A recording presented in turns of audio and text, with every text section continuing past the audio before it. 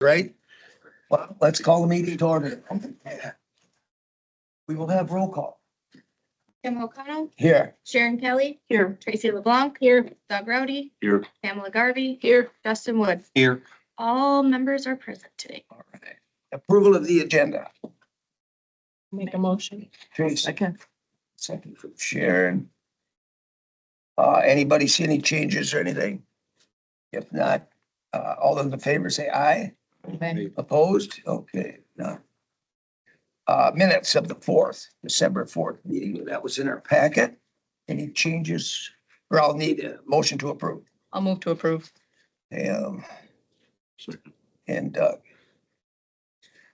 Any changes anyone sees or anything? Hearing none, all those in favor say aye. Aye. Opposed, same. Public comment. We can start with that right now.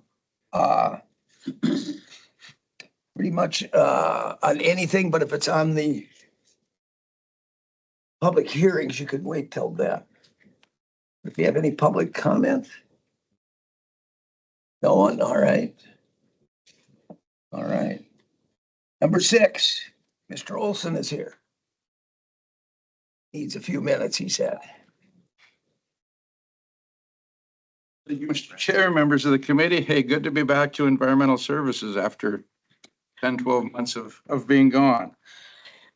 So here today, just to speak to the zoning rewrite. I guess when I received it, read it, started to mark it up and stopped and thought, I don't have enough highlighter to mark everything with the issues that I see within this rewrite. I think this committee should step back, wait, hold on, and let the public be involved. I think maybe Bone Lake said it as well as anything in their comments. They look forward to a continued involvement with the committee and the zoning department. I don't see anywhere where we've had public input. 12, 15 years ago, the county had a complete, total rewrite of zoning. When I look at this, that's what I see. At that time, myself, Supervisor Rowdy, former Supervisor Nelson sat on that committee of the total rewrite. The public was involved. Lake associations were involved, business owners were involved, and towns were involved. This time it seems to be a complete rewrite written behind closed doors and put out to lake associations to comment with just a handful of days to make comments on enormous changes. We've seen in public comment that landscapers have asked for this to slow down and be involved. So I guess that's what I'm asking this committee to consider today. Slow the process down. Let the people involved, let the lake districts, let the landscapers, let the dirt people, let them come to your meetings, be involved and have a say instead of it all being done with staff behind closed doors. Thank you. Thank you. Let's see. Cable 8, are you here for public hearing or for public comment? No, okay, that's all right. You were just here late. All right. Anyone else? Otherwise, we don't have any other supervisors here. All right. The wildlife, is Cody here? See, He isn't for all that. supposed to be here though. He might be coming later. Well, if he comes, we'll catch up. Okay. Yeah. There he is. Repeat that to me. Just as we said your name. You're safe. You're safe. Saved by the bell. Blame it on the weather. All right.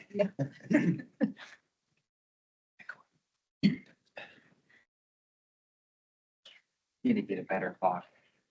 All right, well, I'm Cody Knope. I'm here with the Dam program. So at this meeting, what we usually do is try to present the claims we had for wildlife damage in the county. And so there's, eligible species, deer, bear, goose, turkey. We'll see there's been some legislation introduced for sandhill cranes in the state. If that is approved and there is going to be an established crane season, it would be the following year that they'll be automatically included in our program. So I know there's been some callers, some producers have called and had damage in the county. There's a little bit to do with that, but we'll see if that comes, then we'll have cranes in the program. This year we have county claims that we have are in just deer and bear and pretty basic, our regular field crops that we have. So we have 5 claims this year, but it's down from our average by a couple. I usually think 7 to 9 is our average in the county. Which is good, because this is the kind of the back part of our program, because our program is abatement and then claims. So we're always trying to do something to stop the damage however we can. So if it's fencing, scare tactics, and then a lot of our deer shooting permits, and then bear, we do try to trap and relocate a lot of bear. Just pretty effective at stopping the damage on most fields. So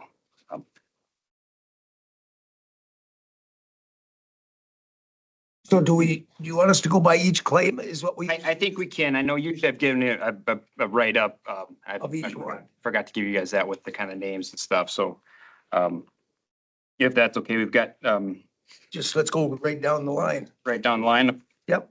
Okay, I'll just start with kind of the basis of our deer claims. So we have 3 producers in the county that are eligible for deer claims, damaged soybean and corn and oats this year. And so we have Bill Stock down out of Cushing there. He's got soybean damage. We have increased his kill permits from last year. He's still shot. It's got a lot of damage. He's right down to San Barons there with a lot of damage, high deer numbers. So that total claim payable, there's a $500 deductible and there's an 80% paid up anything over $5,000. So it's prorated over 5,000, capped at 10,000. So the maximum claim grain producer is 10,000. That max can be spread between different counties. So we have one producer that is in 2 counties. And so he's maxed in 2 counties, and our portion that we pay out in this county is just part of his total. Okay. In the northern part of the county. And so Bill Stock has a claim total for soybeans, $4,696.31. And he is auto enrolled into the program for next year. We've just submitted his paperwork to get a shooting permit that hopefully he can start early, shoot deer. Talked to Bill, he's planning on planting corn next year. So hopefully we're going to see a reduction in the damage and coupled with the early shooting permit. Then we have Derek Lordson out of Cushing. He's got corn, soybeans, and oat damage this year. And so his total on all 3 of the crops is $5,609.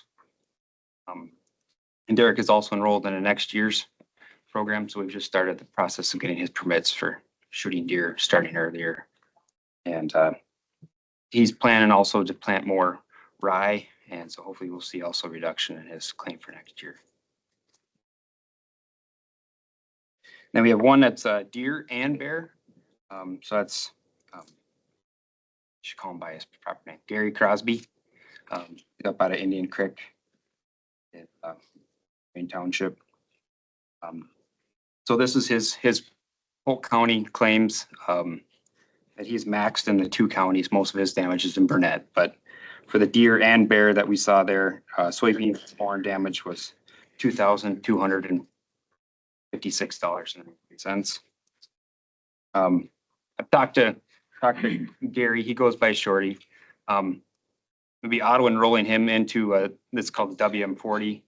So we're submitting paperwork to have him start with a shooting permit now. Hopefully reduce damage throughout the summer. Usually we see damage starting on his fields and soybeans around May, June, and then we issue the permit. And this kind of gives, if he has a permit in his hand, he's a little bit earlier, he can be more proactive shooting deer earlier. So for a lot of those guys, if we have nice cool June days, I think our permits are more effective to be spread out in the summer than just kind of going at it in July after we see plants are up, and the damage is usually more advanced at that time. And we did trap on all the shorties fields that were in Polk County and remove bears from each of the fields. But there's some fields that he just has chronic bear. At Indian Creek seems like there's higher numbers of bear in that area that we weren't able to reduce it all, but there's some damage.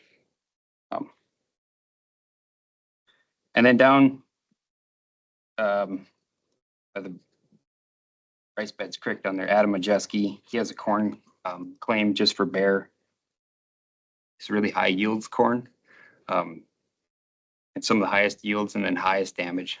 His property butts up against that much of that rice beds area in there in that public land. So there's a lot of bear in that area. Adam's total claim is $2,620.78 for bear damage.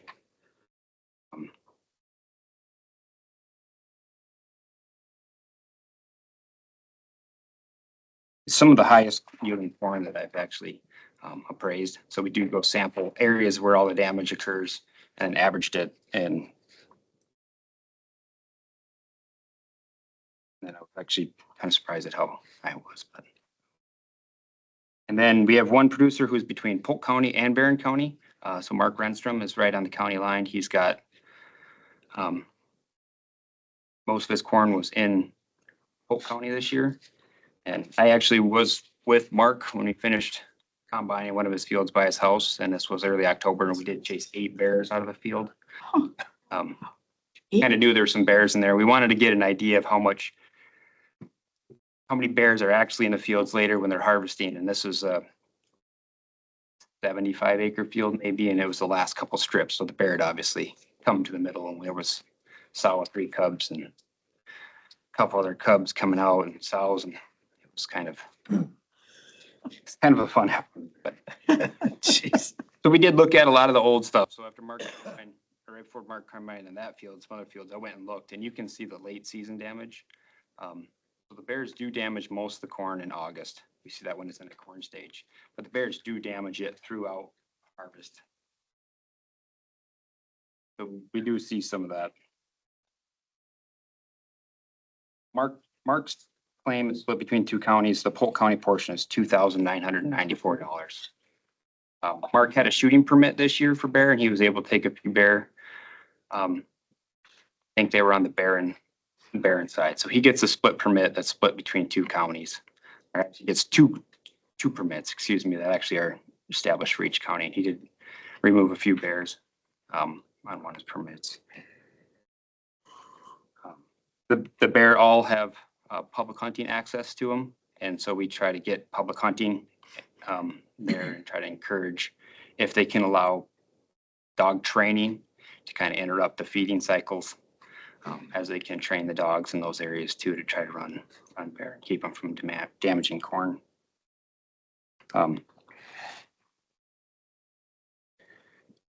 So that's kind of our just five basic claims for this year. What did the total come up to in Polk County? 9, 10, 11, 12, 13, 14, about 18,000, somewhere in there. So that's down, isn't it, too? It's down. Usually it's been around like 24 to 27,000, depending on the year. Okay. I know Chad was saying, so Chad is who I'm replacing. He was here for 27 years, and he has some numbers that historically it's been as high as 40,000 in Polk County. So no max claims from within the county damage. So that's good. I don't like to see anybody that has a max claim.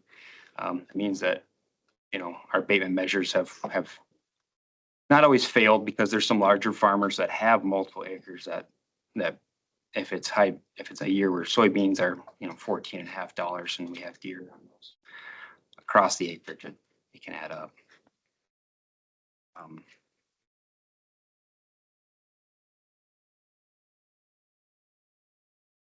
All right. Any Anybody have any questions? I think we can do them all 5 at once. I think we should be able to. I just have one question, just because Sure. I don't know enough the details of the program. Why are not bear kill permits issued like the deer permits? Just consider, I mean, you said Renstrom was able to get some, but we know that the bear population in Polk County has gotten incredibly high. Sure. So for the ag damage permits that we issue, Adam Majeski was eligible for permit. Mhm. Or it was Majeski, I'm sorry. I thought- And Mark Renstrom was issued permits. So some of those are based on, they have to have at least $1,000 of damage or likely. We do inspect the fields as I go throughout the season. So and sometimes I have 1 or 2 seasonal guys that help set and move the traps. And so I'm not able to look at all the fields and get a good idea of exactly the damage. Adam's damage was, it probably warranted a permit. But he does allow a lot of public hunting. There's a lot of hunting access. So we have the public that comes in around early September, but a lot of that damage is in August. And so he's someone that could be warranted a permit. But that's based on the amount of damage and the extent of damage, not on the population of bears. Got it. So So those deer permits and bear permits, when is the window? When are they supposed to be filled? sure. So the deer shooting permits that we have, there's 2 kinds of permits that we have for claim eligibility. We have what's called a WM40, which is the 3 deer producers in Polk County have enrolled in that option. So that is by today. So January 15th is when we really try to get those out. And we have the paperwork signed and submitted. And we have a new biologist for Polk County. So met with Nathan. We're working through the process to get those out right away. They have until September 15th to fill 80% of those tags to be eligible for the claim. We make those tags, or the permit and the tags associated with that are valid until December 31st. So we try to do December 31st because there's some counties that don't have a late archery season. So yeah, in Polk County, we have January 31st where they can still harvest deer, on a 24-25 season. Some other counties had January 1st end dates, and so the deer hunting dates don't always align, but we did 31st. The bear shooting permits that we issue, there's not really okay, sorry, I step back. There's a second type of deer permit, which is just, we call it a regular permit. And so those we issue as damage warrants to likely $1,000. So those are the ones I issue throughout the year. So if you look at damage, guys come out and then respond to calls where they have a little bit of starting damage, but it either the acreage is small enough that the damage might not come to 1,000, or if we need to. So those come out in the year. They have 45 days to fill 50% of those tags. And then they have 45 days to do blanking on it, but then 80% on total. So 45 days to hit 50% of those tags, and then there's an 80% total harvest to be eligible for the next year's permit and to be eligible for a claim. So by the 31st, they have to kill 80% of the allocated tags. If we issue 5 tags and they fill them all, and then the damage warrants an additional amount of tags, we can reissue those tags, but those tags don't impact eligibility. Bear tags, or shooting permits with bear tags, those get issued as the damage looks or appears to be likely greater than $1,000, which is kind of tough. We had we try to fly some of our fields with drones to try to get an idea of what those pockets are looking like inside. And I do walk a lot of them, but it's hard to walk to a cornfield and really see interior pockets. And that's when at the flights later, sometimes you'll see that maybe they didn't get a permit, but they have $3,000 in damage. But we are, if we're successful in trapping those locations, we warrant a permit versus trapping. Like if we're able to just keep moving bears off the field and damage looks like it's stagnant or just, we might not consider permit for all these fields if we can trap and keep it down. Those permits all expired September 15th.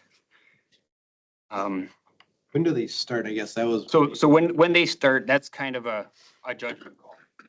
When I see the damage starting up, and if it's likely to be over 1,000. So it's, they're usually started in about mid-August. I mean, so that's when it looks like, corn hits milk, and then there's different, with our seasonal patterns, we've had corn that's been really early and corn that's late, depends on the soil conditions and moisture conditions. So it's kind of a judgment call of what it looks like. And then we try to get those permits issued. We usually always issue more tags than what we have for a harvest quote on those tags, because there's not high success on those. So what we do is if we get a permit, we'll give maybe 10 tags with a limit of 4 or 5 bears, so that we can have hunters in the fields, attempting to shoot the bears and reduce the damage, but they're usually not successful enough to, harvest all those tags that are associated. The end date is September 15th. It's kind of coincided with a lot of the sport hunting tags are available then. Usually by the 15th, that bear season's open. And that's just kind of, there's some across the northern half of the state to try to get our bear permits to be aligned with the other counties within our program. Some of the other counties have went with the 15th, and they've had that for quite a few years. So we've kind of stuck with that, because if we have people that farm in 2 counties and 2 permits, just wanted to align better for administrative standpoint. It's tough when you have permits that have different end dates. So for these the chronic bear problems, so Adam's problem isn't gonna go away this year, even though you trap some. Can you issue them earlier? So like a June start date? We have to see active damage. So there has to be active damage going on a growing season crop. The only permits that we can issue that aren't for active damage are these WM40s. So they've allowed to, reissue deer permits. But we've had some farmers that have asked for, there's a lot of requests for shooting permits early. And some other counties, Washburn County, they've had, some guys that don't hit that $1,000 mark. Although it looks bad, those areas that they looked at, they didn't hit the $1,000 overall. And it's written $1,000 are likely. So it's a big judgment call, and it takes a lot of work, and I have to be looking at different fields to kind of get a feel for that. And then historical damage, the number of acres they plant is a big thing. So we have some producers that have, almost 1,000 acres of corn in other counties, and they've never had less than $3,000 in damage. So that's an easier call, but there's a lot of administrative work because, I work with the biologists to get those permits out and try to do it in a timely manner, but that's, trapping and moving a lot of bears at the same time. So it's, Just need to quit dropping them in Indian Creek, I guess. yeah. Well, I don't think we've relocated any bears into Polk County. So I think everything from Polk County at least goes into Burnett. Plus you got a good spot. Short drive. Yeah. Yes, they don't. Yeah, there you go. Do they come back? Maybe, but they're not eating corn when they're walking back.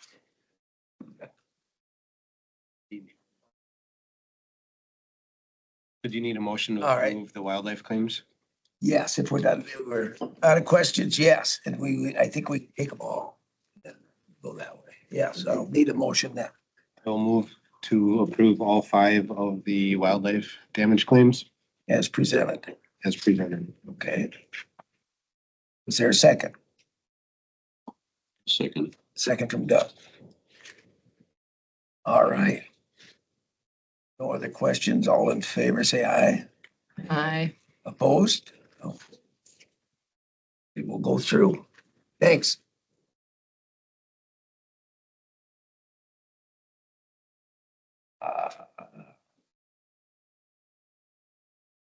Force payments, can you do it in 4? I think I'll need a little bit more. Okay, Just for the all right, update portion of it anyway.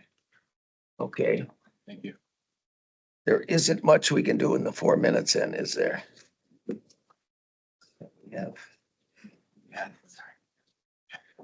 I could perhaps, Chair, do the quick environmental. Start, yep, go ahead report. and start it for a little bit. Just really quick to draw your attention to the posters up here to the right. We have our 2025 Conservation Poster and Speaking Contest that's run by our Land and Water Resources Department. The poster theme this year is Home is Where the Habitat Is. There are 5 categories of from K through 12. Schools, 4-H clubs, libraries were contacted. We did receive 13 posters this year. The judging will be done by our Environmental Services Division tomorrow. And then first place will advance to the Northwest area competition with an opportunity to go to the state contest in March. So, and then along with that, there's a speaking contest that has 3 divisions, grades 5 through 12. The topic is to promote conservation of natural resources with emphasis on protection and enhancement of environmental quality locally or statewide. So a small panel will judge those speakers this Friday, the 17th. And then the prizes are funded by our annual tree sale, which is currently underway. We're on track to match or exceed the 300 orders that we had last year. And then finally, do you want to hand out, Eric put together a quick information on the Land Plus Water conference scholarship. The conference is coming up the first week of February 5th through the 7th. I think Supervisor Olson attended it in the past. February. There's a scholarship opportunity that if Eric, you want to elaborate on that in Yes. 60 seconds or less? Yep, very quick. Land and Water Association is offering a scholarship for Land Conservation Committee members to attend the conference in March 5th through the 7th. I put Yep, together a March. packet and I'll hand out. In Green Bay too. It is KI Convention Center. You can send that around. The scholarship covers 1 day's attendance. It's $185. But if full conference attendance is of interest to you, our area associations will likely cover the remainder.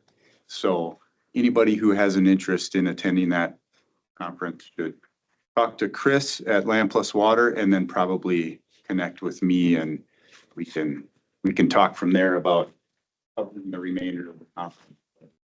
Really like to have committee members engaged in that conference. And it's a good one. It's good information, lots of good networking, a good few days.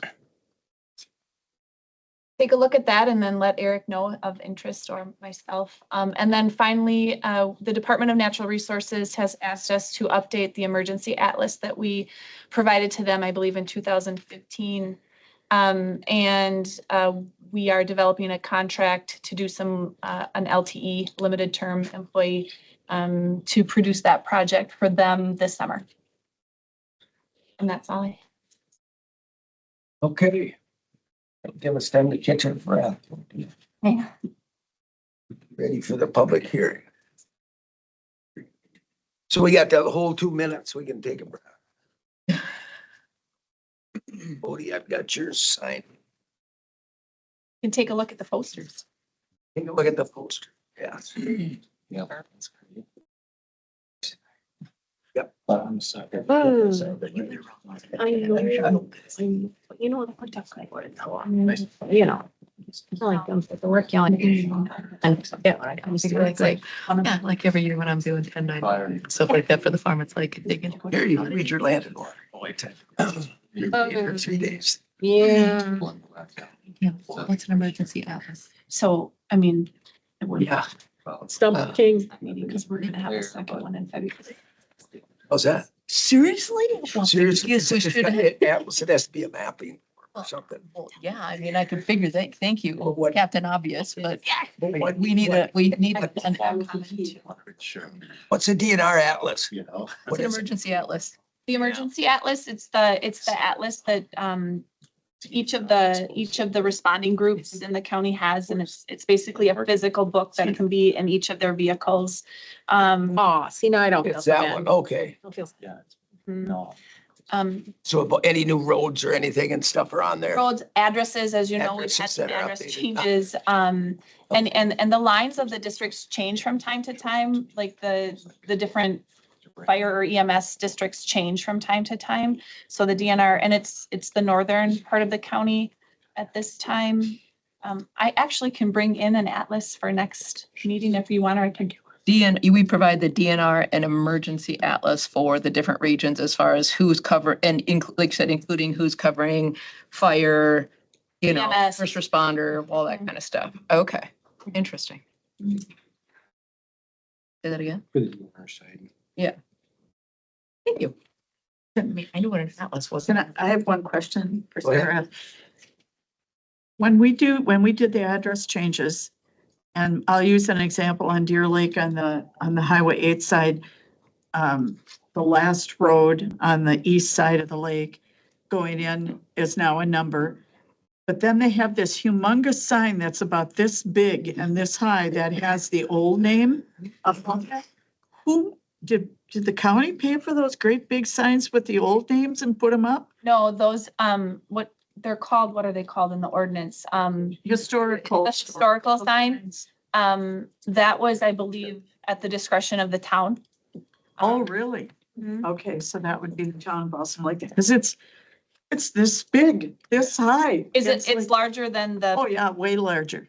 3 times larger than the numbered sign. You got. I've seen heritage signs that are brown, Heritage know, sign, that's the. Heritage sign. signs that are yeah. brown and they might still be a little bit bigger, but they're kind of still a road sign looking, that are down below. I've seen. This one on that road is not roadside. Look, it's this big. They and this typically one- aren't. They diamond want to grade go where people sheeting. live. Yeah, they typically don't have the diamond grade sheeting, and they typically are below the other Yeah, sign. This And is I above. think there's some legalities about being on the same post and things, so. I'll go home that way and go by it again just to verify which road that is. But She'll I take a saw it and I I'm gonna thought, take a picture, get I hope everybody in the trouble. county Or- did. Is that one Take a picture as you're driving, but.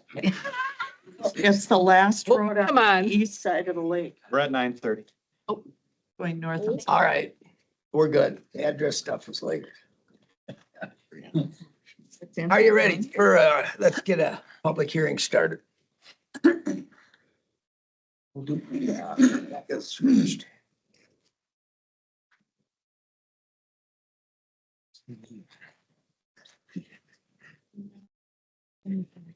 Alrighty, we all set? Yes, let's open the public hearing. So let's read that in there. Rebecca Elbing requested district change from residential agricultural 5, RA5 to residential R1 for a parcel located in section 31, town 33 north, range 16 west in the town of Lincoln. Parcel number 032-00921-0000, and it is a 1.59 acre parcel. So we have that up on the screen here. But hold on, yep. Yep. Here's the zoning district, so it shows the residential buffer of 300 feet around Bear Trap Lake because it's a class 1 lake. This property falls outside of that buffer. So it is in the residential agricultural 5 district, which requires 7.5 acres in order to subdivide.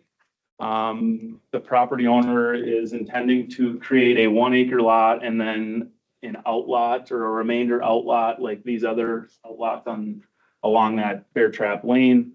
The only avenue to do that is to rezone it to residential, which then it can be subdivided without needing that 7.5 acre district density standard. As stated, it was 1.59 acres. The town did approve the rezone request at their October 9th, 2024 meeting.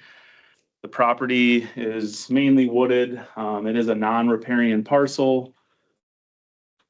But it is located in the shoreline zoning area. The surrounding land use, as you can see, is pretty heavily residential along Bear Trap Lake. And there's a lot of residential use outside of the residential agricultural 5 district.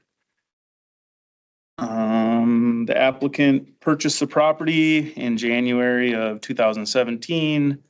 The current property has no structures. The parcel has access off of both Bear Trap Lane, which is a town road, and 69th Avenue, which is a private road. There are no floodplains, wetland, or navigable water on this parcel. The county did provide a proper Class 2 legal notice prior to the hearing. We did receive one comment. I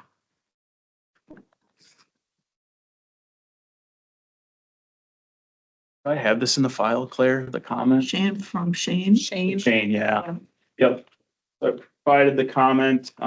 It just discussed, yeah, in that folder there.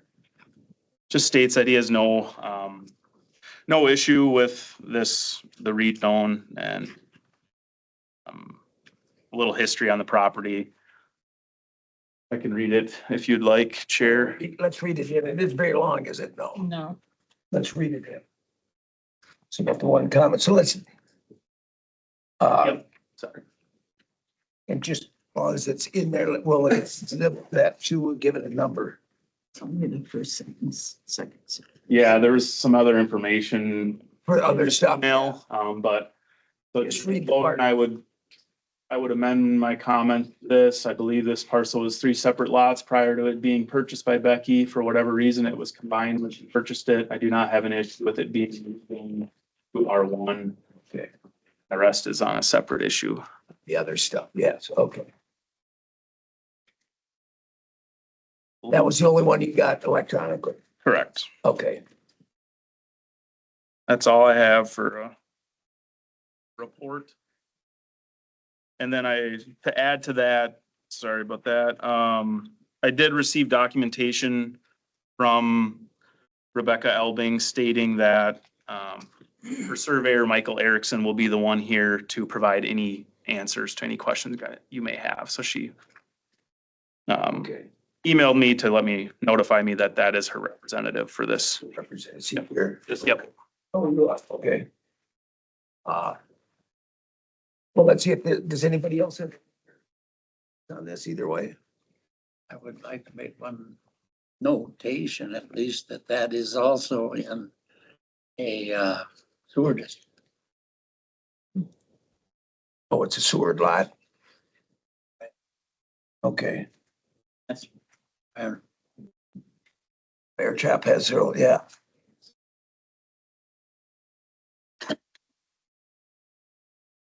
I don't know what significance that has as far as building codes. That's not part of the rezoning, so we're good. Right. All right. Can we have the surveyor come up, please? Would you come up? I just have a question on, because you did the CSL? Okay. So I'm looking at the CSM. I'm looking at lot 1, lot 1, lot 1, lot 1, lot 1. Is there any way we can renumber that some other way that there's not 1, 2, 3, 4, 5 lot 1s in that little corner? Yeah, I mean, like our new lot 1, we can call, you want to call it lot 3 or something? Or go 3 and 4 and out lot 3 or something, because That's it. this quarter section, you go to look it up and it's got all those lot 1s. It gets pretty confusing sometimes. As long as the register of deeds doesn't have a problem with being outlet.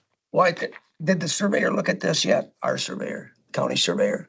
I'm not 100% Did Ed sure. look at it, Jeff? I'm not sure if he has or not, but I mean, Okay, but yeah, I can find out if, because we've asked him if they could just continue numbers, so we Yep. wouldn't run into this quite so often. yeah, I'll find out. Okay, that was my only question of the surveyor. Anyone else? All right. Thank you. Yep. Any other questions or anything then? Hearing none, then we will close this here, or, well, we can do our discussion. Or findings of fact, you wanna do that? We can do that before we close it.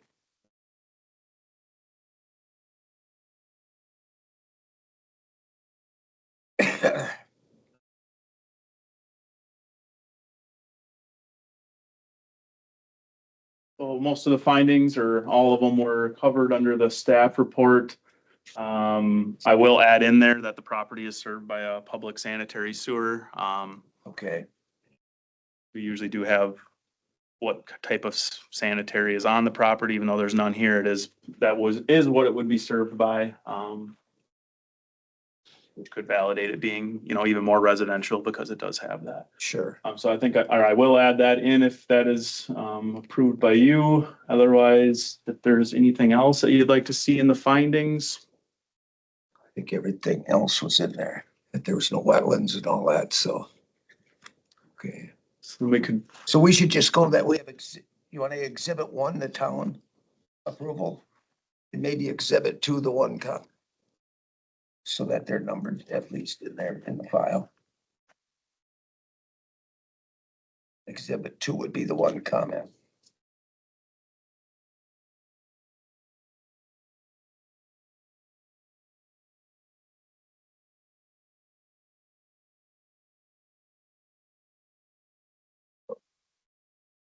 Buddy, any questions, anything on that one? If not, we'll close that public hearing. We then can, I'll entertain a motion. Make a motion to approve. Motion to approve from Tracy, I'll second it. seconded by Sharon. Any other concerns? If not, hearing none, all those in favor say aye. Aye. Opposed? All right. That one is approved.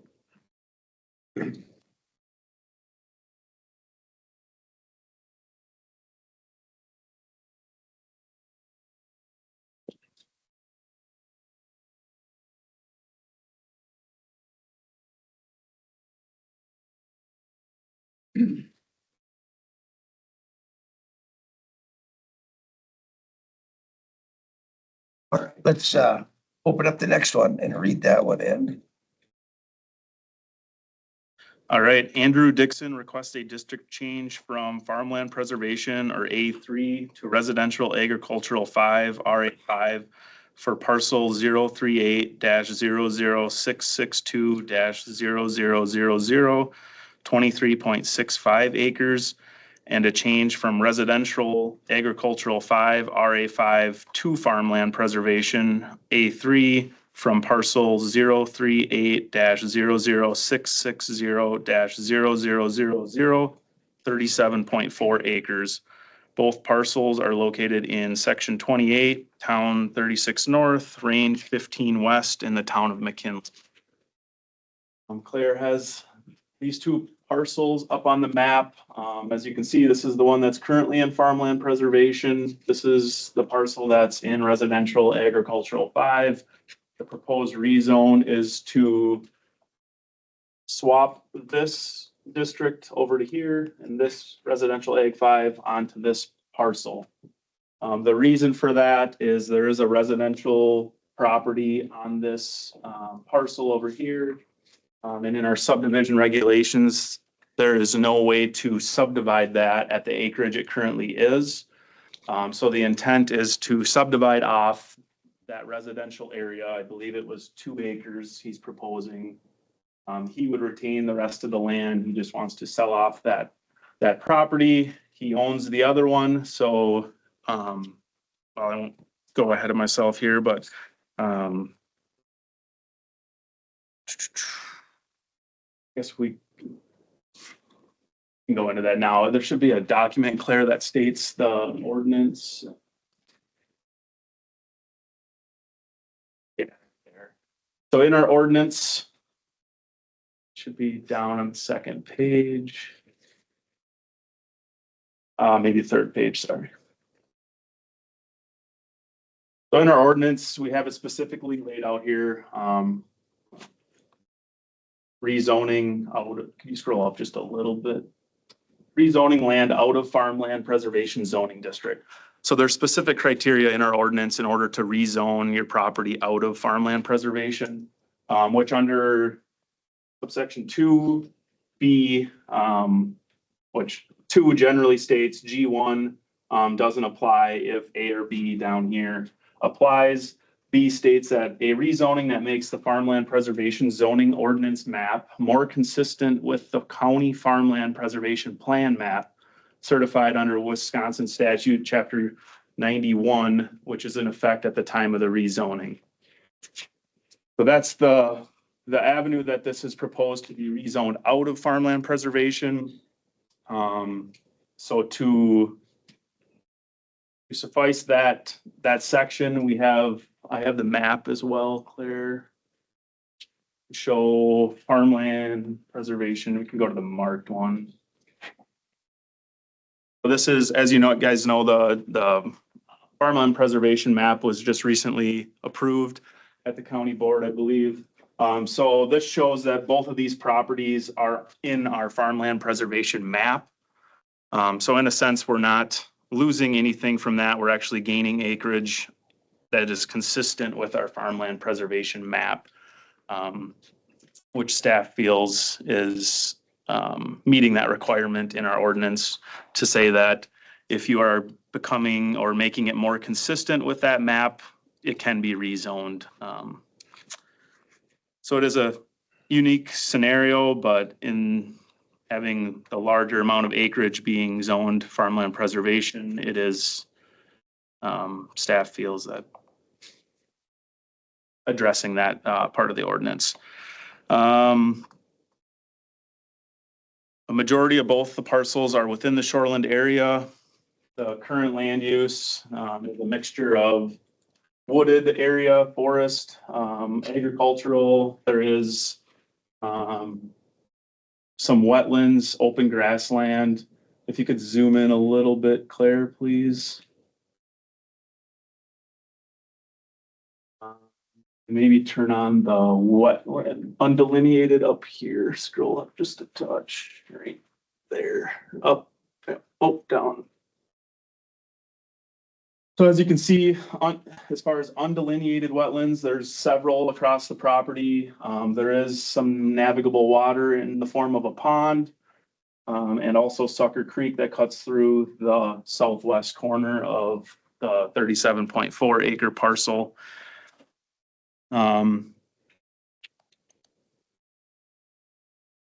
As stated before, the second parcel has a dwelling and several accessory buildings. The larger parcel has no structures currently on it. The surrounding land use, zoom out a little bit, you can see there is some farmland preservation across State Highway 48. There was a rezone within the last couple of years of a residential district here. Otherwise, it's a majority of residential agricultural 5 in that area.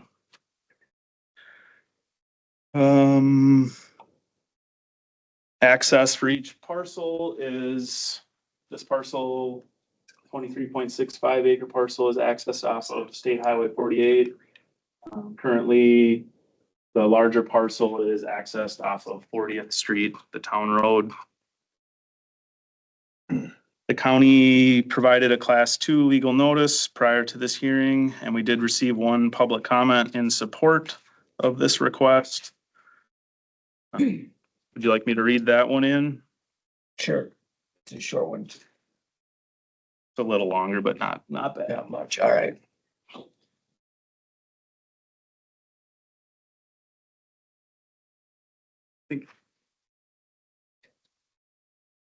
Hit Brenner. Yep.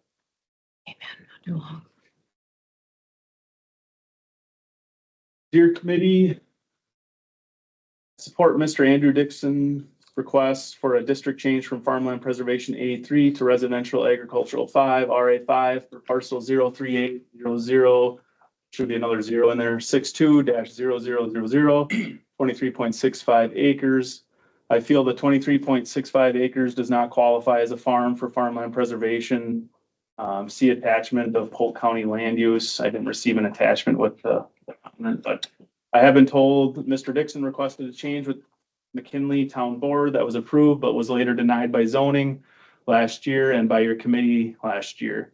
Polk County does not have any jurisdiction with certified ordinances according to the state. See attachment, farmland local jurisdictions. There is no tax benefit to have land and farmland preservation at this time. One of the things that I did not like was I could not sell sweet corn or straw at my home unless it was produced on that parcel of land. I appreciate all the hard work that the Land and Water Department has done on the Farmland Preservation Plan adopted October 15, 2024. These individuals have dedicated their lives to making Polk County a great place to live. Attached is Polk County Comprehensive Land Use Ordinance and reference letter to Polk County Land Information Department dated December 27, 2024, and front cover of the Polk County Farmland Preservation Plan, October 15th, 2024. Thank you, Nicole Dipbrenner and Dipbrenner family.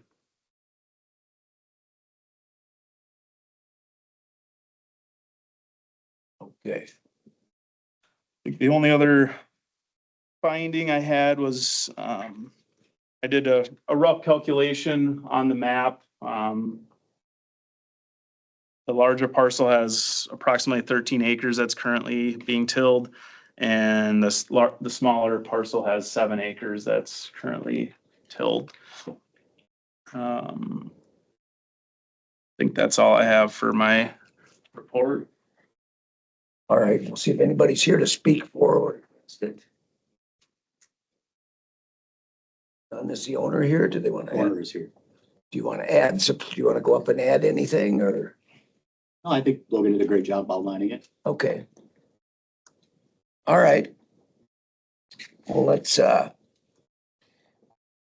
questions. Let's start with Joe. Do you think our corp council, did we follow enough to get this in and out this time the right way? I think I spoke with Logan on this issue in the past. I previously advised that I believe that this is in compliance with any and all statutory requirements for properties moving in and out of farmland preservation, as long as it complies with our farmland preservation plan, which I think Logan said that it does. Okay. That was a big one, just to make sure it was checked. All right. Any other? I just have one quick question. I mean, when I read this original kind of the statement was, and even what corporate counsel just said, it's moving it in and out of, that it was a switch, a flop of in and out of farmland preservation. But when you brought the new farmland preservation map up, it listed both of those in farmland preservation. So those have just been added, piece of land was added to farmland preservation on the new map? So there's two separate, we have the farmland preservation plan map and then zoning district. So they're two separate things. Got it. So that's, Plan that this, in theory, this would be good land for preservation, but it's not technically in that zoning district. Correct. Thank you. Thank you. It's just like, I thought it was a flop and why is it showing both? So Yeah. thank you for that clarification. I appreciate that. And it also shows the one next to it in farmland zoning, but if you look at that other one, I thought that looked odd too, but it's because it's zoning district, not. So, thank you. All right. Any other questions? If not, let's go through the findings of the facts and so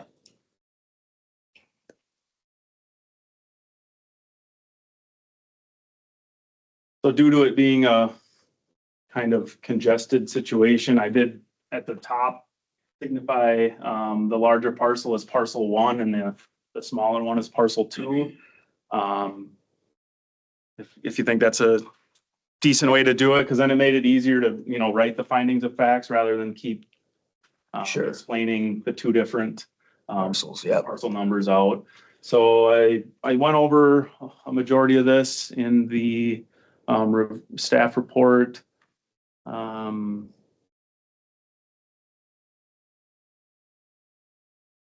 The top one, this request involves a zoning district swap between parcel 038000662 and 038000660, which are adjoining parcels in the town of McKinley. Purpose of this rezone is to provide the ability to subdivide 2 acres and the dwelling from parcel 2. I think the rest was all, both parcels are included on the county farmland preservation plan map.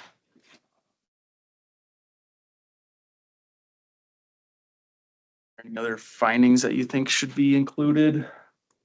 No, I think you got them covered this time. It looks like it. Yeah.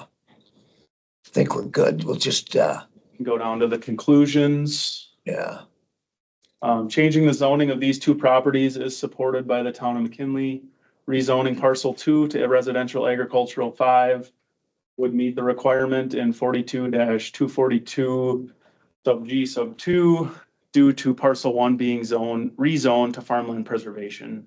This change in zoning districts adds more acreage to the farmland preservation zoning district for land that is also included in the county farmland preservation plan map.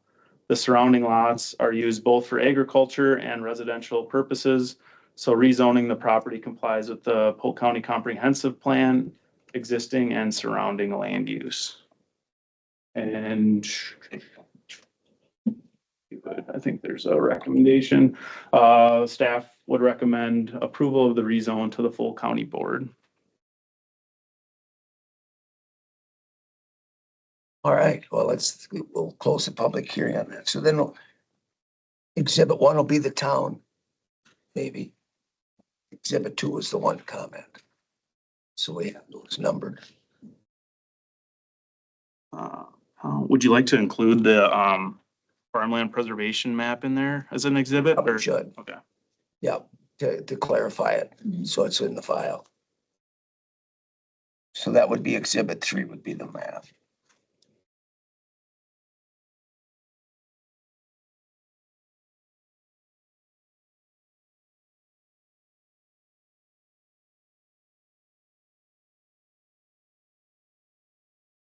All right, entertain a motion. Okay, In our finding. I'll go with Pam and Shay. You'll second it, huh? Sure. Okay. This is the one that because this one says. Any other questions or discussion on that? Hearing none, then all those in favor say aye. Right. Opposed? All right, that's a.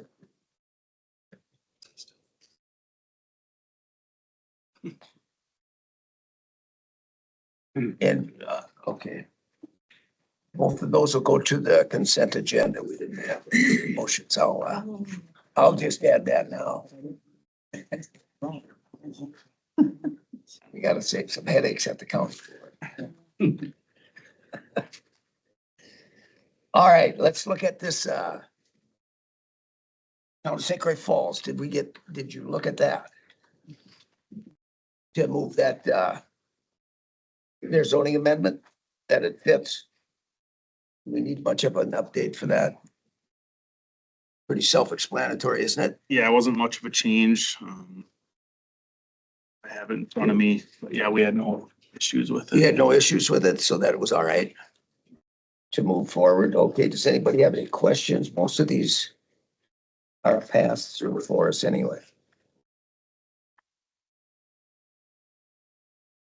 Hearing nothing, I'll entertain a motion on that one. A motion to approve. Sharon, Tracy, you're gonna second it Sure. to the consent agenda? Yes, consent agenda. All right. All those in favor say aye. Aye. Opposed? Okay, good. All right, we're to the county forest update.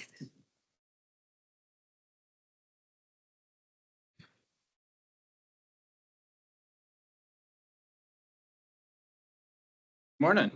Good. I'm just gonna kind of start with the update before we go kind of into the discussion on the payments to towns. December 9th, this last year, we closed on that Ice Age Trail Alliance property that we purchased, the 40 acres in town of Lorraine. Everything went pretty smooth. Just sent out the grant reimbursement 2 weeks ago. So waiting to hear back on that. If you recall, the Knowles Nelson will kick in 50% of the market value plus the half of the appraisal costs, the title insurance, title fees, etc. So the grant will be right around $37,000 reimbursed to us off the acquisition price that was 55,000 plus the, the fees and et cetera. So if you recall, we used the project loan to fund the whole project, which is a zero interest loan, paid back by 20% of our timber sale gross receipts. Already paying into that. And once I get the grant reimbursement, I'll ask the DNR to invoice me that amount so that we can pay towards that loan with the grant. And then I would assume in the next couple months, based on some of the timber sales that will be closing, we'll probably have it squared away. So, yeah, so it should be hopefully by June, I would think that would be pretty set and clear on that property. So, that's about all I have for that part. As it's required by the grant, we do have to enroll that property into county forest law. So next month, we'll probably bring that enrollment form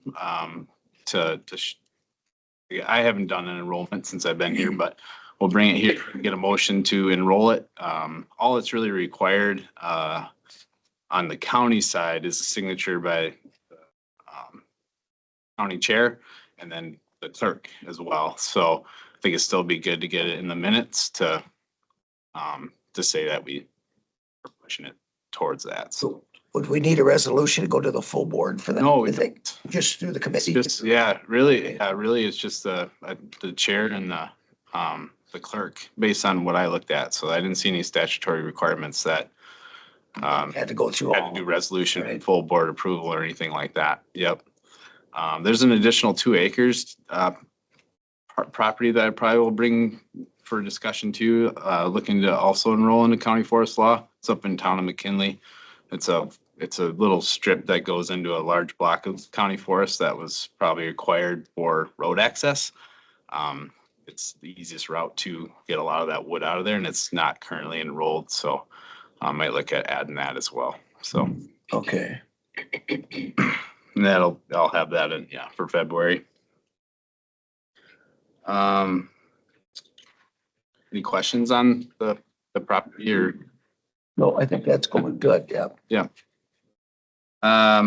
Just to kind of recap, and I'll have it in the annual report in a couple months too, but this will tie into the town payments as well. Calendar year 2024, we ended up with total gross stumpage revenue of $192,561.33. So that's where the 30% payment to towns drives from. So the total distribution of towns in which county forest lies in those towns was $57,768.40. And we'll go into that detail a little bit later once we get that sheet up. I don't think it's up right now. And I just kind of ran a report, what we have remaining on the books as of 1/1/24. So closed out 192,000 and some change for revenue. We currently have, as of 1/1, we have $303,851.11 of remaining stumpage on the books. So that kind of goes into, we'll be reselling 6 sales here in either March, April, or May. Well, depending on weather. Like to put them out to bid when purchasers are able to actually get out there and see stuff. So a couple of years ago, we did a little bit later because of how much snow we had. Just people couldn't access the properties to look at them. But yeah. So we'll have, 6 sales coming out for bid. I'll bring the timber sale maps next month just for discussion, where we're going to sell them, how big, what the requirements are, timber types, etc. For a total of 383 acres. And that's about it for that. So so next month I'll come with the timber sales and then also the county forest law enrollment stuff. So The 2 enrollments too. Okay. yep. All right. So we'll go to the sheet with the distribution to the towns. So the total, I don't know, Claire, were you able to bring that up? I received any It should be in, it's not in the packet, or it should be in the packet, right? It was in the Yeah. It's in the packet, yeah. page 8. Page 8. Page 8. The packet. Next page, right. One more. There it is. Thank you. So this is, actually already, the checks are already written to the towns.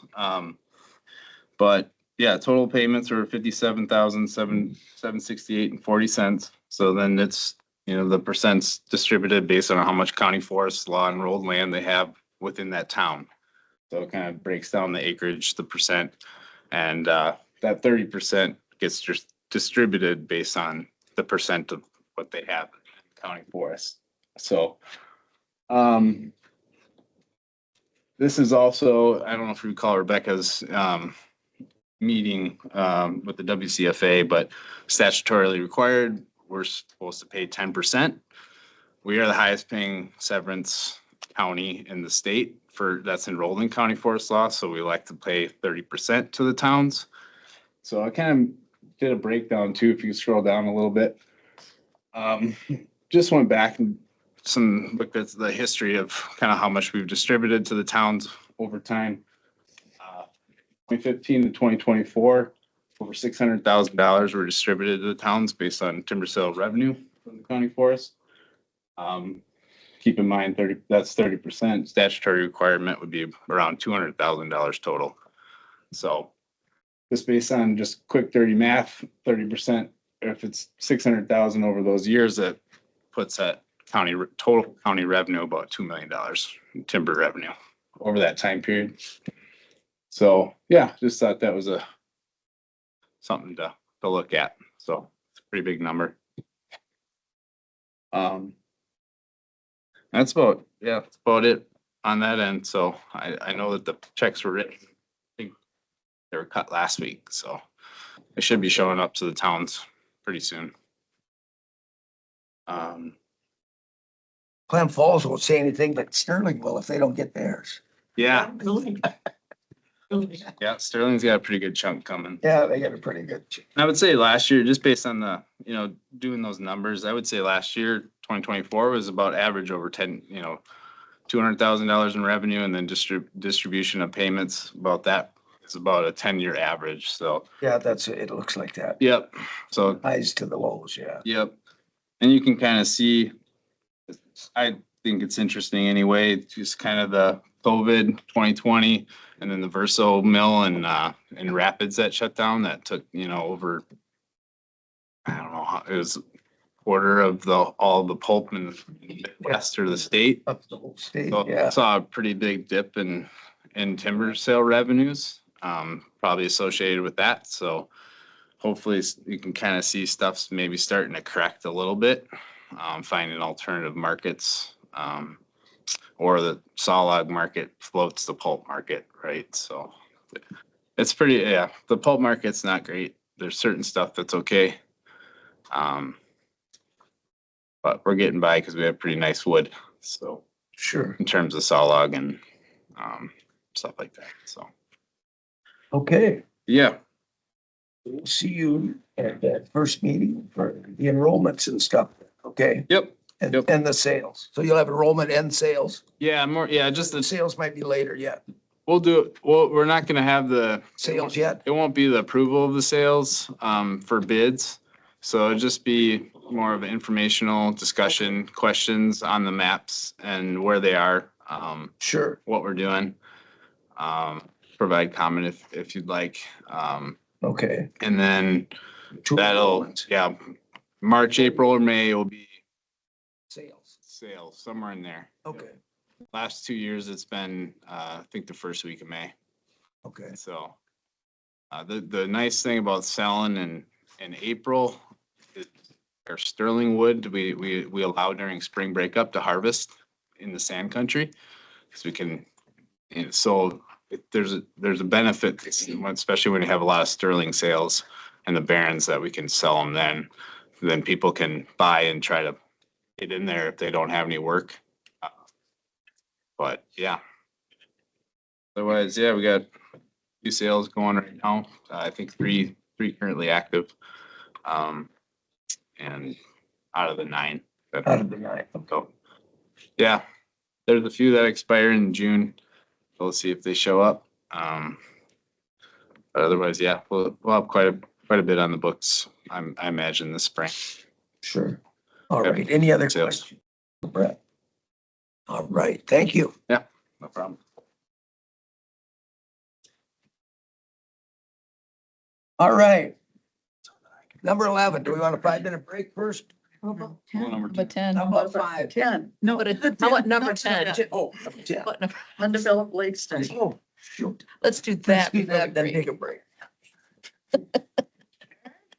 Like everyone expected No. a break now. No, Oh, they cut me off. We overruled him. Exactly. Should probably tell you, Here's it's an his hour and chair. a half long. There.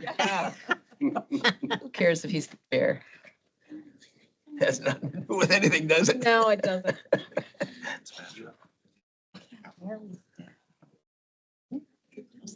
You think it'll be 30 minutes?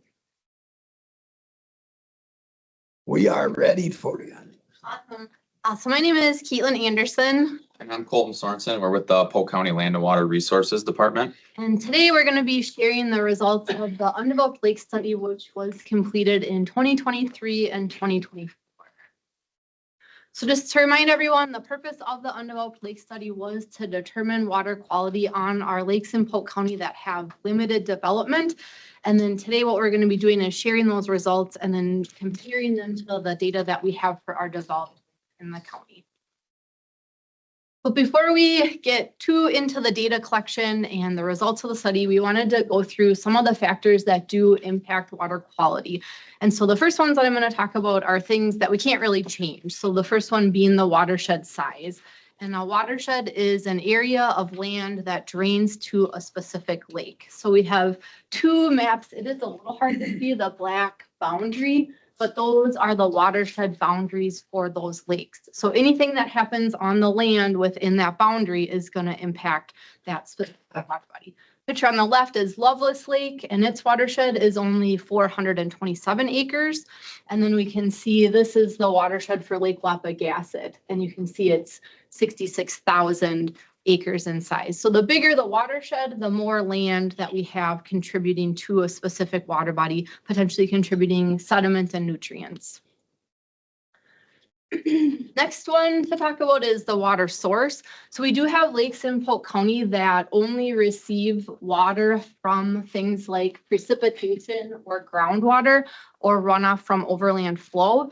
And then we also have lakes like Big Lake, Little Lake, and then Big Round is up in the top corner of this picture, where they're all connected by a tributary. So Big Round Lake flows to Little Lake, which flows to Big Lake. So what's happening on those lakes, Big Round and Little Lake, and their watersheds does impact Big Lake. So we can think about how those lakes that have those connected tributaries maybe have more of an opportunity for nutrient inputs as well. Next one we're going to talk about is lake depth, and then a little bit about lake position in the landscape. And for this one, we're going to go a little bit deeper into some limnology 101 and briefly talk about summer stratification. You might be familiar with stratification, even if you don't know the term. If you've ever been swimming and those upper waters are nice and warm and you go down a little bit deeper or deep enough and then your toe hits that really deep water. So lakes actually set up layers based on the density temperature relationship of water. So our upper waters in our epilimnion are able to be mixed by wind and wave action.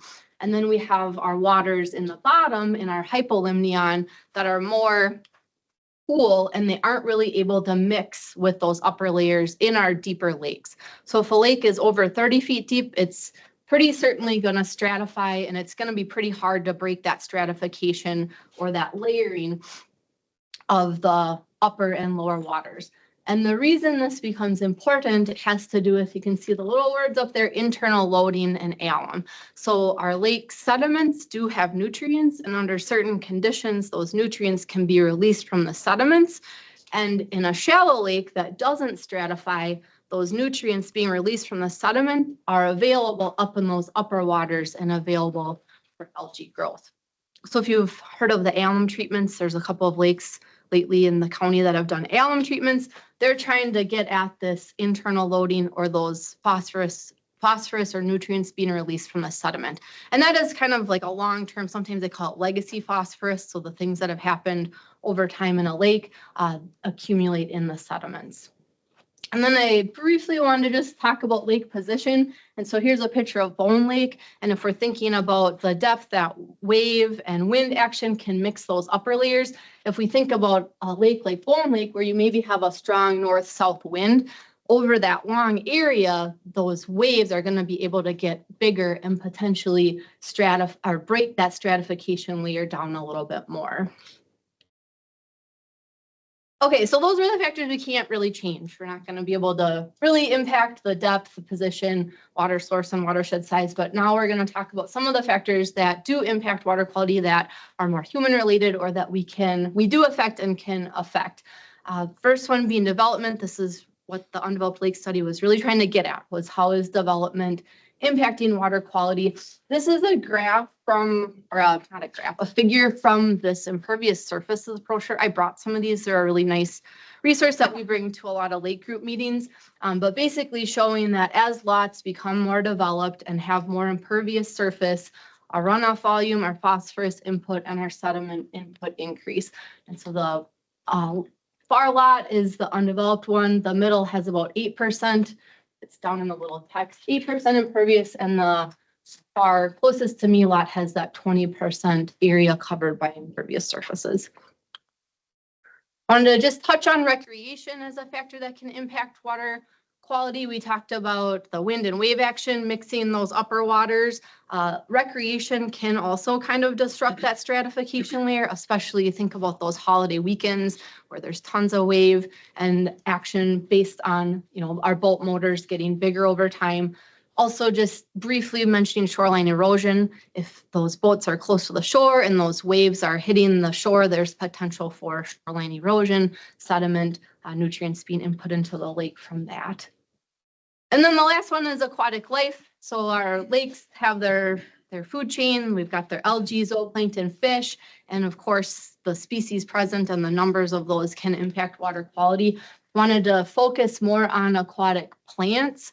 Aquatic plants are really important for water and lake health because they're using up the nutrients that might otherwise be available for algae. So a lot of our really nice clear lakes in the county have really diverse and healthy plant communities. Also, if we think about talking about that wave action at the shoreline, if it is a developed shoreline, if we have a lot of lilies or emergent bulrushes, that can actually intercept those waves and make it so you have less shoreline erosion. And then I did a little note about aquatic invasive species. It's like each of these things we could just have a whole presentation on, but just wanted to talk about how invasive species can impact water quality too. Carp, we know, are rooting around in the sediment, so they're releasing those nutrients potentially. And then curly leaf pondweed, another one that a lot of folks are familiar with. That's one that dies back in July. When it dies, it releases nutrients, and those nutrients are readily available for algae. Our native plants die back later in October maybe, and there's just not potential for algae to be using those nutrients at that time. So a lot of factors impact water quality. We were primarily looking at the development one. And I'm going to turn it over to Colton for the lake selection. Yeah, so I'm actually going to dive a little more into the study here on what we actually did. So as you can see on the right here, here's all the water bodies in Polk County. This is our GIS layer. There's 3,871 water bodies. We had to get it down to 7 for this study. So we had to put some criteria in place. So we removed lakes if they were flowages, rivers, or streams, if they're less than 10 acres, or if they're less than 5 feet deep, or disappeared under summer conditions. So when we turned the aerial on, they're just totally engulfed with plants. Didn't think that was a very good lake to compare to. So we removed them. If they had an inlet or outlet, we didn't really want to look at the watershed condition too much, rather focus on the shoreline and smaller watersheds. And then if they had a boat ramp access, we figured that would be a sign of development. If they had existing data, we didn't want to duplicate efforts, so those lakes were removed. And then if it had more than one dwelling. So we did allow one dwelling just because we know we needed access to these lakes. So we wanted to make sure that, we left that option available. And we also considered kind of the distribution across the county. There's a lot of the lakes that were kind of met this criteria were in the northeast corner, but we did try to want to spread out as much as we possibly could. So that went into our selection as well. And then here's the lakes we selected. So 3 lakes are actually public access. So Dinger, Margaret, and Pogo are located kind of in the northeast portion of the county. And then the other lakes, Ember, Lost, Mud, Dace, and Omer, those lakes were private were totally surrounded by private land, so we had to gain access. So we drafted a letter, sent it to them, and then we're granted access to the property for the purpose of this study. So what did we actually collect? So the water quality data that we collected was a Secchi depth, phosphorus, chlorophyll, and then physical data, which is like temperature and dissolved oxygen, things like that. So the data collection occurred in 2023 and 2024 in July, August, and September. And then all the data collection followed DNR protocols. Excuse me. So Secchi depth. What is that? So Secchi depth is measured with a Secchi disc, which is an 8-inch diameter disc with black and white quadrants on it. And it's an indicator of water clarity. You can see here, I'm actually lowering the disc into Omer Lake to get the Secchi reading. When you can just barely see the disc, that is considered the Secchi depth. So that is what we're talking about when we say Secchi depth. And a greater Secchi depth indicates greater water clarity. So just something to remember when we look at the chart at the end. What affects this, what can affect Secchi depth is going to be suspended sediments, algae, and the actual light limitation that can penetrate. Looking at the phosphorus and chlorophyll data we collected, so water samples were collected from the top 2 meters. You can see here's Caitlin with a composite sampler that's 2 meters. It's dropped into the water. There's a little ball that traps the water in there. You pull it out and you put it into the container, which then half of that water is filtered. The other half is preserved and sent to the lab for analysis to get our readings. Greater values indicate water quality that, higher numbers indicate a higher likelihood of algae blooms and things like that. Why are we looking at these 2 parameters? Phosphorus is most commonly, or the nutrient most responsible for algae blooms in our area. And then chlorophyll is an indicator of actual algae growth. So now what we're going to do is just briefly take a lake profile of each one of these lakes we went to. So Margaret Lake is in the northeast portion of the county in the McKenzie Creek Wildlife Area. It is 42 acres and it is 48 feet deep. The average Secchi reading was 17 feet. The phosphorus was 4 micrograms per liter and chlorophyll average was 2 micrograms per liter.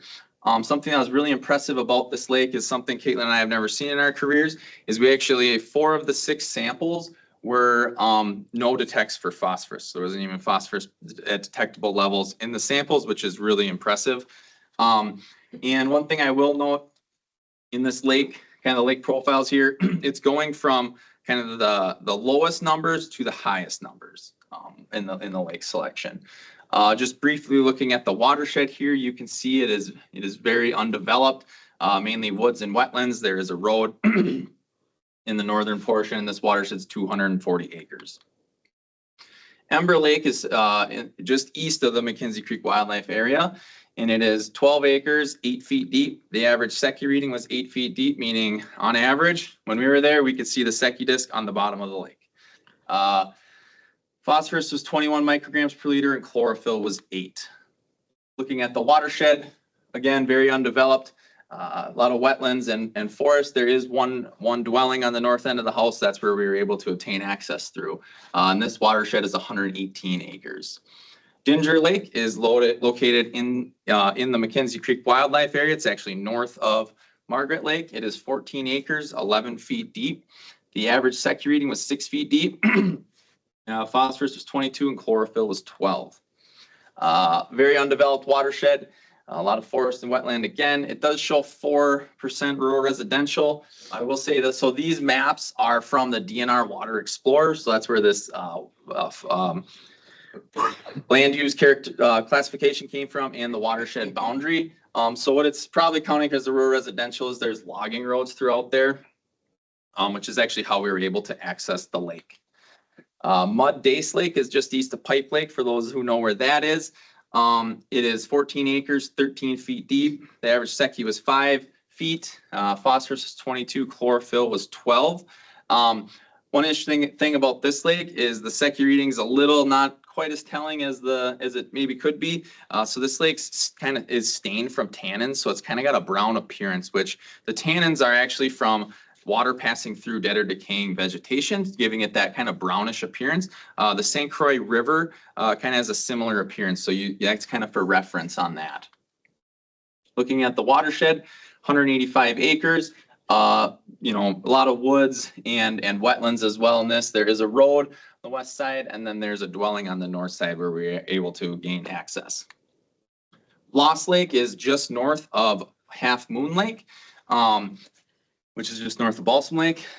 So that lake is 11 acres, 7 feet deep. The average Secchi reading was 6 feet deep, which with this lake, we could always clearly see the Secchi disc at 6 feet. When we drop it below that, it would get lost in plants. So we actually couldn't get a better reading. But if there was no plants in it, in that spot, we would have been able to hit the bottom for sure. Phosphorus was average of 26 micrograms per liter and chlorophyll was 21. Looking at the watershed, almost fully undeveloped, a lot of forest and wetland in that watershed. And this is 131 acres. Moving on to Pogo Lake, which is east of the north end of Bone Lake. So this lake's 22 acres, 8 feet deep. Average Secchi was 5 feet. Phosphorus was 38 and chlorophyll was 16. These levels are a little more elevated than all of our previous lakes we've touched on. Looking at the watershed, we are starting to see some more development. We have forest, pasture grass, rural residential mixed in this watershed. And this watershed's quite a bit bigger than all the ones previously discussed. This one's at 457. Our final lake we assessed was east of Amory, and this is called Omer Lake. It is 19 acres and it is 10 feet deep. The average Secchi reading was 5 feet deep, and phosphorus was 64 and chlorophyll was 16. So you can see that the phosphorus levels are quite elevated in this lake, but we'll have a chart at the end that will kind of display all these as well.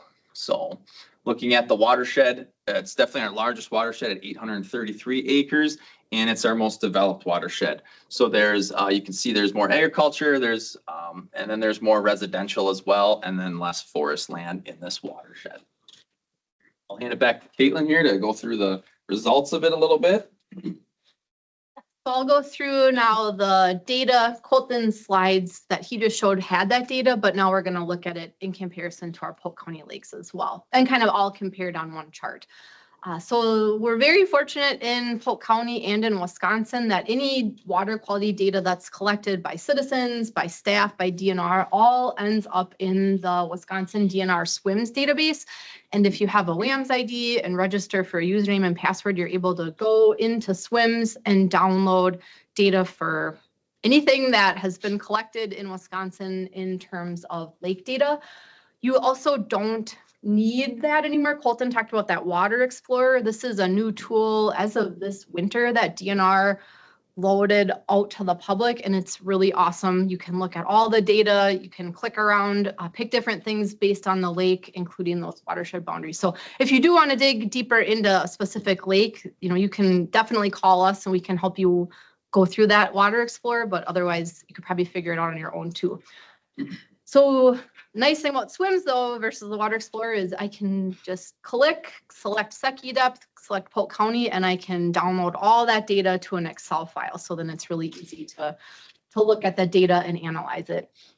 So cool, awesome for Polk County that we have so much data. We had over 9,000 unique records for Secchi depth, over 7,000 for total phosphorus, and over 2,000 for chlorophyll. You might wonder why those are so different. Secchi depth, once you have the disc, you're just taking your time.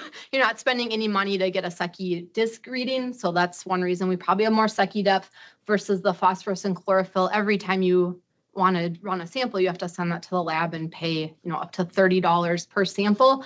Why do we have more phosphorus than chlorophyll? Because a lot of lakes, and when we do studies, a lot of times in a deeper lake, we'll collect a bottom phosphorus sample as well to look at that internal loading.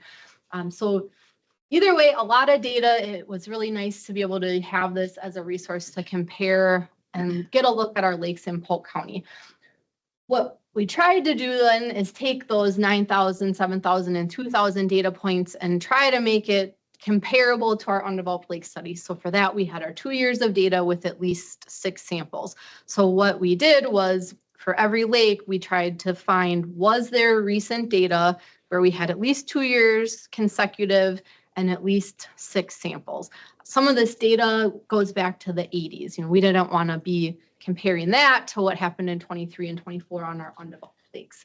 We also, some of our lakes, we have really awesome volunteers who've been monitoring for years. Maybe there's 30 years of data. We didn't want to take an average for that full 30 years because we know a lot can change in 30 years. So we tried to get this data comparable to the best of our ability, and we were able to find recent, so 2 years, 6 samples of data for 68 lakes for Secchi, 66 for total phosphorus, and 52 lakes for chlorophyll. And so for each of these, Secchi, phosphorus, chlorophyll, I'm going to have a graph and then a chart. And so I'll explain the first graph and then the first chart, and the other ones are going to be really similar. So this is a look at our average Secchi depth in feet for Polk County lakes. So every single point up here is a lake in Polk County. The undeveloped lakes are red, and then we also labeled them. So if you're wondering where they each fall, you can look at that. And if you remember from what Colton was explaining for Secchi depth, the greater the reading, the greater the clarity. So on this graph, the lakes at the top have the greatest clarity, and Margaret is kind of our clear outlier in terms of our undeveloped lakes. You'll notice that most of our other undeveloped lakes fall between that 5 to 10 feet mark. And that's not super surprising because with the exception of Mud Dace, the other ones were all under that 10-foot max depth. So if the lakes. What's the x-axis? Is there? So it's just the lake, and it's just alphabetical. Okay. Got it. So I know I didn't label that. It's just the lake. And if you're wondering, so the next slide, I thought people are going to wonder, what's that one way up there? What's the one way down there? And so the next slide actually will show it in a chart by rank. But just wanted to point out, we wouldn't expect these undeveloped lakes to ever be as high as Margaret just because they're not deep enough. Can't get a 20-foot Secchi reading on a lake that's only 8 feet deep. And then here's that rank by average Secchi depth. So if you're wondering kind of what was our best Secchi readings average over those 2 years, 6 samples for Polk County, Lower Pine was at the top at 21 feet. And then we can go all the way down the list, Lotus Lake being our lowest average Secchi depth at 2 feet.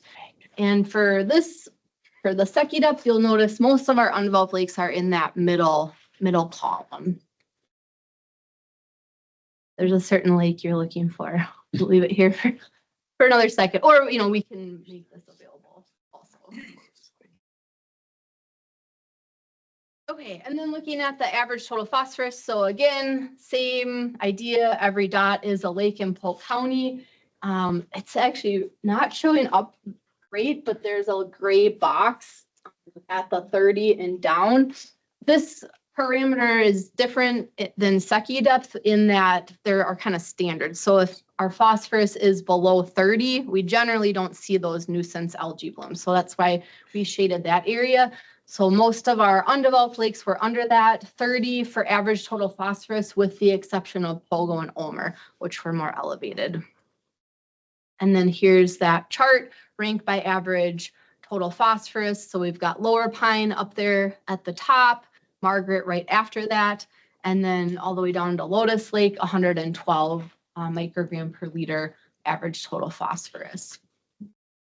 This one, Ulmer is showing up in that third column. Our other undeveloped lakes are more towards that top portion, those first and second column by rank. Lower Pine, 3.1. Oh, yeah, I already said that. Sorry. First column. So there's average total phosphorus. And then last one being the chlorophyll. This one maybe is showing up a little bit better. For this one, the standard's more around 27, so that's where that black box is at. And one thing that was interesting for the chlorophyll is even though Pogo and Omer, we had that higher phosphorus. We weren't seeing these high chlorophyll readings. So again, that indicator of algae growth. So all of our undeveloped lakes were within that kind of 27 standard for average chlorophyll. And then here again is that rank by average chlorophyll. Margaret up towards the top again. Margaret was actually, so Freedom was 2.1 and Margaret was 2.2. So it just missed being first. But average chlorophyll for the county ranging from 2.1 up to like 86 micrograms per liter. Okay, so I'm gonna do one more slide. So what DNR typically does is they take all this information, they take the Secchi data, the phosphorus data, and the chlorophyll, and they determine a trophic state index. So it's an equation. There's an equation for each of those parameters. You plug your numbers in and it'll give you this TSI or trophic state reading, which is a way to classify lakes as oligotrophic, mesotrophic, or eutrophic. So our oligotrophic lakes are our clear water, very low productivity, all the way up to our eutrophic, very productive, where we're seeing problematic algae blooms. The number that you get is between 1 and 110. Margaret would have shown as an oligotrophic lake, Ember as a mesotrophic, and the remaining did classify as eutrophic. I did want to point out that the cutoff between mesotrophic and eutrophic is 50. So Dinger, I'm calling it the wrong. Danger. We were corrected because it's not Dinger, it's Danger. I've probably been saying it wrong the whole time. So apologies if you're now going to say it wrong. Danger was 52 and Dace and Loss were 53. So even though they're in the eutrophic, they're just barely in that eutrophic range. You might wonder what are the percentages up at the top. That's how many. So we took the lakes that we had the data for and determined using the Water Explorer, was it oligotrophic, mesotrophic, eutrophic? We only had 2 oligotrophic lakes in the county, the other one being Lower Pine. 31% of our Polk County lakes were mesotrophic, but then the majority, 2/3 of our Polk County lakes were eutrophic. So now I'm gonna let Colton round it out. Here's the chart that we promised where everything's kind of in one spot for the numbers. Yeah, so we're just gonna kind of bring it all together here at the end. I know this chart may look a little bit intimidating, but I will go through it. So on the left column there, we have the undeveloped lake. And then on the bottom, we actually have the county averages that we were able to come up with. So the first column, lake max depth. So the county average is 25 feet is our average lake depth. Margaret was the lake that was well over that average at 48 feet. All the other ones were quite a bit under that average. Looking at lake size, the average lake in Polk County with data on is 218 acres. You can see most of our undeveloped lakes are much smaller than that. Looking at watershed size, our watershed size is average size is 12,427. So you can see that all these lakes are quite a bit less. The reason why that number is a little maybe larger than a lot of people would think is that, as Caitlin mentioned earlier, we have a lot of lakes that are connected. So like the big, like she mentioned, Big Blake Lake. So that includes Little Blake, Big Round, and then it includes the entire Straight Lake river and all of that. So that watershed would be huge. So that's why that number is a little bit elevated. And then we got to look at watershed ratio, which is the size of the lake in comparison to the watershed. So the average watershed ratio in Polk County is 18. You can see that Pogo and Omer were much higher than that average. So the contributing land is kind of a lot more than our average Polk County lake. Now we're kind of going to shift to the data we collected in comparison to averages. So looking at the county average, our average Secchi reading is 7.5 feet. You can see that Margaret and Ember are above that. Margaret is quite a bit above that. Our others are under that county average. Looking at total phosphorus, you can see that all the lakes but Omer are actually under that county average, which is interesting. And then probably the most interesting finding is going to be that the chlorophyll, all the chlorophylls are under the county average, which is unique to the study and is noteworthy. Kind of wrapping it all up, in comparison to the average lake in Polk County, the lakes we selected in the study were shallower and they were smaller and they had kind of smaller watersheds, which kind of does make sense. A lot of our larger lakes are are desirable lakes to be on for recreation, things like that. So it makes sense that the smaller ones are kind of left. With the exception of Omer, again, all of our lakes were under the county average for phosphorus. All of the lakes were under the average for chlorophyll. You know, kind of looking at Pogo and Omer specifically, our two kind of highest ranked lakes for phosphorus. You know, looking at it, so they have the highest trophic state index. They have the largest lake, or they have the largest watershed. They have the largest watershed to lake ratio. You know, and they have the most watershed development. So kind of, you know, are these two lakes really should be classified as undeveloped? You know, not totally sure, but that just kind of shows how, you know, development, you know, on the shoreline is very important to consider, but also what is in the watershed as well can make a big difference.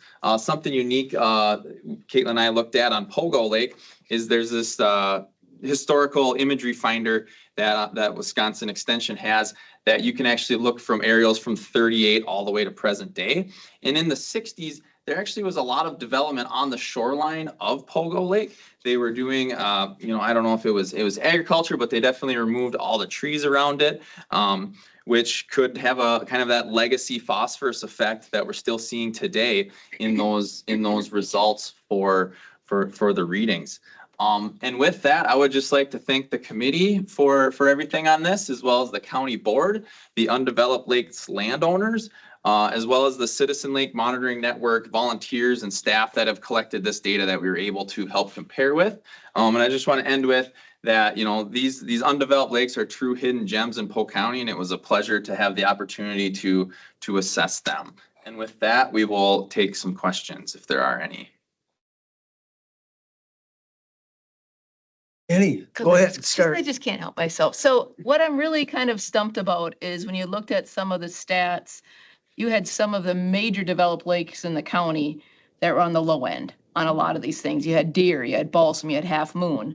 So I'm struggling to see where, in our undeveloped lakes, a lot of them were in that center column.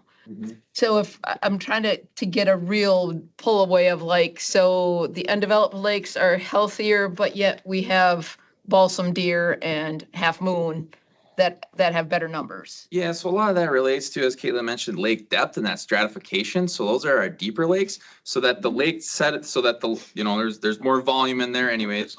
And then the lake sediments aren't as able to contribute to those, the total loading of the lake, making it available for algae. Because when it stratifies, basically that bottom, you know, portion of the lake can't contribute any nutrients to the algae, for algae growth. So it, you know, that's kind of a big part of it. The other thing too, you know, looking at Deer, they've done a lot of management for 30 plus years to improve their watershed, and they're seeing trends of their, you know, water clarity and quality improving on that. And I don't know, Caitlin, if you have anything else to touch on. Well, just thinking for Balsam too, like thinking about the alum treatment, granted, those numbers were just for the main basin on Balsam. So we didn't include like East Balsam, but yeah, I guess I would just add to that those lakes, a lot of them do have active groups and they are kind of working towards water quality. And like Deer, you know, they have definitely reversed their trend and shared those results at the state level even to be able to show how their practices have made a positive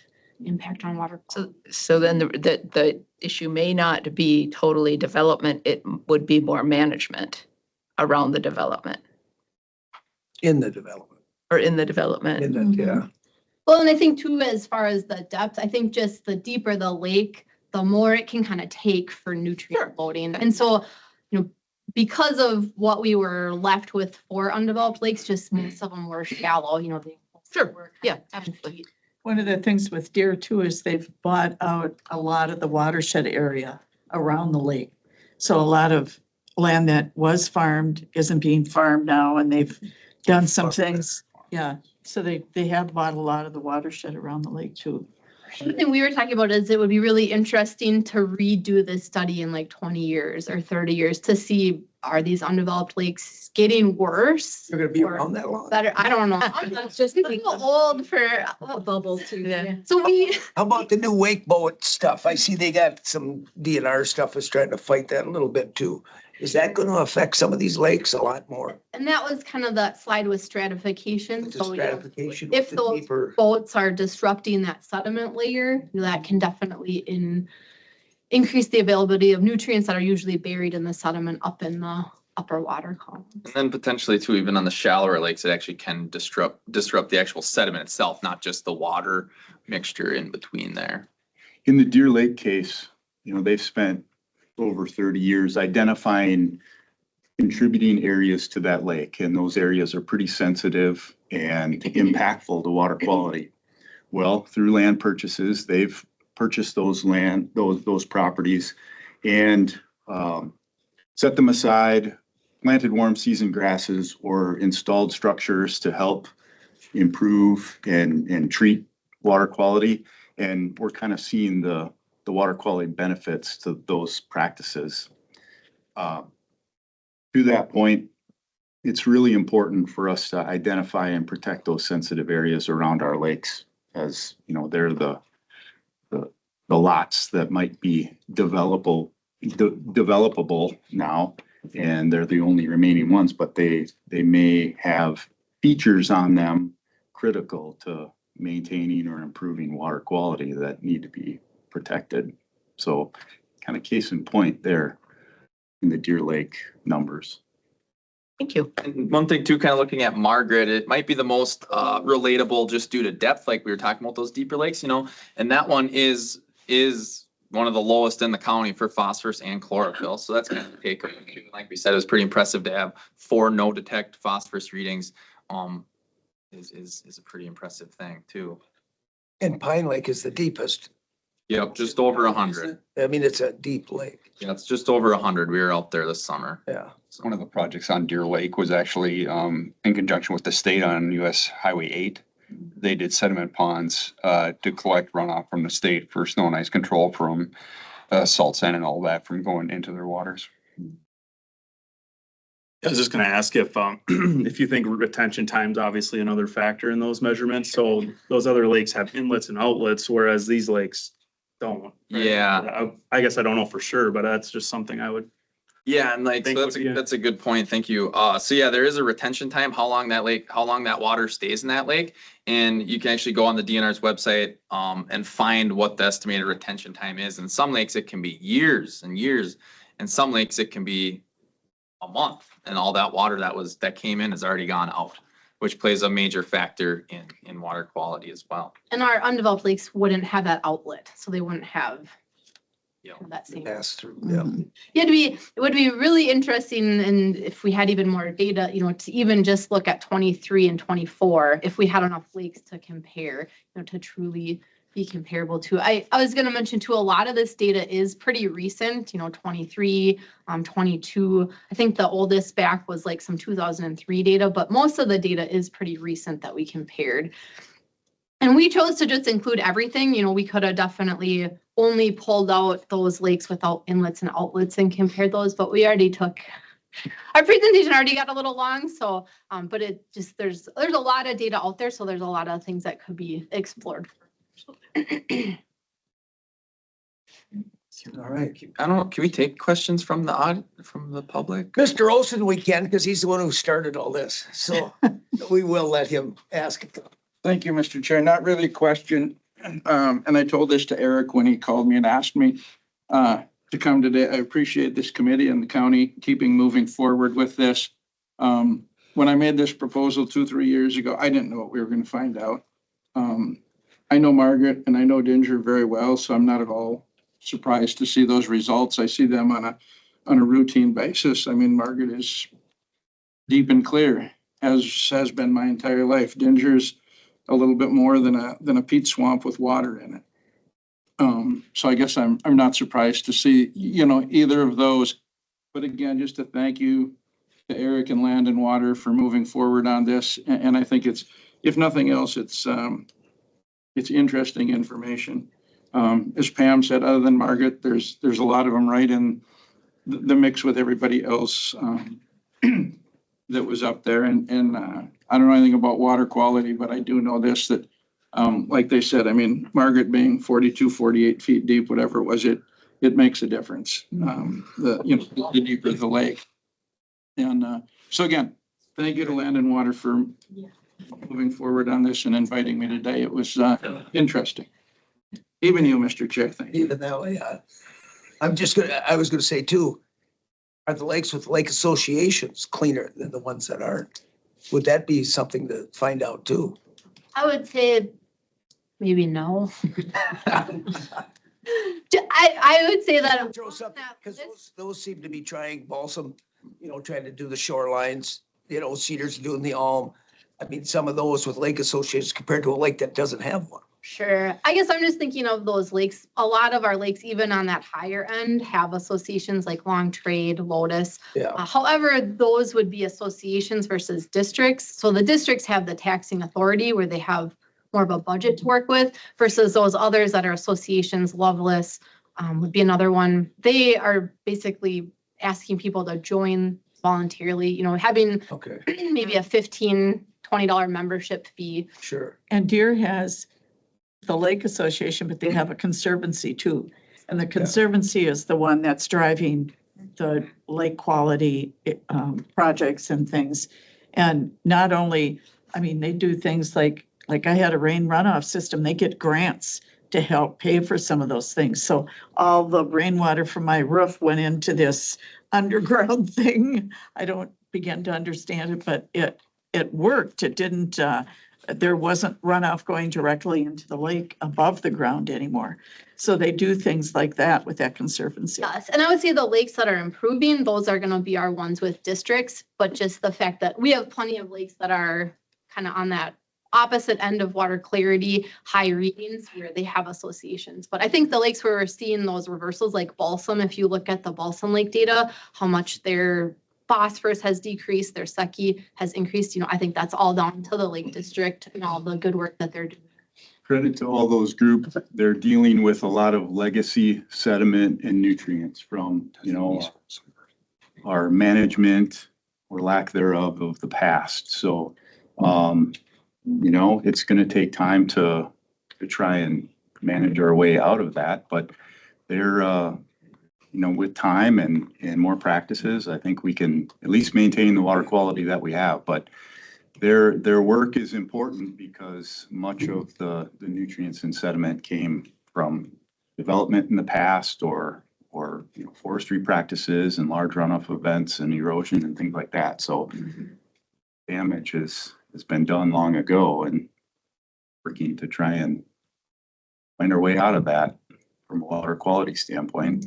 And even those big ticket items like those alum treatments, lakes that don't have an active group would never have the opportunity, I would say, to organize and pay for those.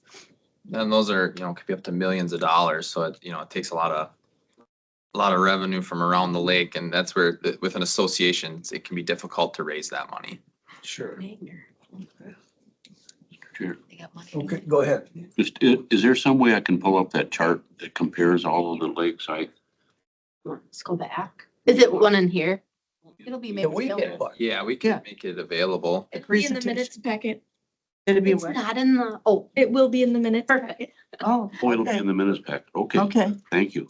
Thank you Okay, very much for your time today. yes, thank you. Really interesting. Margaret Lake. Holland of 12. Now we need a 5-minute break to stretch a little. Oh.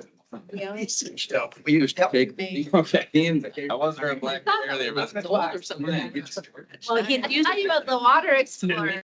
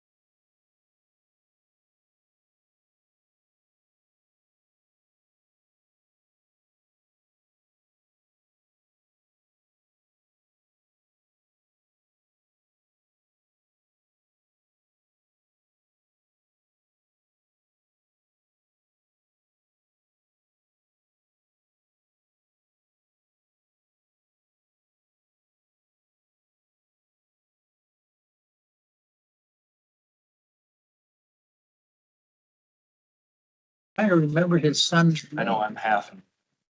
All right. Everybody back. I can't remember. Half. I don't remember either. I remember. Depends on the arena. My computer shuts down. You might as. Gas station. Yeah, I'm. Everybody back. 5 years. 3. Well, number 11. Let's start our review and go through. Can I ask a question before we start? Or not? Go ahead. What? I'm confused. I thought we were just looking over a few things where we had some suggestions from the DNR to change. This is, I started reading this. This is a total rewrite. How did we come about getting a total rewrite? Did somebody request it or? Help me understand. Okay. Go ahead. Yeah, you might start your presentation. Then we'll go through it here and you can answer that one too. All the changes started in.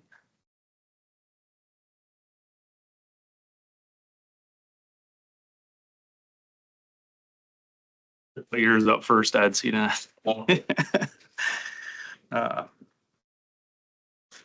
yeah, so as far as it, changes that are, or not changes, just proposed, changes with discussion,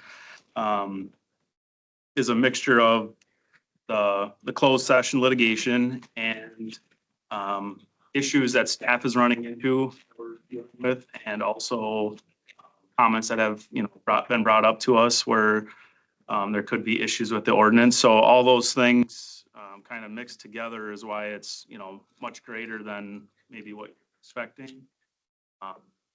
And that's what most of these comments and, it's more of a information to say, hey, this is what staff would like to see due to these issues. There's stuff that we don't have that's required per statute. And then, any other items, since we're amending it, that, we may want to look into. Is there a reason? Can I ask another question? Ask one more. Okay. Is there a reason we didn't, the last time we went through this, we had a process that we followed where we had included, we didn't wait until after the fact, after we had all this done. We worked with people that were, that use this document every day in their work life and the committee. And we were all part of it. Who was part of this besides the DNR and yourself? Yeah, so that's why we're here today, is to bring it to the committee first, as far as what we are noticing. This discussion will, if there's something in here that's completely a no, then it will stop, rather than having everybody, the public hearing doesn't happen obviously until we have a more concrete document, but yeah, go ahead. So to answer your question a little bit. Yeah. We're gonna go through it. Yeah. Pick and choose a little bit. They'll rewrite it for the next meeting. And then we'll look at it again once more, but then we'll have a second meeting in February just for this, just for an ordinance. But no input from That's when anybody we'll have the outside here. input. But if it's just public comment, that doesn't mean squat. No, it'll be more of an informal meeting for just that. The meeting will be just for the ordinance. Just for these ordinances updates, so that's all that's gonna be on the agenda. But this is a whole rewrite of the whole thing. Correct. This is a Correct, whole that's why rewrite. we need that second meeting to go through it all. As we look at the proposed changes on that, we want to always get the information out to the supervisors first, so that we don't circumvent the supervisors along this whole process. Now that they're out on the public minutes and out with everything, staff will always take input from contractors and that if we have questions or they have questions on it, to get their input also. But we don't want to do all that we don't want to go out to the contractors, public and everything first, and then come back to the committee and says, when the committee will say, well, we haven't even heard about this and you're working on this. So this is the first go. But the at contractors already have, they know this already because they've been calling us. Right, and because that's why it emailing went out us. in the packet as is information Yeah, for everyone. With that, so we want to make sure the committee has this information first. So you're not blindsided as we're working with someone, another party and say, well, we haven't even seen it yet. why aren't we, like when we did the Parks and Trail Plan, we had a group that worked together with all the different organizations involved, and they worked together with people from the committee, and they put the document together. This, I think zoning just put this document together with the DNR, from what I understand, reading the DNR stuff and this, but there was no input from us. That was the board did an ad hoc committee with PTAG Yeah, to how Yeah. to do those funds. And that Yeah. was a direction given. If more meetings are required and the committee wants a separate thing, we can go down that but direction. who gave direction for a total rewrite of this ordinance? We didn't, the committee didn't. Joe, do you have a comment on how to? We had a closed session and talked about some of the issues, but Joe, you want to make a comment on that? I don't want to get too in-depth, but I advised on a number of issues at, I think, the last or maybe two environmental services ago related to potential litigation that I saw. Some of those things are related to some of the changes in this particular ordinance. Additionally, I would highlight the fact that zoning is working with DNR. DNR has the absolute authority to come into the county and tell you what your ordinance is. They have the absolute authority to do that if we don't work with them to develop an ordinance that complies with their rules and regulations and complies with the statute. This, not speaking for Logan, but I believe as an attempt by the zoning administrator to avoid this committee and the county board's power being usurped by the state, because there is absolutely the potential, based upon what they're saying, how far out of compliance they think we are, to come in and tell us what our ordinance is going to be, as opposed to the committee being able to develop their own ordinance and the board being able to. Is that what they've already done by this? What you are currently presented with is recommended changes. That does not stop the committee from modifying, adding, taking away, as long as it's within the parameters of statutory and administrative law and case law that delineates the powers of the county to act in particular ways. What is being presented to you are recommendations for what we should do that the zoning administrator believes will bring our ordinance into compliance. That doesn't stop you or anybody on this committee from recommending changes, doesn't stop anyone on the committee from talking to constituents, getting advice, listening to comments at public hearing and making amendments. Nothing stops anyone from doing any of those things. These are simply recommendations for how the zoning administrator, in communication with the DNR, believe that they could bring our ordinance into compliance so far. Again, doesn't stop you from adding things, doesn't stop you from taking things out, but it is their joint recommendation currently. It's the first step, is what I would say. You have every right to talk to any contractors, any constituents in the county, talk about how it's going to impact them. They are free to come to public comment and state how it's going to impact them. They're free to come to public hearing and state how it's going to impact them. And everybody on the committee and everybody on the board is going to have an opportunity to make amendments, add things, take things away. It's just the first step in the legislative process. It just So to seems, help us, to slow you down a little bit, let's go through it. We might take half the stuff that's read out already, or put back the way it was. I think that's what we have to do the first time. And We're gonna go have to- through it right now. Just, let's go through that page by page like we usually do and say, we have the committee. No, we don't want to go that direction. No, yes, no, yes. Which of these Then- things are mandated by the They will tell us DNR that. versus They will tell us. recommended by zoning? They can tell us that then, when we say if we don't want it. Say we don't want number B2, existing town ordinance doesn't relate. We don't want that. Well, you have to have it. Okay, leave it. Go to the next one. Go to the next. Then they can write something that we can argue about at the next one where we can have people start to come in and go through it. This is just the first huge thing. But if this has been reviewed by the DNR and the DNR says They're this gonna is review what that. you need to do, They have to review all our other stuff anyway. Whenever we change, they review again. As we understand, they have to review it no matter what. So So whatever we change, they'll say if it's good or bad again. but that's where I'm confused. Is this the document the DNR said we will approve?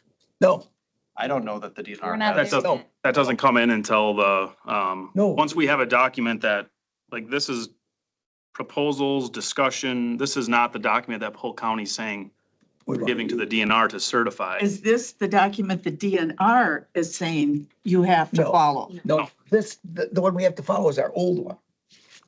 The existing ordinance, this is what they said we have to change to get it up. So these are the DNR changes to this document. No, Other to comments, the original. This is an all new document. It's not our original. So here's our real one. Yeah, Okay. So this is what we're still under. We have to do Yeah. that. yeah.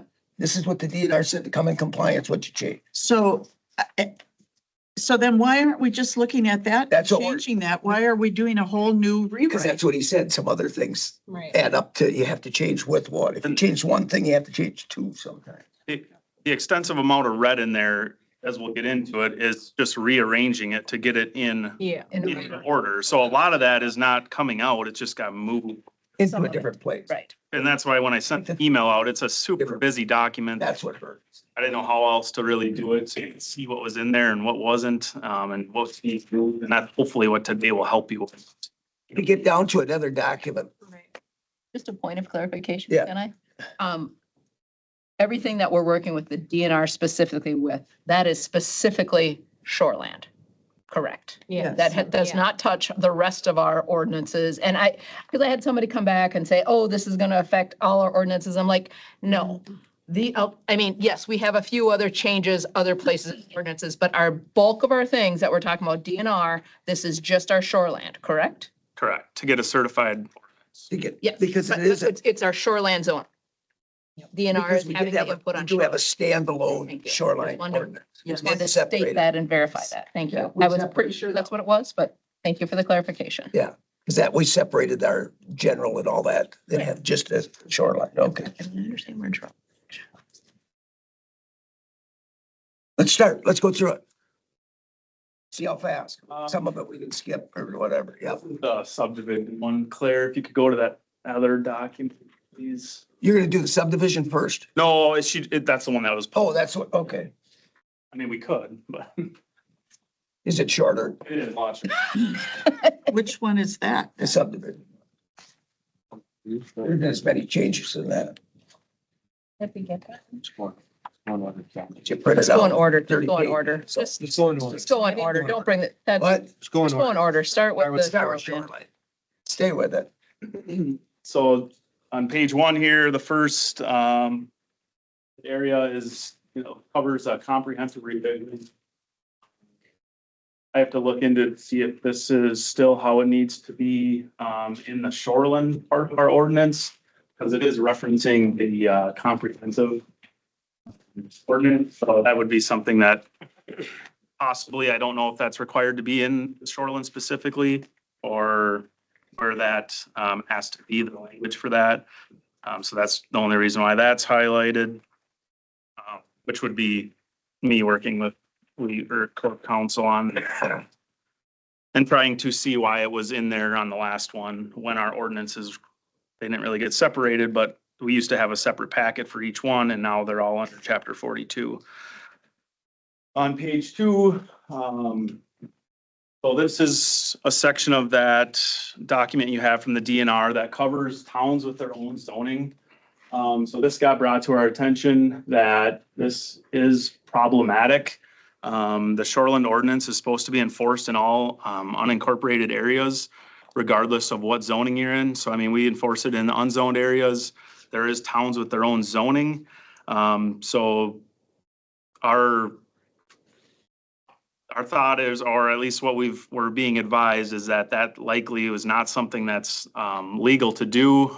We do have to enforce what we have in our shoreland in all shoreland areas. We can't say the town of St. Croix, Garfield, Farmington, and Apple River are exempt from certain conditions because the intent of the shoreland is we're doing it for all shorelands, not to exclude some and say, you know, the town can do what they want there.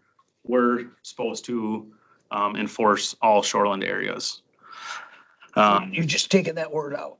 That word, they Yep, want out. taking the Okay, that excludes all those towns from, and there's more places in the document that say you must do this in the shoreland area unless you're in these areas. So there's a few things like that. 3 or 4 Or places. you must follow these conditions unless you're in these areas. So it's been made aware that that's not something that's supposed, or arguably not legal to have in there. Okay.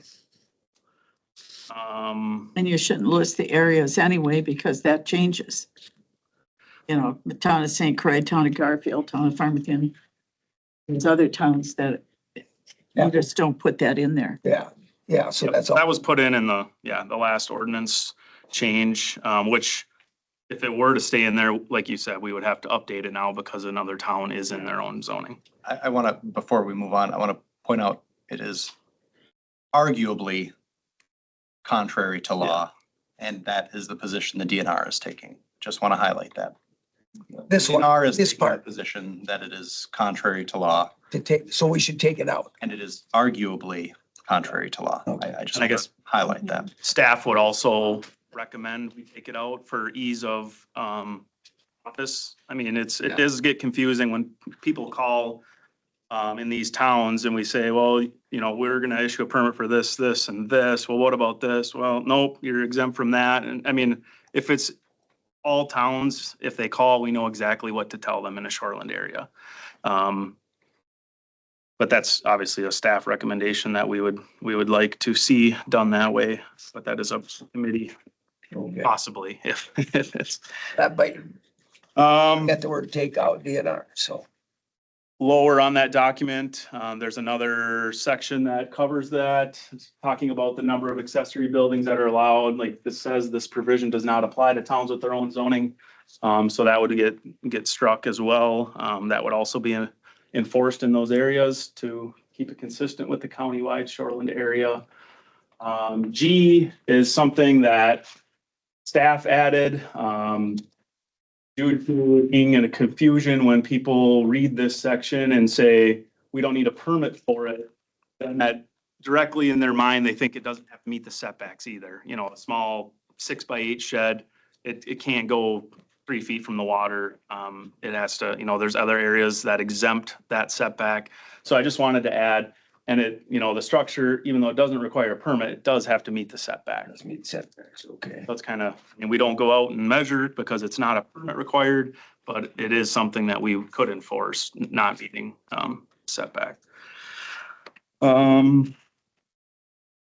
Page 3, another area, this is that one that was dealing with farm animals, barnyards, feedlots. I just struck out the except for towns with their own zoning. Boathouses was up in the general provisions, so it's completely struck here because it got moved down to the exempt structures section, which is why they're able to be located where they are, is because they're an exempt structure. So I felt like it should be in that section with all the other exempt structures rather than being up in a general provision. I wanted it where it's being enforced, or how it's being enforced in the exempt structures. So that just got moved, so that. And Yep, I just that, put the okay, note on okay, that, that was, because I said, why is this Yeah. out? There's still changes, but it, Yeah. right now that language got. but it's moved to a Correct. different place, yes. Okay. The next section on bunkhouses, so this is a staff recommendation, due to feedback, and also, you know, what staff is, noticing, going around, I guess. So we currently have 1,000 square foot bunkhouse, maximum size limit, and it's explained here, you know, how that's measured. I believe it was 400 prior to it going to 1,000. This is proposed to go to 500. It did seem pretty evident that we did look at, you know, other counties for this section just to see how they're doing it, and, you know, and the largest they allowed was 499. So 1,000 is double what they allowed.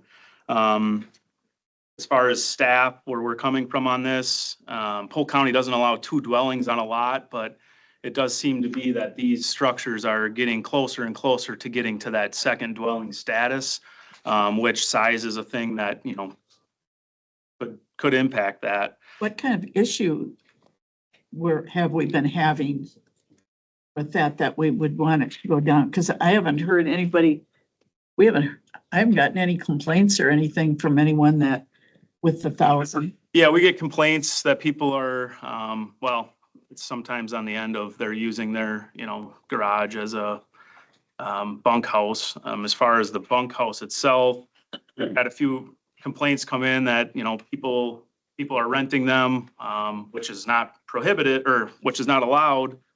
But at the same time, there's not much of an avenue for us to enforce that, because if somebody wants to stay in their bunkhouse and rent out their house, I mean, as far as on the ad or anything, we would never be acknowledged of that.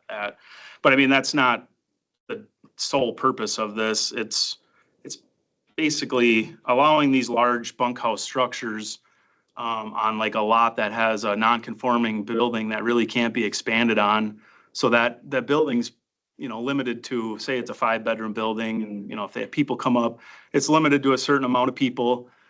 This bunkhouse, now you throw another 1,000 square foot bunkhouse in the back, you could have 5, 6 more bedrooms in there. It could be argued that, you know, if they could add on to a house, but that non-conforming structure is what's limiting them possibly from that.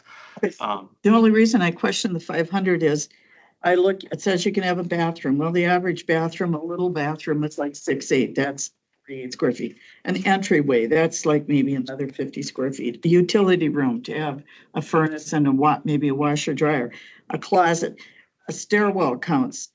There's a sleeping area. 500 feet doesn't allow you any space to have a place to sit, because it's taken up with all these other things. I mean, 500 square feet isn't very much. I mean, the garage it isn't a standard 20 by 24 garage anymore that anybody builds. People are building 3-car garages, 4-car garages, especially when you're on a lake, because you need the storage for your equipment and your boats and stuff. But so 500 square feet is not a lot for a bunkhouse, I don't think. Yeah, and that's where, to my knowledge, a bunkhouse was intended to, you know, provide additional sleeping quarters. But like you said, now we allow a bathroom and this and that. So now that's what, and then people, well, we need them bigger now because we don't have much room for our sleeping quarters anymore, because it's getting eaten up by all this other area that we have. And then like last winter, now we're trying to get the kitchens taken out. So then, you know, people could have kitchens. And I mean, we're going towards it where it's going to be a second dwelling if they already aren't, some of them. So that's just what staff is, I guess, coming from on. They already have a kitchen. They just can't have a stove. Yeah, well, that's what was, yeah. I think we gotta to cut this back a little bit. We got the 50% and all this. I mean, I don't think we have staff to do it. I don't think we have staff time and everything to do the 50% and all this check, because we don't go inside. It would be based on their plans, but. Well, a bunkhouse shall not exceed 50% of the gross floor and all these other things. Where the 1,000 square foot, it was just a little simpler on the other one, on the existing number one, that's crossed out. I'm looking to go back to that. I mean, just for everybody, whatever you think or not, but to leave it back where it was. Yeah, I would agree. I think we're putting too much into this. And we're gonna be measuring closet sizes, and walkway sizes and closets. I just don't know if we got, that should be the UDC plan and all that. They should be going by that and what cubic feet are and get human resource or the health. I just think that's gonna overflow you work-wise. As soon as it's built, somebody's gonna change it. You know, as soon as the structure's up and it's good, boom, the walls are down or up. Yeah, I guess I mean, are we gonna go in and out of every one of these? How many times? if you regulate it, Complaint driven, everything else is, so. if you regulate it based off people are gonna do it anyways, then there wouldn't really be any regulation, but. No, but I mean, you try to put somebody in that tiny of a box, it just isn't gonna work. You got a 24 by 30-foot garage, so you'd at least get a truck like mine in it. The upstairs is gonna be that big. Now, how do I put 10 walls in there to make every little room to make 500 feet? That's what I'm saying. I mean, it just, they're gonna put temporary walls up and move them, and who's gonna go up there to check it? It was my thing. Have we heard from the lakes or rivers or anybody regarding the size or any issues with? Well, if it's a bunkhouse, I think it has to go through the UDC when it's built, They wouldn't restrict size. doesn't it? That's what we decided, yeah. Yeah, that's what I thought, the UDC. So I mean, we gotta, Yeah, I mean, obviously the easiest if we're worried about the staff time is to not have them. But this is, something. no, we're not having it all. That would go well. I mean, that is. This was a battle before. This has been a battle. Counties have that law as well. Yeah. This has been from done. 07 to right now. It's the battle. I just, To get it. we used to hear a lot about bunkhouses. When we changed it to 1,000, we don't hear, we as a committee don't hear anything about it. I mean, nobody's calling us saying we want it changed. Well, consensus right now. So we could just, because we got 100 pages. We'll be here for 2 days. Do we want to change it or leave it? Leave it. Leave it. You're saying we want to leave the original language? Yeah. Yes. Leave the original language. Well, on consensus so that they can Yep. write one. Yep. Yep. I mean, it could still change. It doesn't mean that it's Yep. not going to be there, but it can still change. Okay. Yeah, I did have a You want- question just Go before we ahead. move on too fast. Number 19. Bunkhouse.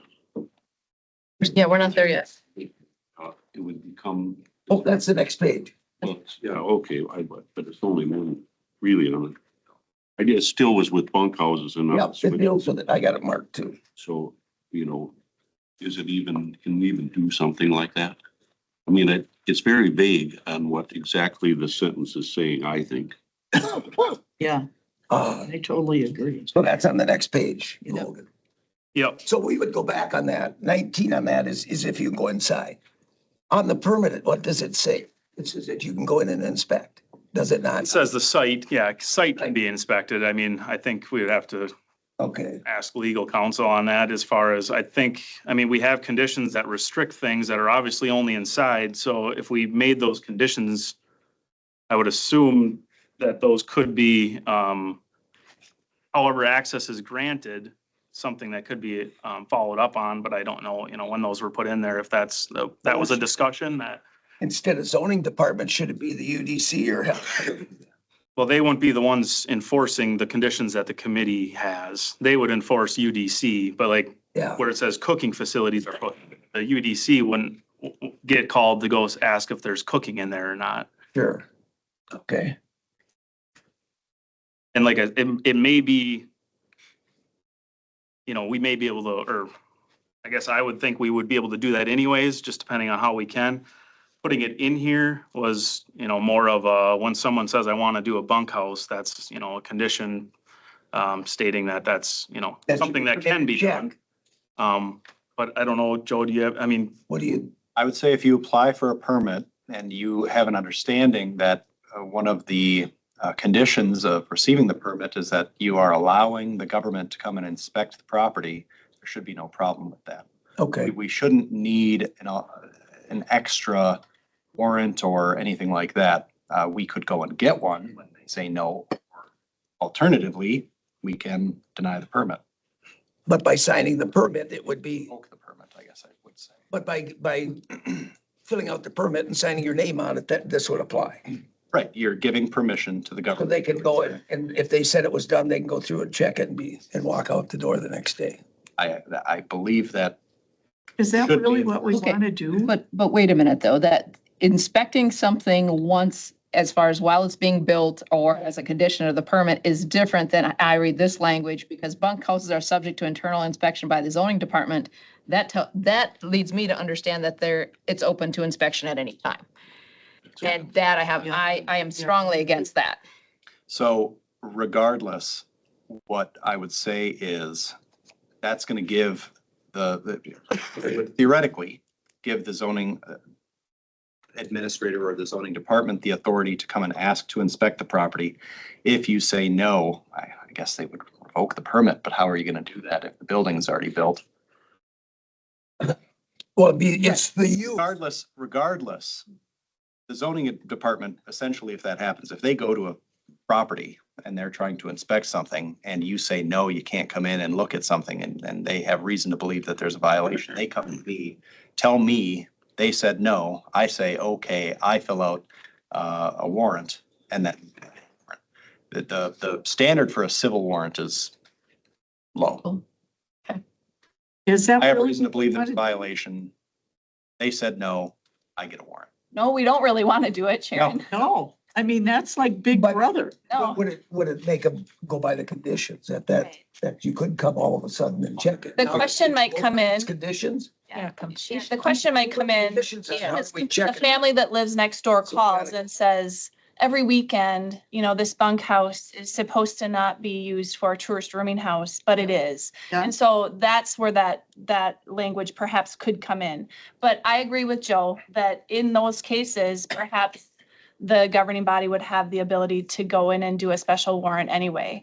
But yeah, is it something you want to do? No, I mean, staff is never excited about trying to go out and enforce something like that. And I think there's other ways to deal with the tourist rooming house. houses Yeah. other than this. And I'm not sure just to be frank, I'm not sure of the practicality of it anyway, because like I said, what are you gonna do? Revoke the permit? Well, the building's already built, so Yeah. that doesn't. But you revoke the use. Yeah. And as Logan It's the use, indicated, Not the building itself. It'd be. as that Logan section. indicated, just to make a final statement on bunkhouses, yes, when I left the division years ago, it was a 400 square foot. So coming back and having them be 1,000 square foot, I mean, perhaps they were going to increase in size anyway, but all of a sudden it's like, wow, I mean, we are the largest bunkhouse in, the great state of Wisconsin. So I was really surprised at that. And then just dealing with some of the complaints on tourist rooming houses then allowing that large square footage for a bunkhouse leads then the way for some of these lake homeowners to rent those properties out on the weekends. So that's just what staff deals with. That's the calls we get. Those are the complaints we get. And so then we end up kind of chasing our tail because we're allowing these large bunkhouses and then they're being problematic perhaps for the use of them. And I know that square footage was also included in several of the I believe in the Lake Association comments, just about, how large they are and how that's increasing the usage of the lake. So that's kind of where it comes from, but it's at your discretion. Leave them at 1,000 square feet. We'll have to work through it. You might hear other comments from different, groups on this topic, but for right now, we're At that. moving on. Yeah. There you we're go. moving Let's on. go. So we're, That fight was pretty long too. Yeah. When you look back at all these, I got some of, yeah. that fight was forever. So are we striking 19? I would say strike think- 19. I have it marked. I think they can go in there anyway if they need a warrant to go in or whatever, because Probably. it's complaint driven. But if it's tourist rooming house, it's a different complaint than this. Yes. Right. So And I that's think there's different. other ways That's we in can the handle tourist rooming tourist house one. rooming. Yeah. So it doesn't. This is for just bunkhouses is what we're Let's looking at. strike it. It says he can go on the site no matter what. So then that's on the permit. This one we can take, but we're gonna put conditions on. So how do we know if any of those conditions? No. Permit put in a bunkhouse. Yes. It's just allowable for when you build your home. No, it has to be inspected and everything. So Yes, but I think, you can't pull a permit and make them tear their garage down or. no, they just can't use it as that.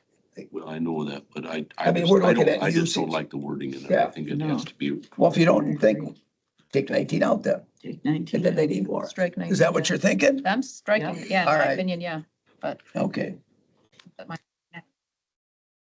It will. It will. Okay. Shall apply. Yeah, so the next section is Can we, well, write down, page 4. no, yeah, page 4, yeah, that was 19 on page 4. Yeah. Now we're on. Addressing bunkhouses in their own, or towns with their own zoning, that's struck. Yep. You missed P on that page, just chair. Oh, we're not there yet. We're not there yet. We're not there yet. No, we're not there yet. O is the more restrictive setback based on lake classification and zoning district, so that will get addressed as we move down in the document. It's blue with a strike because it's not, well, it depends on what setback, I guess, is where it's required or not required. But that'll make more sense as we move down in the document. E, except for towns with their own zoning, expansion of swine farming operation to 1,000 animal units shall be prohibited. I guess I'm not super familiar when this one was put in, but I guess I was made aware that it's not able to be just, you can't just call out swine, but I guess I'm not at I 100. think we put all CAFOs within 1,000 feet is what it is how it ended up the one time. Think so. Because you can't say just swine. Swine. You gotta say all or none. Yeah. So we either gotta say none in 1,000 feet or, yeah, or leave nothing there. Unless it's egg 20. There's nothing that says 1,000 feet on P. No, on that one, no. Cause I was just gonna say, is P on page 4 related to I on page 3? Right. Half of people who are not struck. On which one? Our copy On showed P. P, only the first half of it struck, the second half in blue is inserted. Was, Oh, okay. okay, Is that all supposed to be struck? I had it all, I struck it out on mine. Struck it all Yeah. off. Yeah, Good. that whole line is struck out.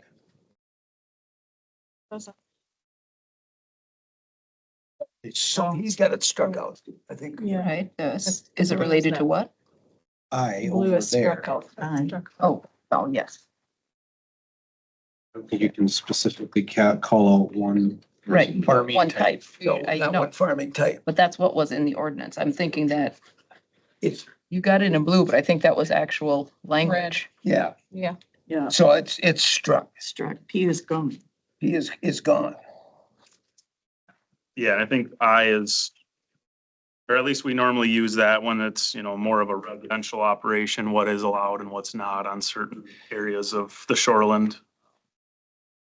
And where feeding lots, barnyards can be placed and how close to navigable water. So that was all past language. The only thing struck is except for towns. Yeah.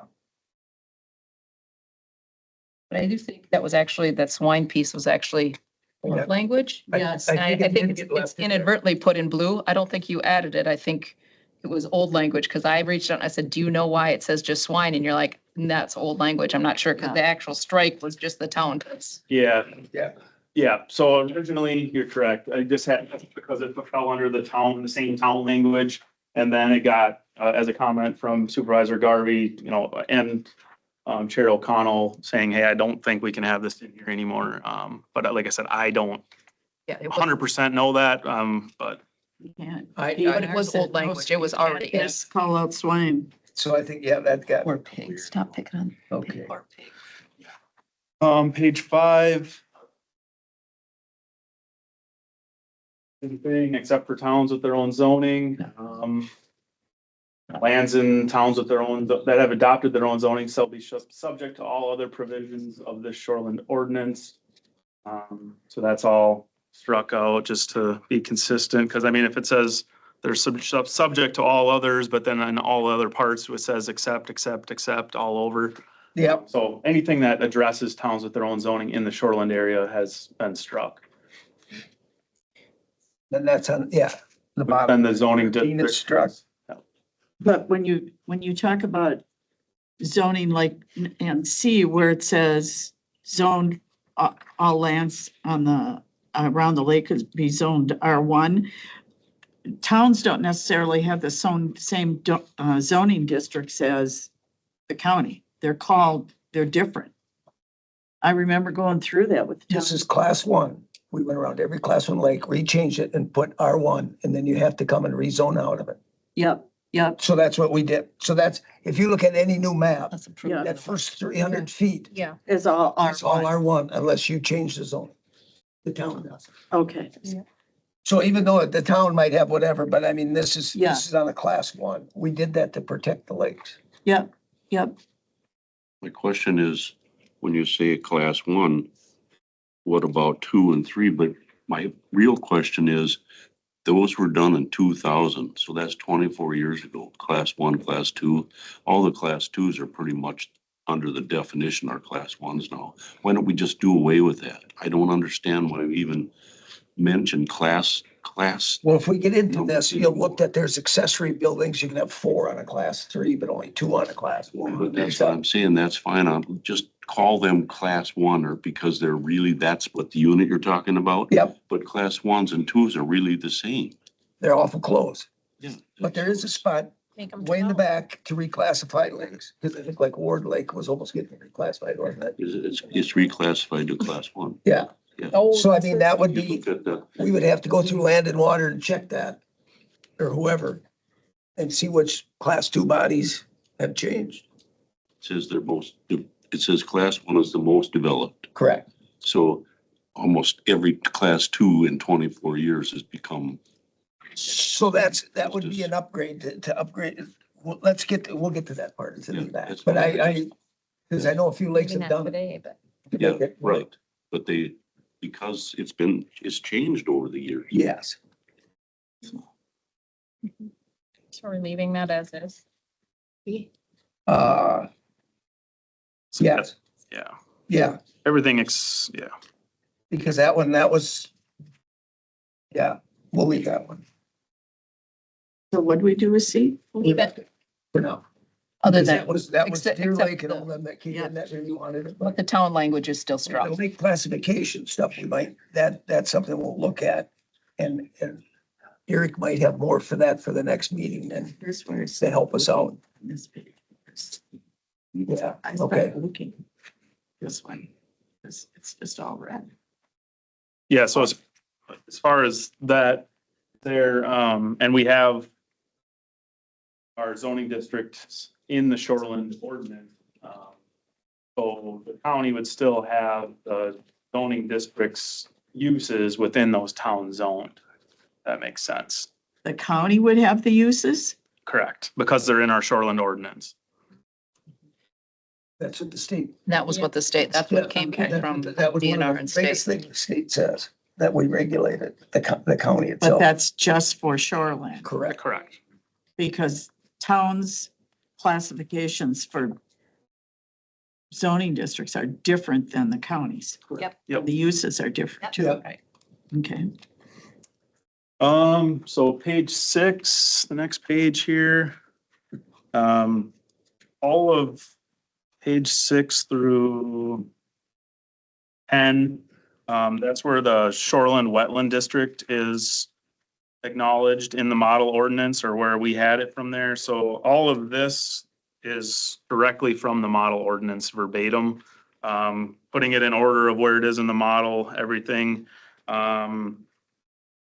So you said 6 through 10. I believe that's where that shoreline wetland district ends. Yes. Yeah, Yep. And some of this is just a reorganization. that's all this, yeah, Yeah. nothing was added It's here. not really new language, No, I would, yeah, just even though it's strong, it's actually just been reorganized. yep. The sections that have, are crossed out, that is where that language was in ours, but it's not in the shoreland. So I guess I would recommend we just take their shoreland wetland district and use all their uses and everything verbatim. You're saying the DNRs. Yep, the model ordinance, yeah. So These are still verbatim. Yeah, I mean, most of them are. some of this is just specifically order. I mean, you know, you Correct. struck out hiking, fishing, trapping, and then 1A hiking, fishing, trapping. I mean, they really, it's just a few general words that were changed. Yep. If I'm No reading major this right, Correct. Yeah. Yep. you really haven't changed any, at least in some of these, I know anything what we really said. It's just a reorganization and maybe some updated, like this, the activity allowed versus allowed period. Just on page 8. 3, maintenance repair, do we have to add state roads in there? We have county highways, but we do have state roads too. Maintenance, repair, replacement, reconstruction of existing town and county highways and bridges. Would a state road qualify under that? Number 3, it would be number 3C. Yeah, I just. I think State those are, road on I there. think DOT would be under a completely separate thing, but I'm not 100%. They don't require permits, so that's why it's under that part. So I'm just wondering, did we just forget to write The state? state has a letter of agreement with DNR for any maintenance done on their Yeah. highways within shoreline zone. But should we put that there? Because the county, it's got existing county bridges, but not the state road. Should we just put state road in there? The state doesn't come get a permit from us. No, that's what it's Ship. exempt. With, right. I mean, you can add it in there, but yeah, they have an agreement with DNR for all their. Right. Okay, if it doesn't have to be in there, Doesn't have it's to just be. kind of weird. We got state roads, but they're not exempt. Because it says uses do not require permits. All right, whatever. We don't need it in there. Don't need it. I don't know. I wrote it. That's here. But so that gets us up to page 10. Yeah, then the next pages are all the zoning district uses. Nothing is proposed as changes in there. I got a few of those. We put the numbers in there again. I know a couple other times we just about all of them have like 10 feet, 5 feet. Can we put that number in there too, or just leave it in writing? You see where just pick one and it says side set yards 10, 5, Oh, 5. where it's, Where it's written, do we put the number and just leave it like that? I guess like on the rear, it says 25, but then it spells out 5 for the accessory Yeah. structure. So I mean, it's, Yeah. So I guess that's up to you guys how you prefer it. I think for most people, seeing a number versus verbiage is better. Right. It jumps out more. Yeah. Oh, I see what you mean, 25 feet, and then here they put 5 feet. We got 10, Spell it 5, out, 25, you know, like, Yeah, look how many times. So if we just put a number in. You can put your numbers in. Well, like, Yeah. 5 okay, years. but Eight. it says Yep. here. Did you see that? Kim, you jumped over something I wanted to cover. Yeah, I was just gonna say, I just saw that it's in blue, so I just about missed. Yeah, on page 11. Under tourist rooming. Yep. homes. On 11. So, Something red. Did I get this? so on page 11 or page 19, depending on, so however you want to look at it. On O, we talk about the advertisement shall include the land use permit number and health department license number. I really believe that we need to add to that application a detailed description of the multiple places it's advertised, like VRBO, description of the place, and the item number. Because I did just a cursory boom search on VRBO, and all of a sudden, oh, this guy's advertising sleeping in a bunkhouse. Oh, this guy's advertising having 8 or 10 people in an 800 square foot place. I'm guessing that permit does not allow for Yeah. 8 people sleeping there. Yeah. I'm guessing that. Yeah. So if they are required to list specifically where they're advertising and the description, not just VRBO, because you don't know addresses until you actually go to book, but the name, the description, the number. So if I'm sitting in zoning, I get a complaint, or even when the application or the permit comes up for renewal, I can go ahead and check it. Yep. Oh, no, this person, you are actually only allowed to have like 5 people max, but you've been advertising for 10. Here's your fine, here's your losing your permit, whatever. I just think it's a lot easier because to go knock on doors, to go inspect, no, these guys advertise to maximize what they can use, which is fine, but it still needs to fall under our licensing. And so I think by having that in the application annually, it allows our staff to go in to go in and check, what are they advertising, where are they advertising? Now, can they advertise someplace else? Absolutely, but at least, like I said, I did a cursory And like I said, I found an 800 square foot place that's advertising that they can sleep 10. So really? A lot of two bedrooms are like that, aren't they? You know, There's yeah, quite a few. it's, I mean, they're, you know, they're trying to get There's the quite max a for their buck. I'm not against people trying for capitalism, trying to make some money, but this house was designed to sleep 4. And now you're putting 10 people in there and you know you're putting 10 people in there for a party. That's why you're putting 10. And that's not fair to the lake resources, the parking spaces, or any of the neighbors. Yeah, I totally agree with that. So So just, I want some additional language on that permit, or whether it's here that's saying it's a detailed description of of all places it's being advertised. So it's just an easy pull on the file, check on the computer. Okay, right. okay, Yeah, so then after receiving that comment, I added in there, the location of the advertisement shall be indicated on the land use permit. As far as detailed description, we could add that. Yeah, so it's There. not, because I can just say it's on VRBO, well, Yeah. big deal. Again, then I'm still searching Balsam Lake and 300 show up and, I get a circle that says it's about in this area. man, 300 show up, there's only 30 permits. They won't give it to you. Okay. I think that should be the only thing within the districts unless I you guys just have hit, items. Page are we in now? see that, see like. Oh, yeah. The numbers would jump on. Now I think it jumps to page 25.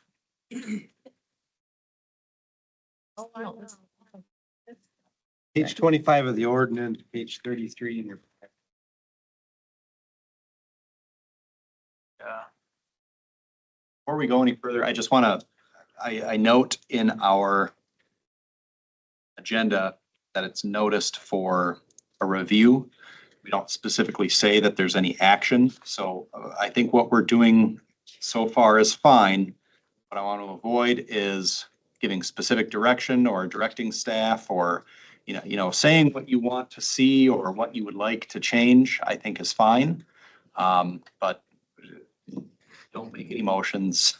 Don't say we should direct staff. Don't say anything like that. You're not taking any actions. It's a discussion about what was proposed by zoning, and zoning will take into consideration comments and considerations in what's going to get presented at the next meeting. And at the next meeting, you can direct any additional changes or et cetera. Okay, we're here for a review.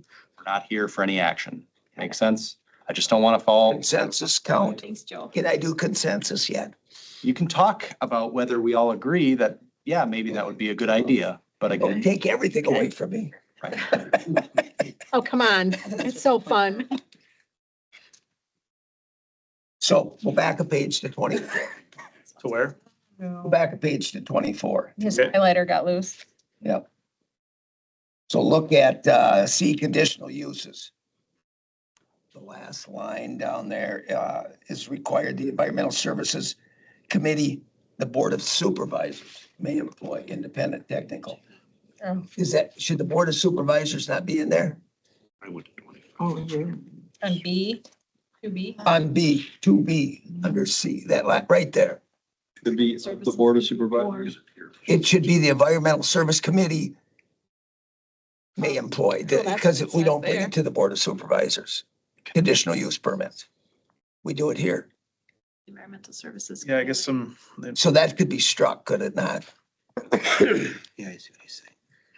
yeah, it's almost like it was added, but then that other part wasn't struck or something. Yeah. Because it doesn't really read right either. No, it reads funny. Oh, it does. So strike that. So strike the Board of Supervisors could be struck out, those three. As a suggestion that we can agree on. Like Jess. Thanks for clarity. Thanks for clarity. Yep, yep. Ready for page 25? I'm waiting for somebody to say, make a motion and see what happens. He is listening.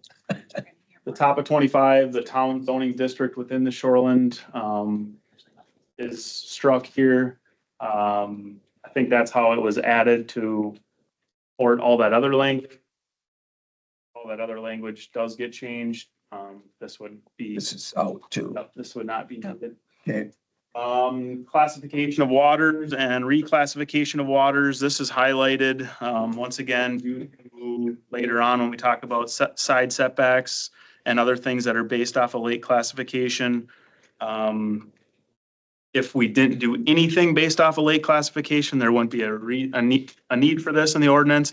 But based on how many areas talk about it, not just directly on setbacks, I think it's likely that it should stay, but I just wanted to highlight it because it's kind of dependent on other areas of the ordinance. So nothing changed there at all. It was just highlighted to. So go the last line. County classification system shall be the sole basis for the county board decision on the petition. Should that be changed also then? Yeah, I guess I'm not aware if there's a lake reclassification. Is that something that has went to the county board in the past, or is this committee? I think it goes to the committee to get redone, doesn't it?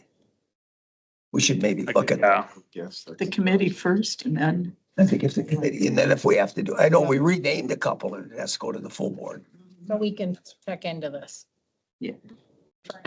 But I think it would go from committee to board if it happens. And maybe it doesn't have to.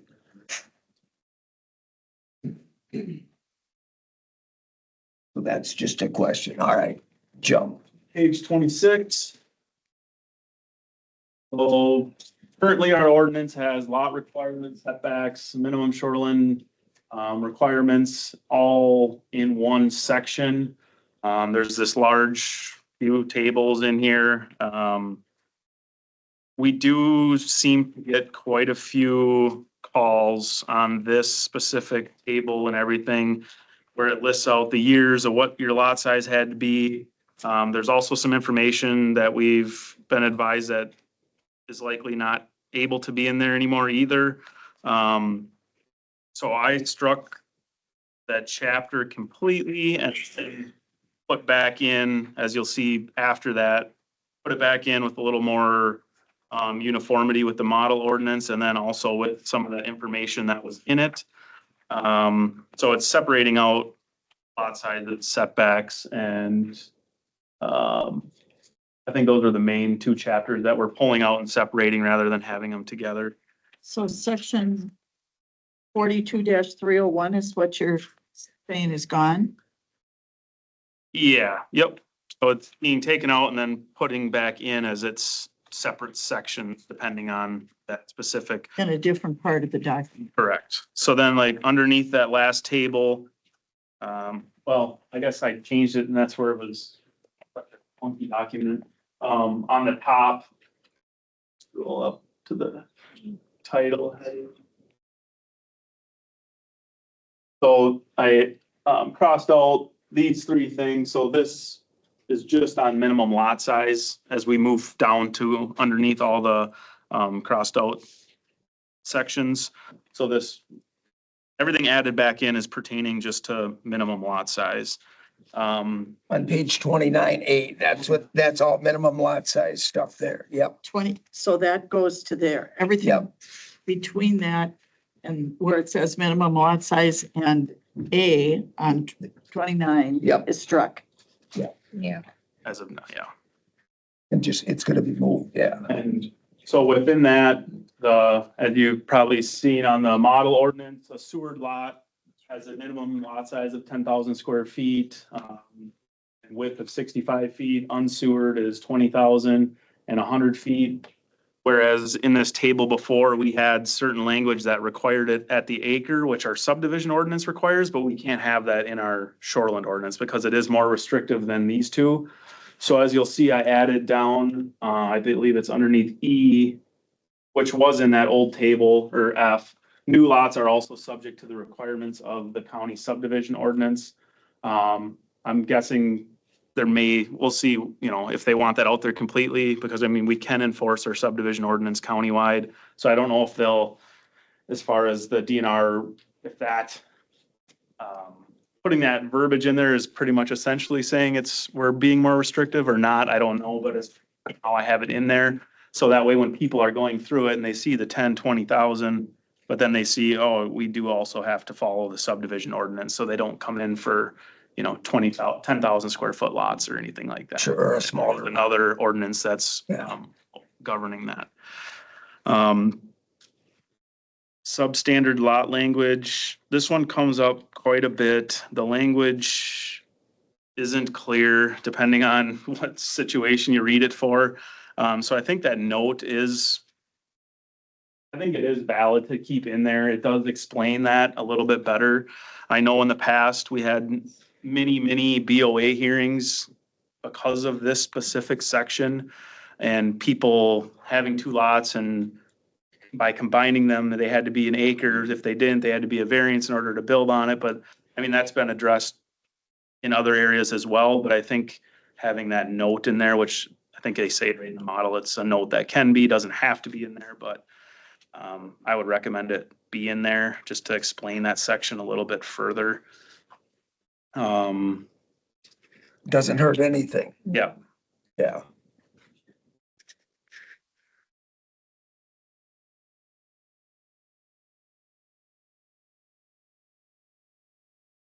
And in the end, it's just that planned unit. Land unit, nothing changed there. It just had to change where it references sections, depending on where all that falls.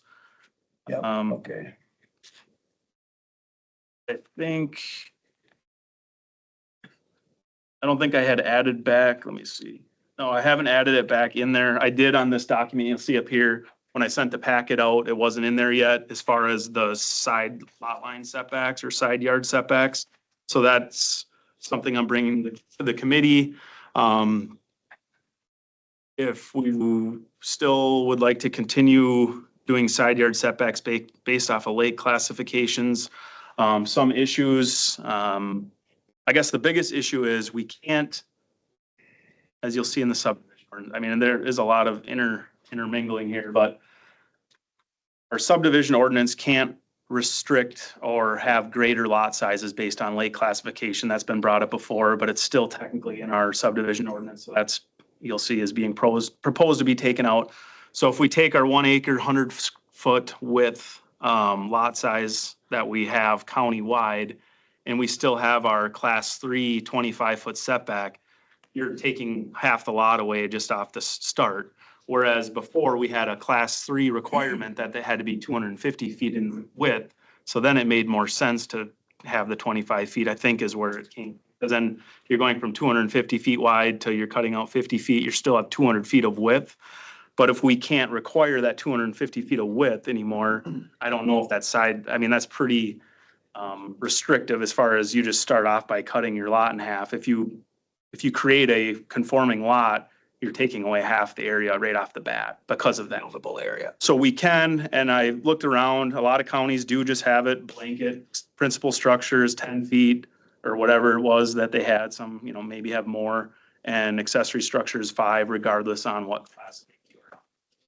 It'd be all the same, just as he explained. So you want that? 10 for the principal Well, whatever, I mean. and then 5 for the accessory? Is that that's what? Yeah, I have a table lower where it kind of, I felt like it fit in maybe a little bit better, maybe not. Okay. Not in your packet. Oh, Oh, it's not, okay. Because I didn't think 31, I- I didn't 32 think is I- all this other crossed out to come. The only other comment I want to make on that specific section is, so in our zoning districts that we have, there is, there's still 25-foot setbacks to all structures for certain things.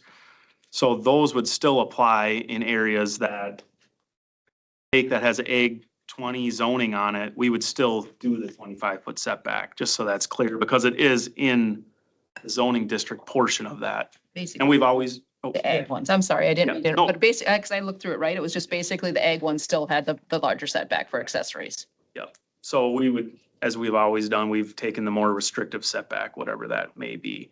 So this would clean up, I think, most of them, but there is, which that's a whole separate thing, is like North Pipe was class 2, but they have Ag 20 all around it, and some of those lots aren't very wide, but so they're possibly looking at other options, but it's rare, I would say. There's not too many.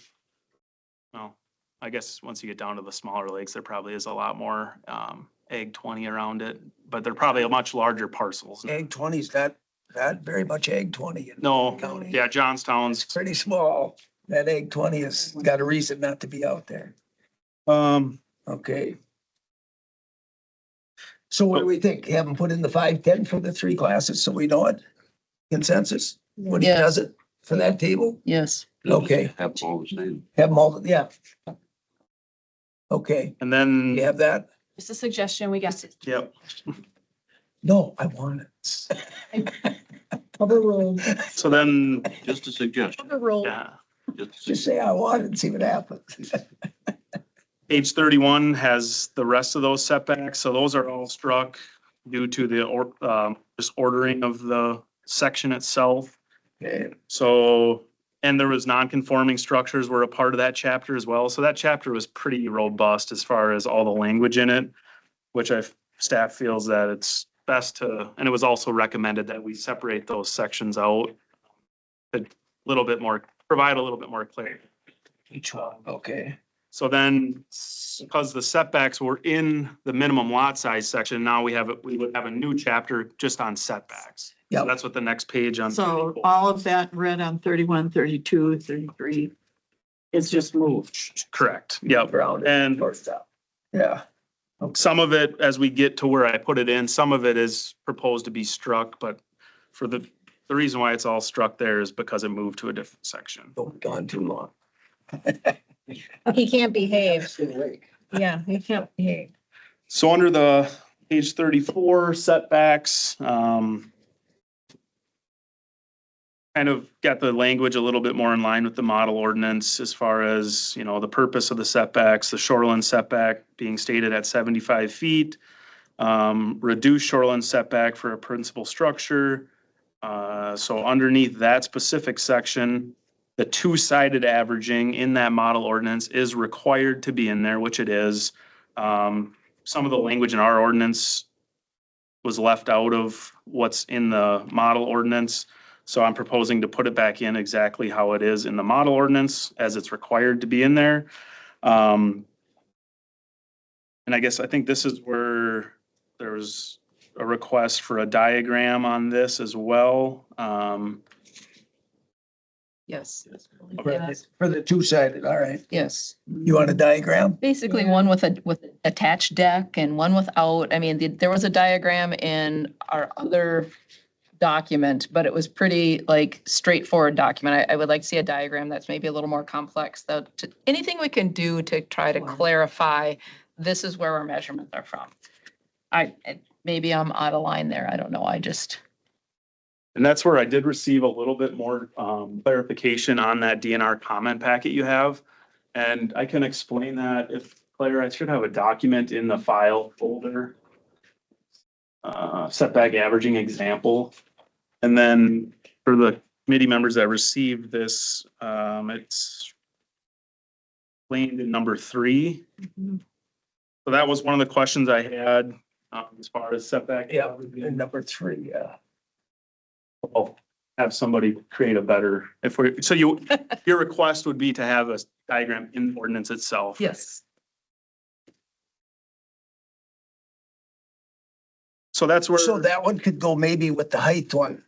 Wherever it makes sense. Because I there's just, one in this one with the height too, maybe the two diagrams could go together kind of. like I said, wherever it makes sense. Yeah, and I think the height is probably up in the general, and then so that's enforced everywhere. Yeah. So if we put it up there, that's where we've ran into some issues, is if it's in the general, it's not actually, it is, but It is, it but should be in the shoreline. should it be in both maybe? Yeah. Okay. But yeah, back to that document. So as far as setback averaging, it was, there's no argument or I guess as far as what I received from the DNR asking around, it's very evident that the measurement goes to the dwelling itself. But they did say, because I did ask, is, okay, so if somebody has, so you're measuring to these two dwellings, not the decks. And then this person comes in on a vacant lot, which that's a change, but the verbiage didn't change, but as far as setback averaging is not intended for additions because those are non-conforming structures. They're not intended to keep getting added onto. But back to this example. So this person, this one's kind of cut off, but I have 40 feet here, 60 feet here. The average would be 50 feet. Property owner comes in on a vacant lot, says, I want to build, use setback averaging. But this person wants, you know, a deck on the front of it. How does that, how does setback averaging impact that? As they stated in their comment, you can consider the deck a part of the principal structure for this, you know, if you have that language. I forget what were they exactly. Functional appurtenances. Apparatus or Yep. whatever. No, I don't think it's that. But, so this is where this property owner says, well, I want a 12-foot deck on the front. Their setback average, their deck could go to 50 feet as long as it meets the definition of that.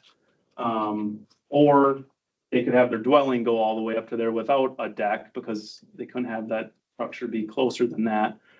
But I guess I just wanted to show you guys where, as far as us considering the deck, whether we consider it an accessory structure or a part of the principal structure, this specific language is intended to explain that. So I guess it would be staff's recommendation then. So this is their, they want a deck, they got their deck, fine, no problem. Now, say if that building wants to be used or that property wants to be used for setback averaging, we won't measure to the deck still. It's still gonna go to the principal structure. That's interesting because why aren't you measuring to the deck On all. on all three? What's the difference? Because it's clearly states it has to be to the principal structure. The blue one, number 3. Because in that sense, if we measure to the decks, now this person could put their actual dwelling that close, which now that those decks just got a principal structure even closer to the water, which then once that principal structure gets built based off these decks, now if this property's close, now we're gonna measure to the deck and the deck. Now this guy is gonna say, well, you know, I wanna use the setback average and to do that as well. Yeah, the creek we meant. So does that deck, The deck. do they still get that 200 feet? Right. They- Do they get 200 square feet yet? That was my other question on that part. So yeah, in the open structures, In there, but if it's within 75 feet, you can't. But if someone wanted to put which that's where it doesn't really come into, play with setback averaging. As far as if someone's dwelling's at 75 feet and they meet all the criteria for an open structure, they could have a 200 square foot deck.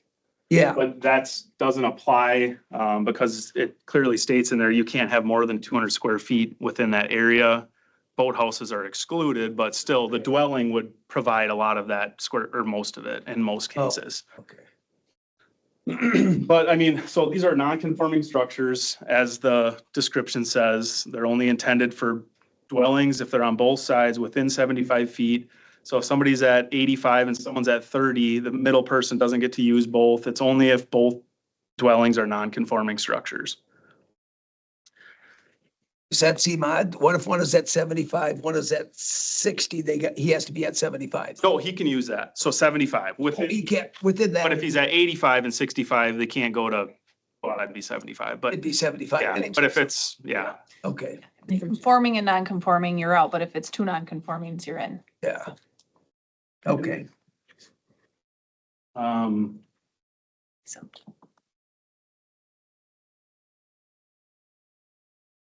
okay, then that section would just, So that was, yeah, we. like a diagram. Yep, diagram. And then the other parts of that is there is the option, so that's why it's in blue, to have one direction setback averaging. So that would be where, I guess, yeah, I don't have a diagram of it, but if this dwelling didn't exist, so this is an open lot, someone comes in here, wants to build just like the proposed diagram, this dwelling's at 60 feet. You can have in the ordinance where you would use 75 feet on this structure and then that would allow them to build at, 65. 7.5 or whatever. Do we want that, or do we want to just, if they stay at 75, then moving down, they'd all be 75? The one-sided one, I mean, it would just One-sided make one. everybody go back to be Yeah, and conforming. it isn't in our current ordinance, but I just, because we were going through the whole model, I wanted to bring it up, but we would, you know, Have we I been guess asked we would that? recommend to not There have isn't it. too many lots, is there? Because if there's a 30-foot and then use 75-foot, they would, you know, be able to create that dwelling. One-sided. All of it? The one side. Yep. One is, Have we had anybody even ask for that lately or not? We don't. Yeah, it comes up here and there, but yeah, there's not a whole lot of Not of them. lots where there's two in a row that are open. Yeah. It's the only spot it would come into play. I mean, they're out there, but it's not. Most of the lakes that are being developed don't have many Open lots lots in a like row. that. What does everybody think? Do we need one-sided or take it out? So let's ponder it. Okay, I got a big X on it. Take it Ponder. out. This is review, remember, I know, reviewing it, taking it out. pondering it. It doesn't matter. We'll see what people Yeah, I'd comments on leave it. it in there, but so Leave it in to see what Pondering. happens. whichever Yeah. stays, All right, we discussed it. I mean, they understand. okay. We can move down now, and then there's another, which this is in our current ordinance, increased shoreline setback for a principal structure. So this is, as the criteria lays out, if there's dwellings within 200 feet of a new proposed principal structure, if this was in the ordinance, somebody couldn't build at 75 feet if they wanted to. If the people next to them are 100 and they're within 200 feet, they would have to build at that setback average. This, if in the model ordinance, this was mainly, I think, or this is an option because of when lake classifications were a thing and we required greater setbacks. So if a county wants to keep the uniform development of those specific lakes the same, that's where this can come into play. It's pretty rare. I guess if I had to make a recommendation, I would say not to have it in there, just because we don't require greater setbacks anymore based on lake classifications. And they do state that in there, That we. if adopted, the county needs to identify the language that used to require greater than 75. So I mean, in specific circumstance, it might, you know, if there are two dwellings at 100 and then someone builds at 75, there's a little bit of issue with the development, but those people could still now, because the setback is 75, they could build up to that mark, not saying it's gonna fit for everybody's property, but that's just another option that I wanted to. That'll take 2 pages to explain how you can do it, because it says 75 everywhere. Yeah, So So D, I think we would take it out. take D out. I think so. I think we take it out because that's gonna be confusing and just, Did you note that, Logan, to take? yeah, because otherwise it says you can go at 75 on any lake, and all of a sudden it says, no, you gotta move that. I don't think that's gonna work. I think we leave the 75. Yeah, exactly. Yeah, yeah, I think it's a rare occurrence, but at the Yeah. same time, then I guess. So then we get into the next section, which is exempt structures. So these are structures that are exempt from the 75-foot shoreline setback. So this is where boathouses got moved down to. I felt like this was a better area to have them because there's a reason they're allowed closer to the lake is because they're exempt from the 75. So this is the language, which it's not. So the struck out language is below this language, if you want to compare. As far as what staff have now as a starting point for recommendation or discussion. So existing boathouses, it's clearly listed in there that if someone has an existing boathouse that has a flat roof, they can use it as a deck as long as it meets those three, meets the DSPS standards. The roof has no sidewalls or screens and the roof is flat. And it also has, I think I'd have to look at the model ordinance, but as far as the requirement to be within the viewing and access corridor, that might not be there, but. located within the access and viewing corridor. No. Lord.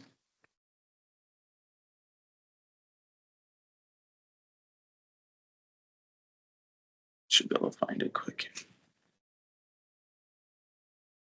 It doesn't, I don't think. Oh, yeah, so in page 14 of the model ordinance, Oh, boathouses that are located above the ordinary high entirely within the access and viewing corridor. I guess that could. so it does. You have to be there. Okay. So then the second part of this, so this isn't anything that has to be in there for existing boathouses. The next section, there's some proposed, amendments. Scroll down a little bit, Claire. So currently it's 14 by 26. This change or proposed change is to 14 by 24. The sole reason for that was because if it says it has to be within the viewing and access corridor, that's within 35 feet of the lake. And we have a 10-foot setback. So if someone has a 26-foot boathouse, 10 feet back, they're 36 feet from the water, which it contradicts it being within that 35-foot area. I guess I don't know exactly if that would be a sticking point, as far as getting the ordinance certified, but it was brought to our attention that based on the dimensions allowed and our setback, we're saying that the boathouse will possibly be going into that or out of the viewing corridor and access area. But I think that's, I don't know, it's. But other than just the semantics of it, what, Setback, so it doesn't matter. what are you hurting? You know what I mean? Other than just the semantics, well, it's supposed to be within the 35 feet. Well, now it's farther back. I don't. Yeah, and that's where I think it's, I don't think it, there's probably Because area there where. they're exempt from the setback, so the 35 doesn't come into play. Yeah. How's How that? many boats are 24 feet? And We if can you see what- building The motor. 24, you can't get it, Can't get it in get there. it in there. I'd rather see it. We can leave it and see what the DNR says. I would leave, because I don't think that if they're exempt from setbacks, that 35 doesn't apply to them. So put it to, or leave it at 26. Leave it at 26. The next section is added, boathouses excavated on an existing slope of more than 20% requires an engineered design plan with a permit application. An erosion control plan must also be completed as part of this application for all boathouses regardless of the slope. So some of you may know we're running into some issues, as far as now there's lots out there that may not be as suitable for a boathouse, but these people want boathouses. Most of the good lots are taken and there's boathouses on. So we need something to address these steep slopes.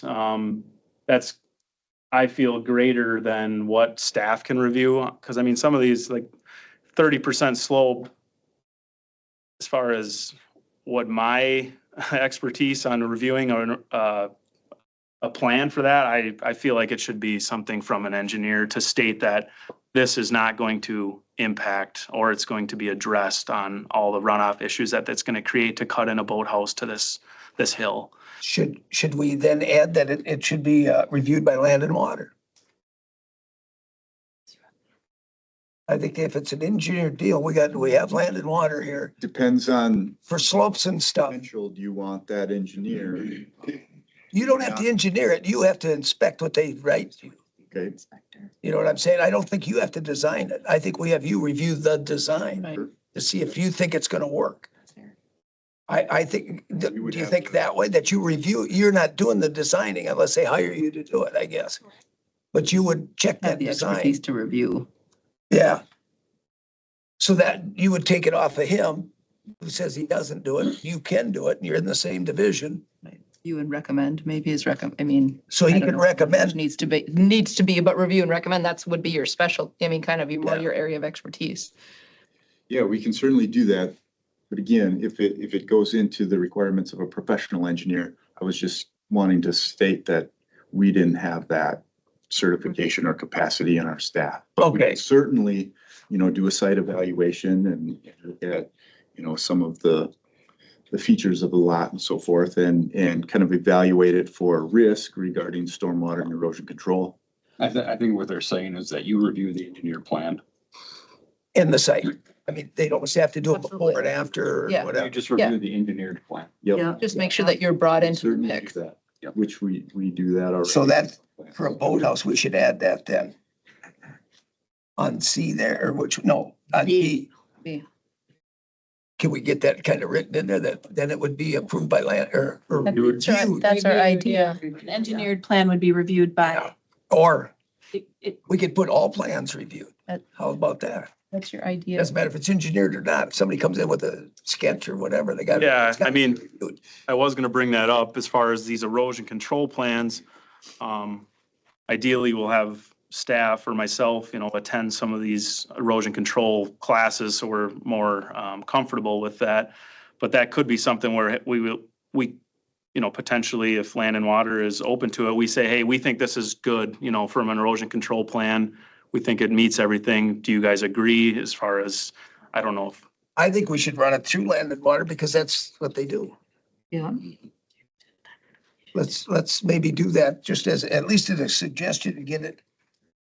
They're gonna discuss it anyway. I mean, Yeah. they can discuss it. But at Still least have a through check Land and Water. balances, because they're the ones working with the lake associations too and all that. So I mean, it fits in with all that, to have it reviewed that way. Let's try to fit that in. Okay. So the next one is something that was added as well, as far as talking about the roof of a boathouse.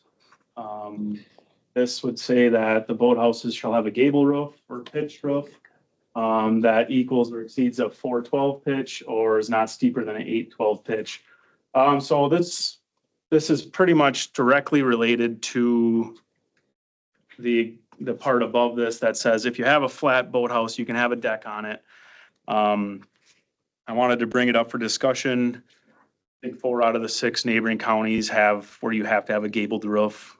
Whether if they have it on there to prevent a deck or not, that was, I don't know what the discussions are there. But if there was the requirement for a gabled roof, then those boathouse decks would no longer, or boathouses would no longer be able to be used as a decking platform. Which from a staff's perspective, there's a lot of scenarios where it seems like the boathouse is being constructed to get a structure closer to the water rather than to be used for marine equipment.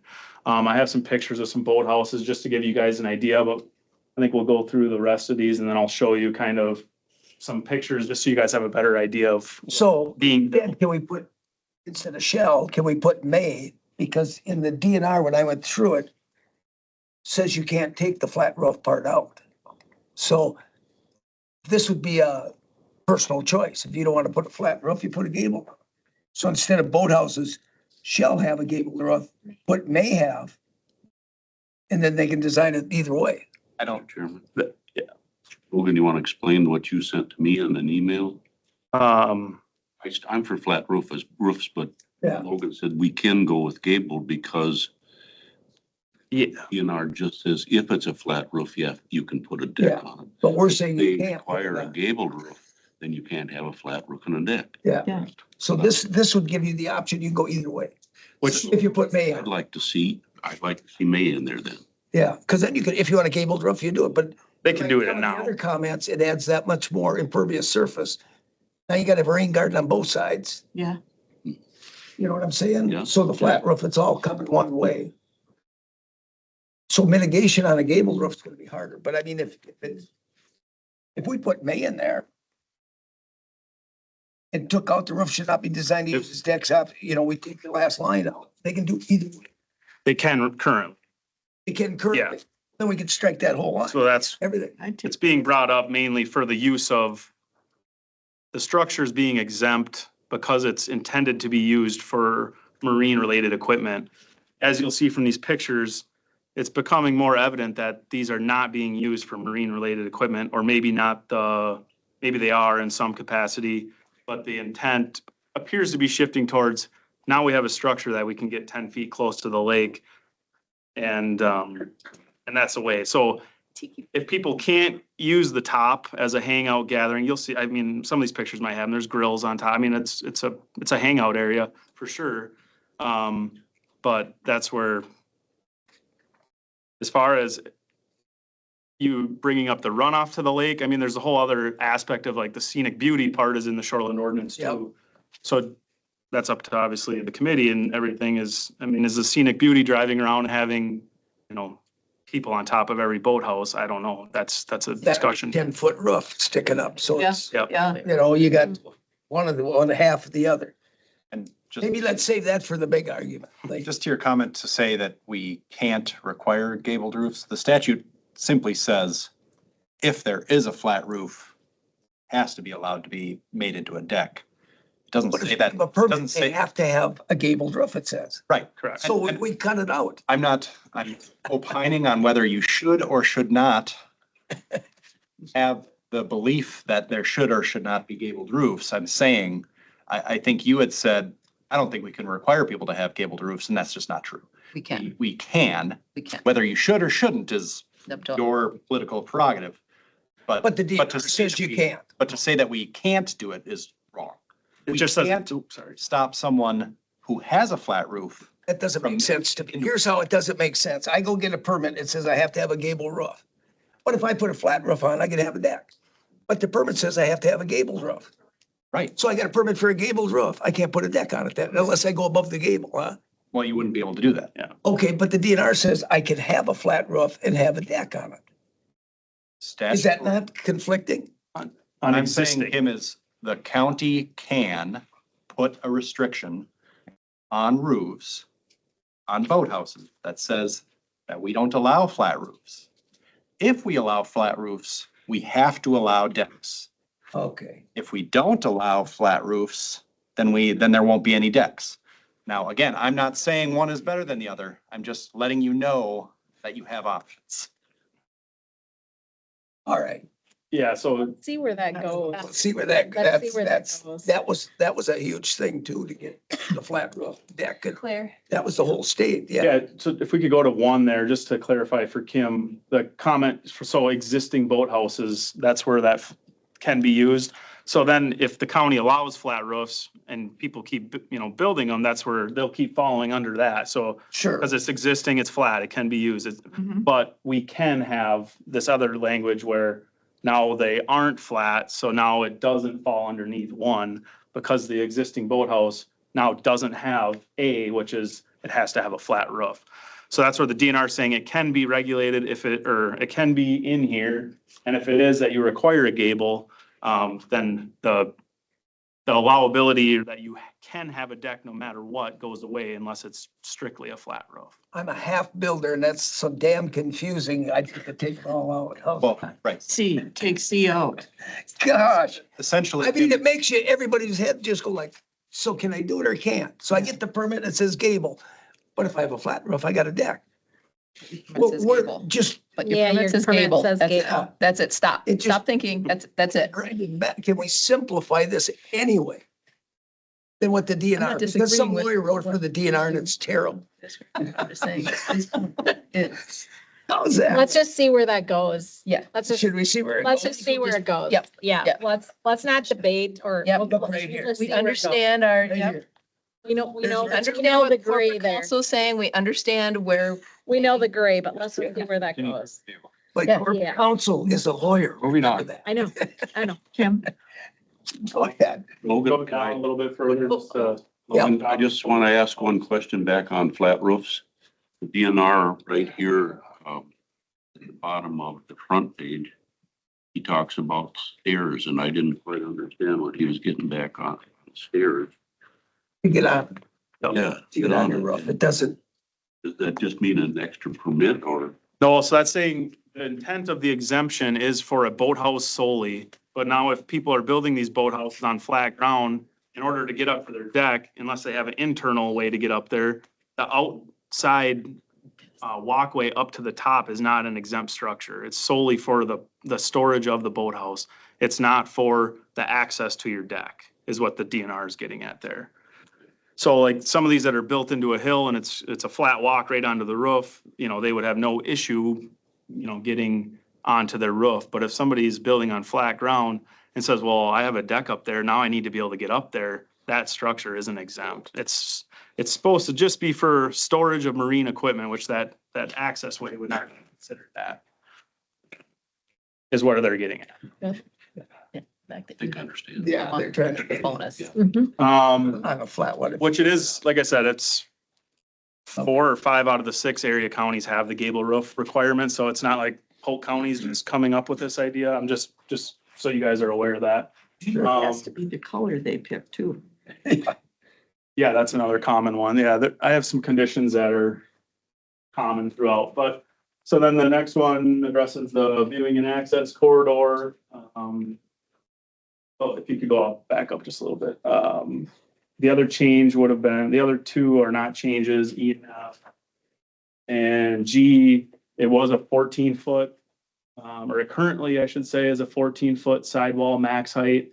The reason for reducing this to 10 was in conjunction with putting a gabled roof on it. So then the height would end up being similar. I don't know. I guess I don't know.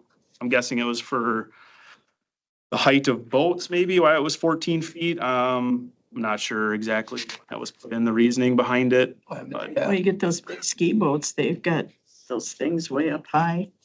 Yeah. yeah, and that's directly correlated to some of the pictures I want to show. And yeah, we can go into the pictures now, please, Claire. So the committee is aware. Question there, leave that for Did we have a lunch present? Yep, We're no, going to lunch. give her hell. I'm gonna charge it to the clerk. We talk Yeah. Stop the lodging. So here's some examples. I just walked around Little Balsam. I was in the area and it's a lake, you know, or an area of the lake you can walk fairly easily without having to spend too much time. But like this specific boathouse, I mean, I guess I don't know how you would get a boat in there. You could get a kayak maybe. Right. But just to show you as far as, It's fenced off. yeah. So, Serious right now. next picture, please. So can you go back to that one though? MG. You had talked about stairs not being exempt, so then those stairs had to like get additional permit, just because I don't understand. Yeah, so You get one set of stairs You get down one there. set of stairs down to, they're considering this their walkway. okay, We've currently had, you can have a 50 square foot landing. I don't know if that meets that or if that's something that shouldn't have been there. I don't know exactly, because once again, the exemption is supposed to be for just the boathouse, not any decks or patios off the front of trying them. to figure out how the stairs fit in, but that would in essence be their walkway down to the water. Yeah, their access, yeah. Okay. That boat has wings. Yeah, you can't put a boat in there because it's fenced off. Wow. Next one, please. Just- Definition. It isn't. Maybe a bomb Here's shelter. another one that kind of has a little, yep, Fenced off too. another one that's fenced off or Could be a gate, but decked off. You know. And Next one. removable. But they could be putting kayaks in it. This is a newer one here. You can see, you know, there's stuff up there. But just to show you that, you know, now they have glass, open glass windows on the front of them. Next one. Is that one connected to the house though? I was gonna say, That one, Yeah. how is that meeting Looks like it. setback? Tough, yeah, so like it. this stairway shouldn't have, or arguably shouldn't have been there as far as it's just being used to access the boathouse. Grover, they. Next picture. Meets your setbacks, but okay. Gosh, a tornado or anything. This one, I'm not sure how, you know, some of these are older, but Part of the. this is something that, you know, that utilize, which I don't, like I said, I don't know the timeline of events, if it was always there and now they're using the deck. But you can see the deck is being used as part of the house and the boathouse, but just more pictures. Next one. That could be considered a tuck under garage. not Yeah, even a boathouse. Exactly. So, say, This is kind of a little bit older, I would say, or it is older. That may be No legit. windows, nothing on it. May be legit. geez, yeah, Next one. there's some pretty steep hills. So you Yeah, get to the top. really. So this is a newer one here, big patio door, area coming out over the other door on the boathouse. So this is, I guess, where staff is trying to somewhat wrangle in boathouses, because whether they want to say it's for marine related equipment or not, that's up to somebody else to, or I guess depending on where it goes, decide. But I mean, there's a large screen TV in there, there's a huge patio door, and then there's another screen door on the other side. It appears like they're not, the direction is not to be used for marine equipment, depending on or regardless of what's being explained on those. Next picture. It's just crazy. Here's a little different angle of it showing the both screen or glass doors. So I mean, it's a pretty open structure once you open up that area. Next. Use for Oh. boat. No way to get a boat in there. Yeah, no. Next picture.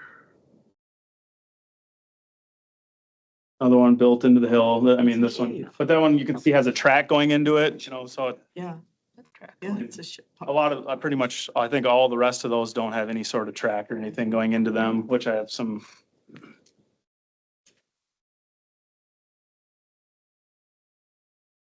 Other one, track going into it.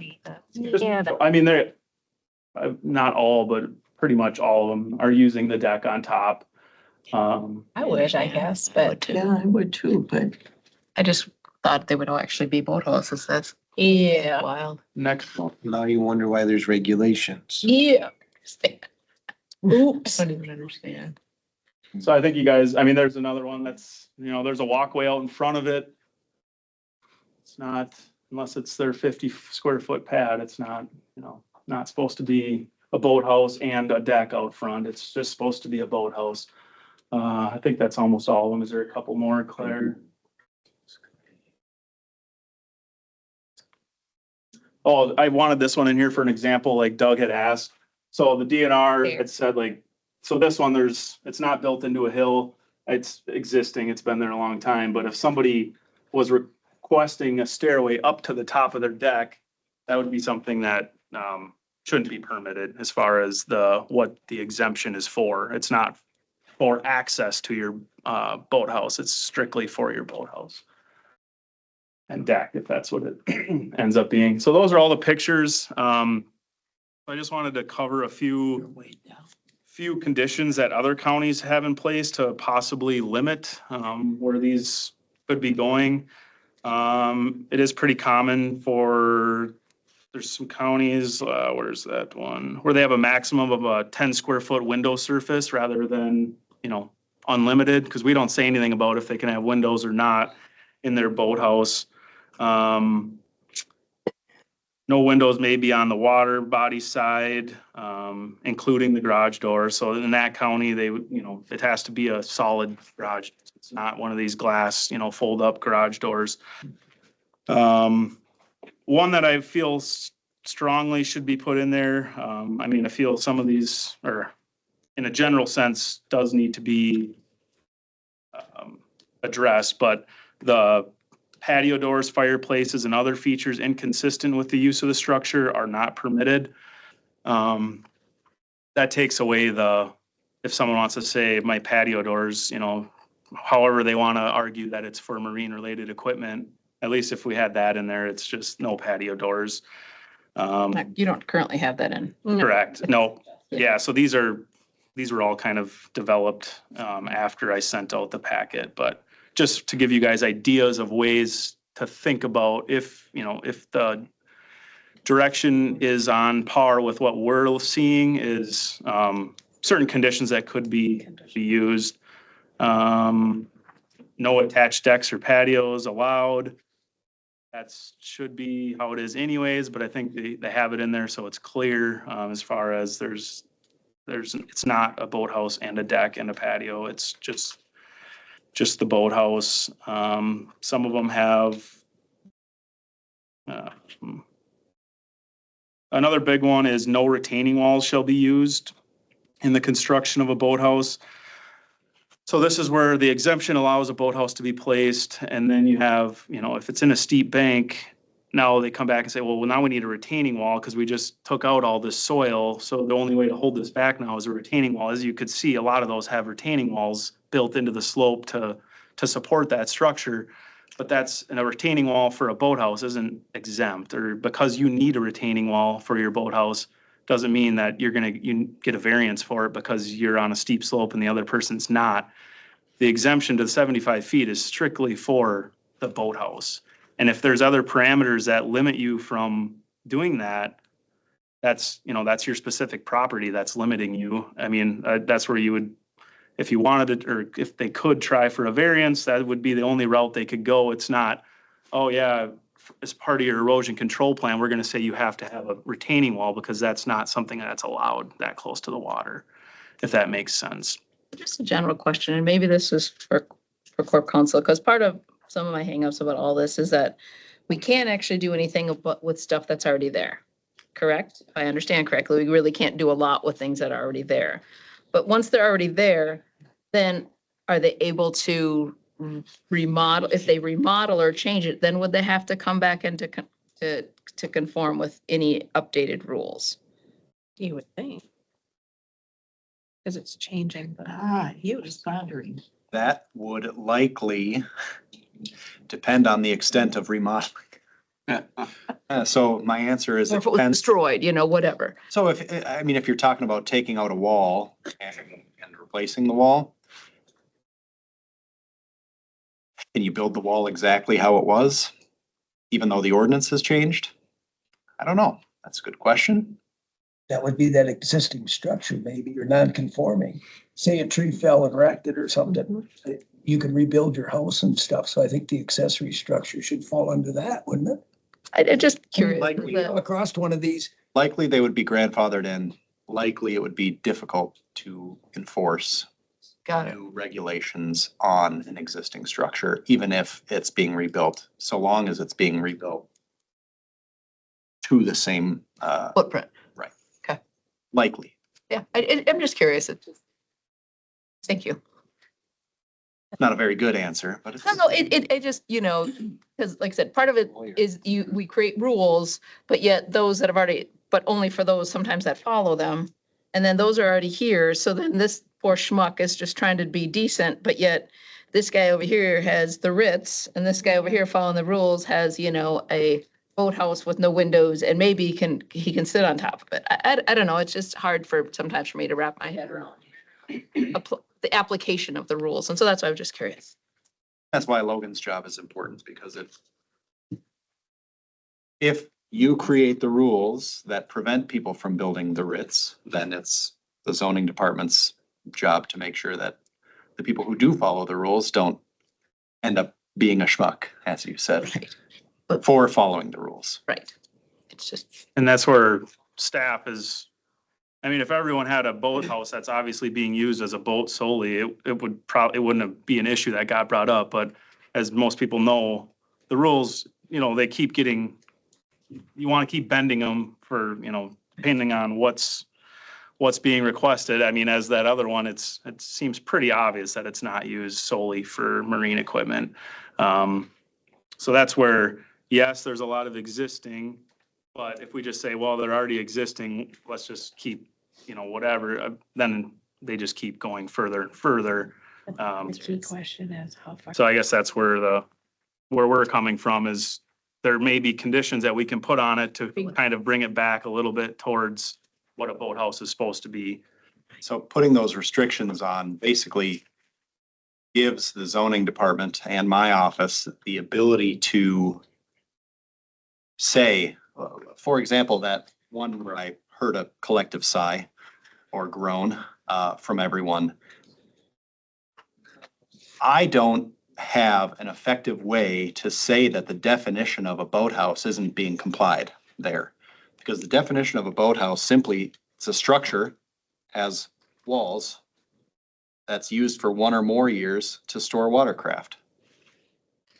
Kayak, canoe, anything that is classified as a watercraft, if they just plop it in there for a year, how, if I bring a person to court, how do I show that it wasn't there for a year, right?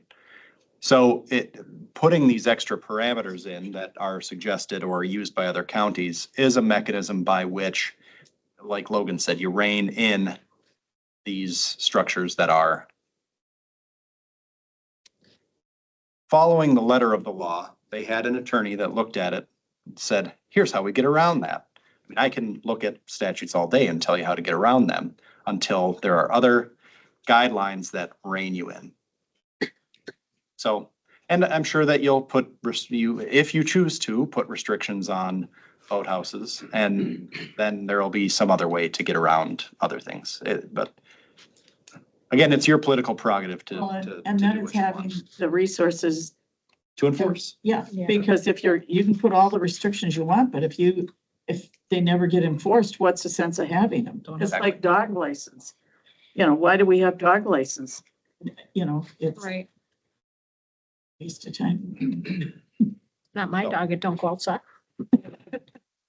You hear it all. All right, so that, the boathouse stuff will be in there for discussion. Okay. Oof.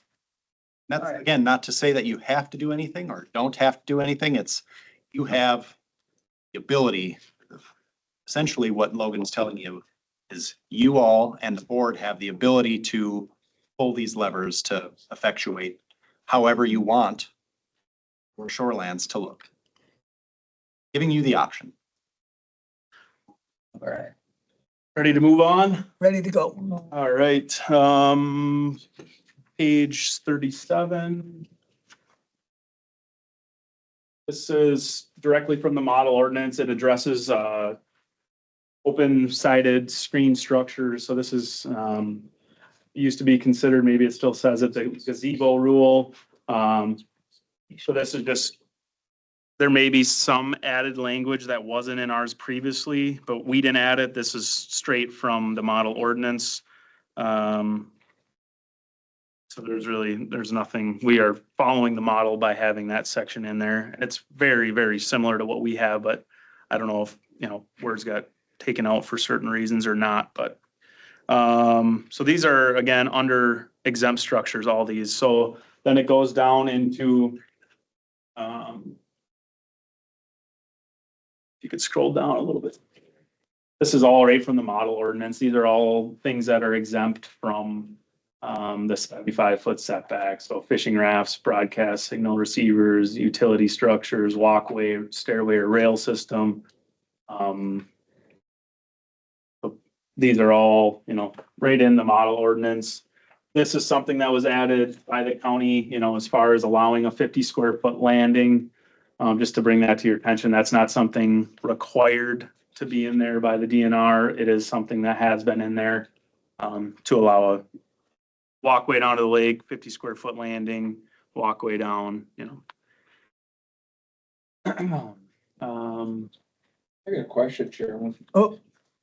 Nothing to do with your going on here, but are you guys gonna stop for a lunch or a dinner break today with as much as you've got to go through, or are you guys plowing through the? I think we're gonna plow through it and Not like try to get done in an hour here. years to go yet. We got 30 pages, but there's some that are, I Okay, just question. Sure. think we're gonna plow through it.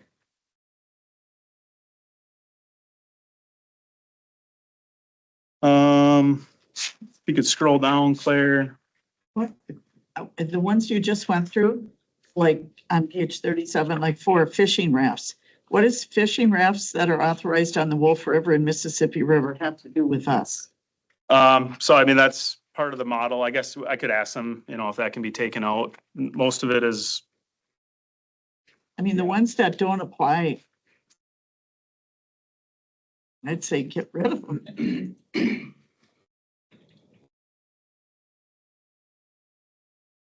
I mean, aren't they already like signal receivers, satellite antenna things and stuff? That's all taken care of in other. No, that's gonna be in shoreline. It's an exempt structure. So we gotta leave some of that in there. Yeah, but isn't that taken care of in someplace else in zoning? No, because this is shoreline. It's a standalone, so it has to be. When it's a standalone ordinance, it's gotta have all the BS in it. these specifics are just to be exempt from 75 feet. So these other things that are, if someone's putting them past 75 feet, there's This is just to have them within 75 feet. Because once you go beyond 75 or the shoreline setback, many things are then allowed at that area. This is just where specific things are able to be within that area. Like that fence, I mean, that was just recently, that was put in there. It's a pretty specific description, but it went through and got however it was brought up. It does seem pretty clear that it was for a specific situation, but it made it into the ordinance or the model ordinance. Not just the model, it was under 59692. Yeah. That one. The one section, if we could scroll down to the next page. A bit further, I have this, I don't know if this is accurate in your current packet. I think I was made aware after.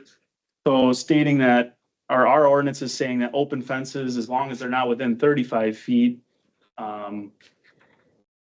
they can be there. Open fences within the setback require a permit.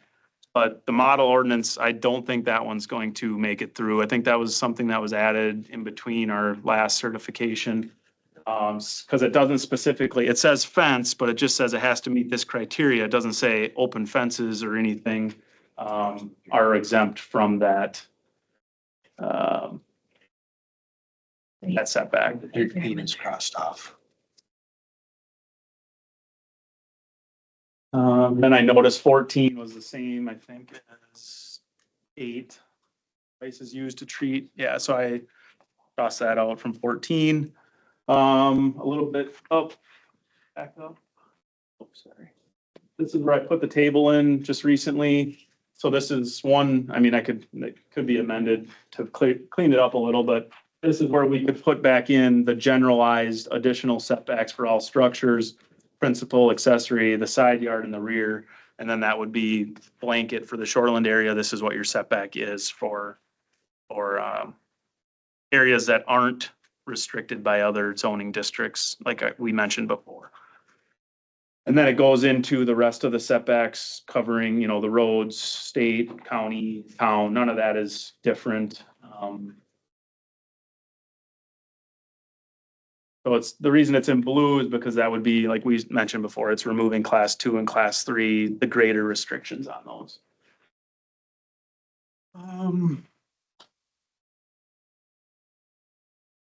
Next one's 39. Added this. This is part of the model ordinance. It wasn't in ours clearly, so I just entered that in as far as what's required to notify the structures and floodplains. Next section is, I believe that was just a double, where it was crossed out there on the top. I think it was just saying the same thing, but it's except as follows. Yeah. Yeah, I don't think there was any, it's not a major change or anything there. Then there was a request a little bit lower here. Oh, sorry, where you were. In shoreline area, more than 35 feet wide. It used to say that trees and shrubbery cutting shall be governed by consideration. So there was a request to change that to be managed with, and I put with in there. I don't know if that makes more sense. They'll be managed with consideration of the effect on water quality and consideration of sound forestry. Pretty minor, just cleaning up some language that was requested to be removed. Page 40. Some of that is just moved, yep. And I don't think there's anything major by taking that out, just, rearranged. So it was moved, not struck. Yeah, they're or reworded to be consistent with the model ordinance. Really goes into depth about viewing corridors and how they're measured. So then that. Okay. Then on page 41. This was just getting it in aligned with the model ordinance as well, having this section in there that was in our before. Talking about the removal of dead and disease trees that are a safety hazard. Page 43. Just that's open structures. This is where we used to have it in its specific chapter that got put in the exempt structures as it is in the model ordinance. So all this language is up in that other section. The next section on impervious surface. Just a little bit of language change based off the model ordinance. Talking about how impervious surface is calculated. But nothing has changed as far as how it's being calculated. And then, which I don't think it's necessary to go deep into it today, but underneath treated impervious surface. So this is something that the model ordinance says you can have 15 to 30% impervious, or you can have up to 15 without any mitigation. From 15 to 30 is allowed, but you have to have mitigation to accommodate that. Greater than 30 is not allowed. But then we have treated impervious surface. So if the impervious surface is considered treated, it doesn't count towards your calculation. So that's where it's almost the mitigation part and treated are close, but I felt like we needed something, and looking at other ordinance, county ordinances, to say, hey, if we're gonna say that all this impervious surface that you're trying to exempt is truly exempt, we need better data to say this is all being treated. Otherwise, if somebody, you know, if they have 50% impervious on their lot and they have, you know, they're stating that 25% is treated, so they're actually at 25 by the letter of, or by the ordinance standards. We have something in here requesting that, which it gets a little more, and this is I just pulled for starters from, I forget what county. But this is stating, hey, this is how to qualify for this statutory exemption, you must meet this criteria, which if you scroll to the next page, Claire, it requires, you know, a professional engineer, to determine that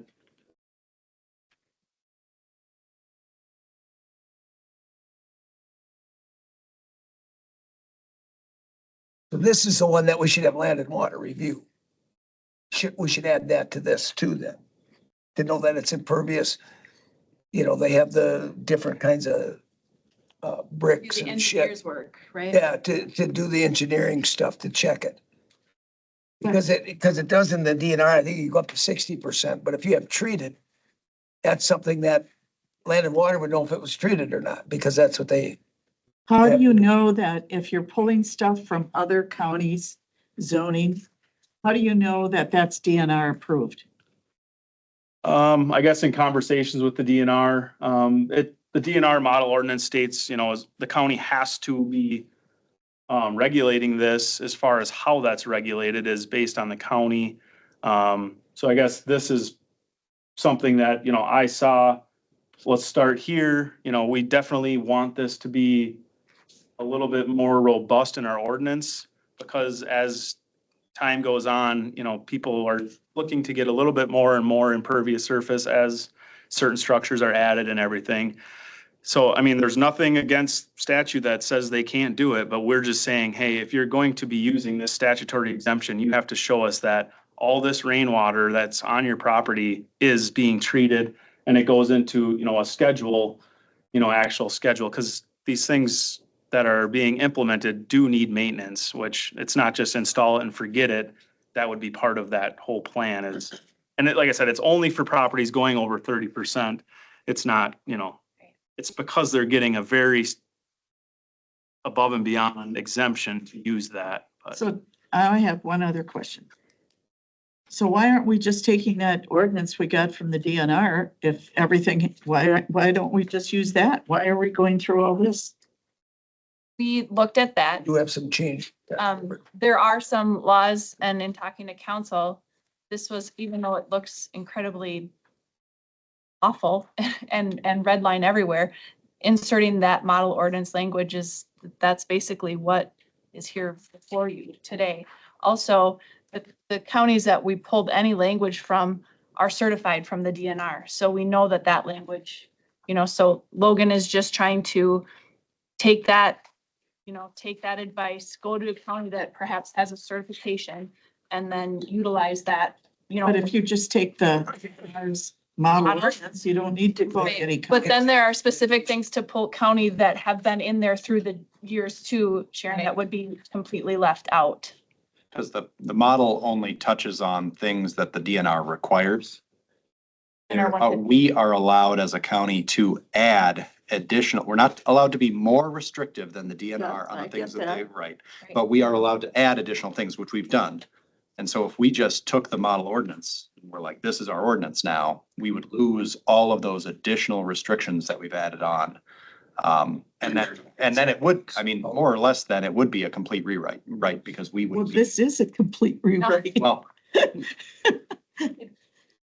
Yeah. It feels like it, but it's not. Obviously, a rewrite always follows a comprehensive land use, ordinance, and then all of that type of thing. But this definitely is a robust ordinance review due to a lot of extenuating circumstances, I would say.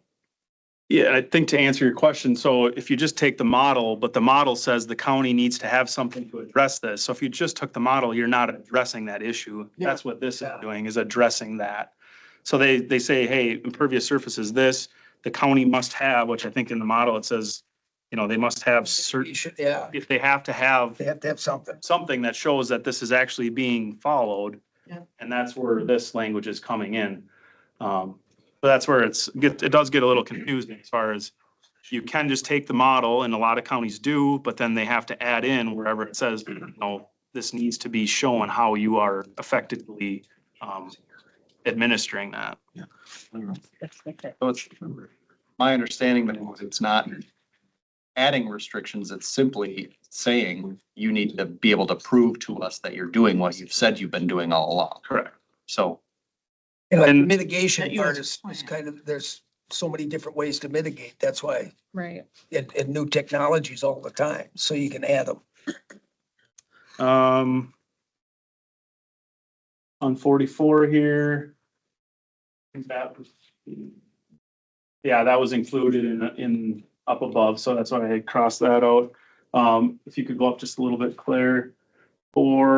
This was added for existing impervious surfaces when constructed but do not comply with the impervious surface standard, section 3.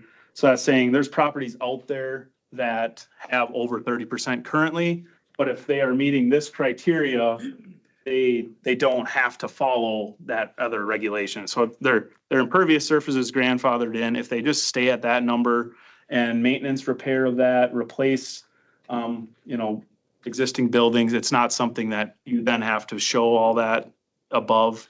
If you are existing, that's existing impervious, just to clear that. Mitigation. The next one we're looking at, so currently we have in our ordinance how it's being handled. It's based around a land use runoff rating.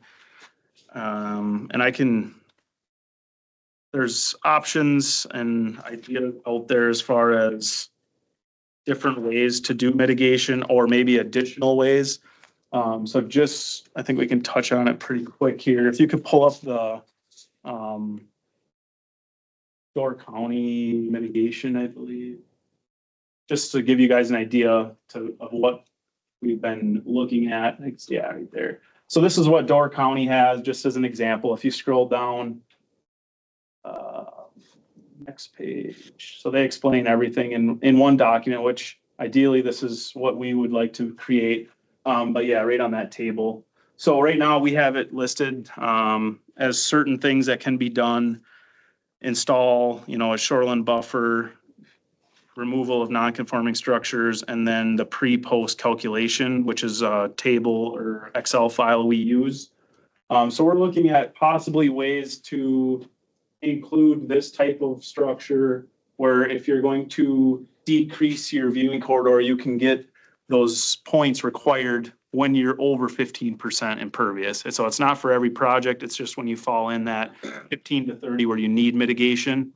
So it's things that are a lot easier for the property owner. If it's just a property owner coming in saying, hey, I want to put up a 10 by 20 shed, but I'm already at, 28% impervious, so I'm going to have to mitigate. And they can look at this chart a lot easier. And this is just an example, not what we came up with or anything, but they can look at this and say, oh, so I can get my 2 points that I need by, putting more of a buffer in, which is ideal in the shoreline zoning standards, rather than them having to go through that Excel land use runoff rating and then, coming through with those calculations. So I think it simplifies it for a lot more people. I mean, the landscapers and everything that are used to, using that, they can use it fairly well. But it's just, I feel like we need other options that are also going to be better for the resource, but also possibly easier if the property owner has no issue extending, his primary buffer or decreasing his viewing corridor by every 5% decrease, you get 1 point. So if he's like, well, I can see what I need to see, I'll just reestablish that viewing corridor or replant it to get my points, so I don't have to go through and put in a infiltration pit or anything like that. But yeah, I'll send you guys this example. Like I said, I just wanted to get your guys' opinion on it, I guess, today to see if that makes sense to you guys. It does seem like it is something that would help staff and the public to work through their mitigation process. And there's a lot more in this document. This is just the table showing ways to do it, but it goes through very nicely and explains, how to calculate what is a rain garden if you choose that, what is this, and so that would be a whole document that would not necessarily, the specifics would have to be in the ordinance, but I think the handbook itself would be something, or be referred to in the ordinance stating, the handbook is there for a tool to do. Is there any questions on that? Currently land or property owners, contractors, landscapers, this is something currently they're having trouble with. I would say, like I said, landscapers, maybe not so much, they're familiar with it, but currently the way our ordinance reads is your mitigation options are to install or maintain a full shoreline buffer with the viewing corridor, replace non-conforming structures you can get credit for. And then pretty much what everybody does is the pre-post calculation. So that's where that spreadsheet, we type in what's on the property now, what's proposed. If it says you're not going down, if you're increasing that calculation, then you have the option, and that kicks out options for you, like a rain garden, infiltration pit. So it's much more technical. So I feel like if there's an option that we can have that's not necessarily so technical, and that technical approach can still be used, I don't want to take that out. It's just that having more options, and in a lot of these scenarios, they even have, I don't know if this county has it, but there was a different county that said, right in there that, rain garden or infiltration pit designed based on, pretty much what we're doing now. So they still have that option. You're thinking this information that you're talking about here in addition to what we already have? Correct. Not to replace? Correct. Okay. More options. More options. Just more options. More options, yeah. And then the potential of a separate little handbook that says, this is what a rain guard really is. Yeah. Whatever. Yeah. Okay. And these specific mitigation types, we haven't came up with exactly what we would recommend be in there, but I'll send out examples of, so you guys have you can see a few of them to see what kind of which ones are. mitigation types people are putting. Well, then if you get it out to everybody, and what can be used around here, what builders want to use, or landscapers. It's exactly what I said. This is a rewrite, and this is the process by getting this kind of information. That's what a committee would go through as part of a rewrite process and getting input from. But that's what we're gonna do. John. Right. We're still gonna do that part. We're just reviewing now. The next section, which is on filling and grading. A little bit lower there. So this is grabbing or getting some of the model language and also addressing some of the issues that we're seeing as far as land disturbance that's close, within the 35 feet to the water. As far as the model ordinance does seem to clearly state that it is not supposed to be done within the 35-foot vegetated buffer zone, unless it's for an exempt structure, all those that are listed. I have a document that I would also like to update this section with. So this one's as far as a little bit more clear guidance on where we're looking or hoping that this section gets updated to, but nothing in it is completely outside of what's in the model ordinance. It's following that with, like in some of the other chapters, just the arrangement or additional information may be different. So right now, this is very busy document or chapter, but you guys have any questions as far as? So this is where, I think this is in your document, this section, general standards. This is latest, it's down a little further. This is a way it was portrayed a little bit clearer as far as what I could, and it's got the old, the county that it was from, just as an example. But it seems to me that it lays it out a little better than what our current ordinance does as far as what we are looking to have in the filling and grading portion. You scroll up a little bit. Yeah, some of those are struck. You're striking all these in here. In our document, they're not all struck. Right. They're not. Right. So 1 through 5 are struck. All of them. They're all struck on his, They're general standards. but, General standards. and then you all struck. replaced them? And on yours, it's not, right? It's not. No. And then you replaced them? Scroll down a little. Yeah, so then Okay, yeah, we have none of that. and then further, as far as We have coming none up of with that. better information that I felt was more clear. So this is also something that from conversations after the packet was sent out that I, as far as more clear, maybe not completely clear, but These are all added, you're saying? Yes. Not in color. I'm just trying to get my. yeah, Right. yeah. So none of these are in the packet document as far as these specific, this A here, but they were in above. So I should have just left this out for now, probably, and brought that to the next portion, but I just wanted to let you guys know that we're looking at the filling and grading. I guess that's the main point. Yeah. And I can send you the document that is closer to, without all the red line, the document chapter that would be covering this. Is this the one the DNR has been so also closely tracking, Logan? I think there's some things related to it specifically as far as, the filling and grading process and possibly certain exemptions that are in here that maybe shouldn't be, but I don't know if it's directly related or this topic.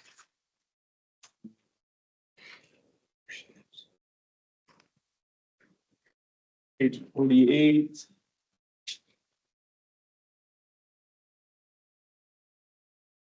So this is conditions that are right from the model ordinance, which we didn't have before, but says the following conditions may be applied where appropriate, which would be to a permit in the filling and grading section. 47. 47. Oh, on yours. Yep. Oh, that's good. Wrong. That's right out of that DNR, isn't it? Yep.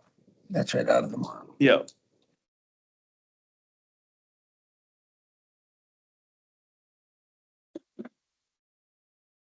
The next section starts going into the non-conforming structures and uses.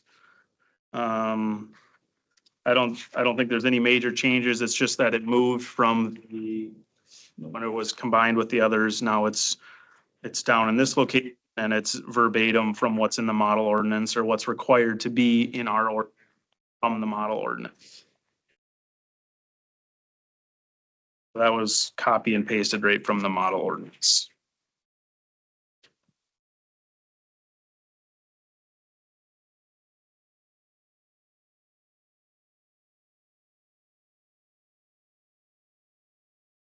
And then I think the only other two things besides the definitions that are included back on 52 and 53.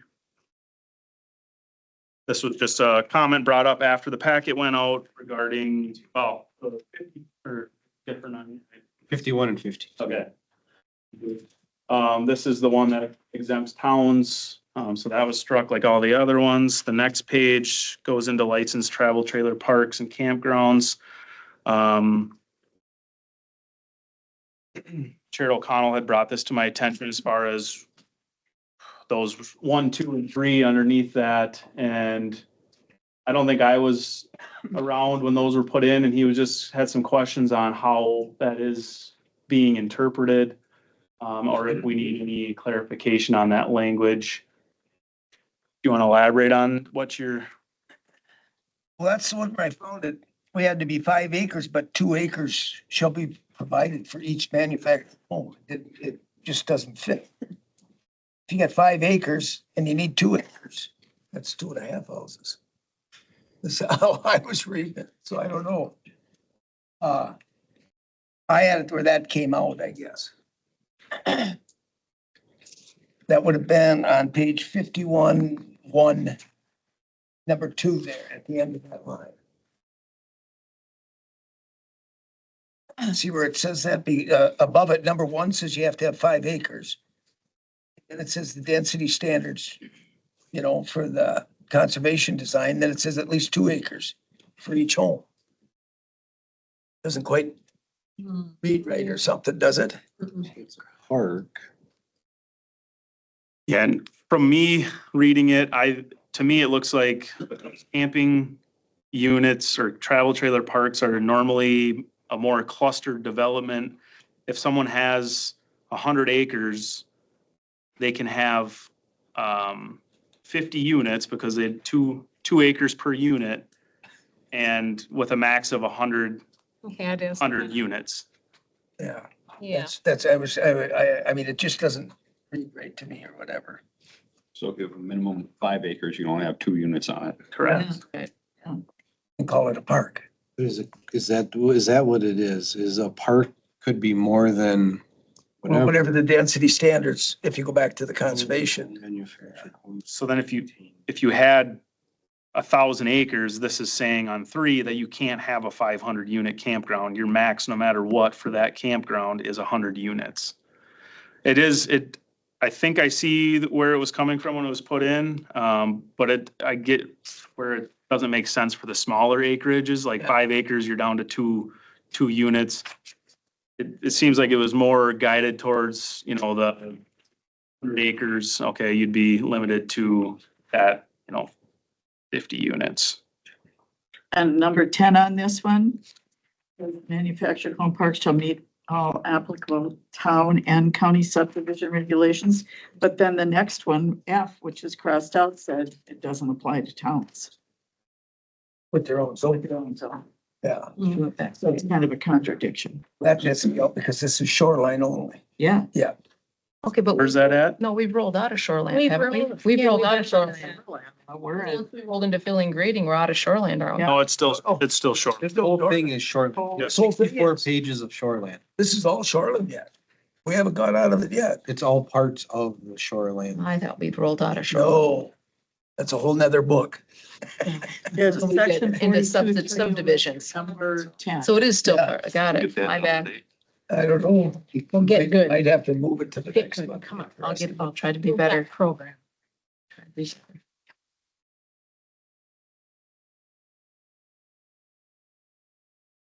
That was just So I think read it's, too big, I guess. I don't know. It just didn't read. Put a question mark by it. I do have to, yeah. on Sharon's question, I think number 10 is for, because a town can have more restrictive subdivision regulations, but, you know, we, in the shoreland, we have ours. Town, well, yeah, I guess that's, I'll look We at keep it. saying the town doesn't have. any So hey, Kim, is this, And in Charlotte. is this in another ordinance, like a mobile home park ordinance? Sure it is. Somewhere else? Observation design. So is that development. the same, is it the same across all of those ordinances that would have a mobile home? We'd have to go back to the conservation design and try to figure that, and that's a tough one. It should match the mobile home ordinance. I don't think it's any different than the normal mobile home ordinance. Is it? Cause I'm remembering like the 2 parking spots and Yeah. Oh, yeah. Yeah. the drives and Yeah. all of that. So I'm wondering if that's where that came from, was from the other ordinances that have the mobile home park in it. From the general zoning. Yeah. Probably very similar, and that's where I don't know if, I'd have to look to see if there's a few tweaks due to it being this is shoreland, or if they're the same, Just then I think reference it it. can stay, or, yeah. Reference, Even yeah. be in general and still enforced in shoreland. Yeah. But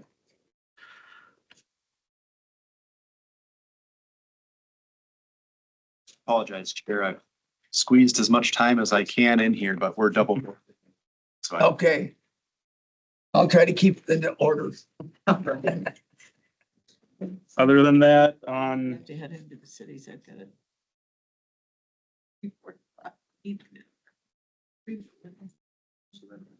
Once we get through the shoreline, we can get, we'll have to do subdivision general at the next meeting. I think the only other thing on this document is the definitions that were, That we're not. it was advised that we have our definitions that are related to shoreland, specifically in our shoreland, Is that from that? Huh. rather than in the general and enforced in shoreland, because there's some issues that have been ran into depending on if a definition was changed in the general definitions that strictly enforced the shoreland area, that change should have been, or should go to the DNR for certification. So by putting the definitions that are just related to shoreland, if we change a definition up in general, it doesn't, you know, we don't have to send it for certification, just because we change definitions. Even though we reference it in shoreland? Reference, The definitions have to be shoreline. They're specific to shoreline, some of them. Structure and that, it's Or bizarre. if it's the same definition that we have in general, and we change it in general, don't we have to change it here too? if it's pertaining to shoreline, Shoreline, correct. yeah. But that's where we're trying to get it broke out, where we have our shoreline definitions, we have our general. And yes, if there's some we keep in because they're exactly the same up here, if we Hopefully changed it, it should get changed down here, but it's advised that we have our definitions separated more than one. In 2 places. Yeah. Make it I hard know. to Update. Yes. And that's where, as you're going through Muni code, it can get confusing too, because all the definitions, and then you start going through and you don't know when it does show you obviously the shoreline protection area, but then you keep going and then you run into the floodplain and they have their own definitions down there that are required for the floodplain ordinance. Yeah. So I think it is best to have the definitions, even though it adds length to the ordinance, to have our definitions that are being enforced in the shoreland, in our shoreland section. That's all. Go back to page 54, just for the heck of it. Did you highlight something kidding, right? else? No, I'm being serious. back to page administration provisions. We're worried about inspections, but we must have permission to access premises between 8 and 6 for the purpose of performing duties set forth. Are you reading that? Which 54 are you on, Kim? Is it 54 of the ordinance or of the ordinance. The ordinance. Yeah. Under administration, And enforcement. and that's been in there. So I mean, we're kind of taking it out of one, putting it in another. I'd say take it out of there too. No, they have to have that for all their other inspections and stuff. So this one doesn't say they can go inside. This just said that Access the they're premises. Access any premises. And why'd you bring it up? Because What's it's, your point? what's my point? Your point. That it's in there. How many places do we have to put it? It should, this is where it should be under administration, shouldn't it? So if we add or subtract anywhere, this is where it should be. Okay, but we didn't add, so we're good. Yeah. At the least we didn't bunkhouse one, we're recommend so to worried, add. but we have to have something in there that they have permission to do So their didn't job. recommend consensus. So is this suggestion, same not thing that in we here add. somewhere else? Might have to be more specific. Oh, put a circle around I got it. Kim's name by big question mark. So Chair, this item will be on the topic. You're going to go over the next two ordinances on the February 5th meeting. I think so. Can I suggest on the calendar adding an environmental services committee for additional public input on the ordinances on February 19th? As we used to have two meetings. Wednesday, the second meeting, We yes. used to have two meetings a month, and I think in this case, it would be beneficial for all of the people impacted and that want to be involved in the conversation. And that one, I think we want to have it as a more informal, so that it doesn't get too out of hand, but that people aren't stuck to 3 minutes, whatever, that we can get some input. I mean, as however we you go. want to chair it, I just think we should get it on the calendar with Shabana Yeah. and the clerk. Let's get it on the calendar. When you say informal, does that mean that we can have actual dialogue? Even if you give them more than 3 minutes, we can actually have dialogue back and That's what I'm shooting for, that just so it doesn't get out of hand, the kind of control. right, but you would still be you'd still be the chair, so you could still call someone done and, Well, You I still don't keep want order. every, you I could don't still keep want, order. Thank you. That was. I don't want one argument over a boathouse for 3 hours. Yeah. So then we got to shut her down and move on. Right. So I mean, it's still that way, but I want people to be able to, when we're in certain areas, to ask, because otherwise, if you're sitting here like Mr. Nelson trying to take notes, it was 3 hours ago that we talked about what he wants to hear, Possibly, right. you know? Right. So, Right. or even That and then- surveyor. So yeah. I mean, how do you remember all them questions and try to Right. write it down? And we can discuss as we go. Right, that and Maybe. then, If that makes obviously sense. Logan is still, taking comments and things in the meantime. Also, for that Because February, this one, he can take and go through this again now, to kind of straighten what we think not out or whatever. and then just to clarify process, then you're anticipating the public hearing on March 5th. Is that right? That might be too soon.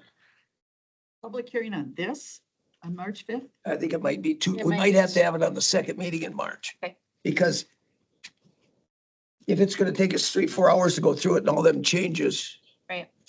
on the 19th, there's no way we can get all that ready, do it and look at it We're again. just trying to, building season I in think- April, so, or, Let's get with corporate counsel then how to notice that meeting so that we could have interactions, make sure we do it properly. right? Got it. Tell them to notify it that the So you're chairman thinking will two control meetings In March at. and decide at the time. He's bringing his big stick. No, It's gonna. but I think we gotta kind of open it up that way to let more people discuss. So we only went through. Uh, You call it like a question and answer session? No. I'd rather have it as Information session. yeah. information and discussion. Because I think we gotta be able to have the people discuss, not be, Needs to you be a have to answer a dialogue. question, they can answer the other half. That's what I'm or- saying. or a question will bring an answer that we need another question. I mean, that's how it ends up happening. Yeah. So I mean, I just think Maybe tonight. so that we can, We have mechanisms out. they all know that they can still talk, but it's not. Right. much. Because a public hearing, you're still gonna think it's a 3-minute You limit. have a question? Yes, you have. That's not- We can sit and, But we don't want someone to control it, right? No, yeah, we do. I am. You. well, yeah, That's what we have the chair for. Not very well, but I'll try. But I mean, I think we need that one. Logan, can you send out that model ordinance again?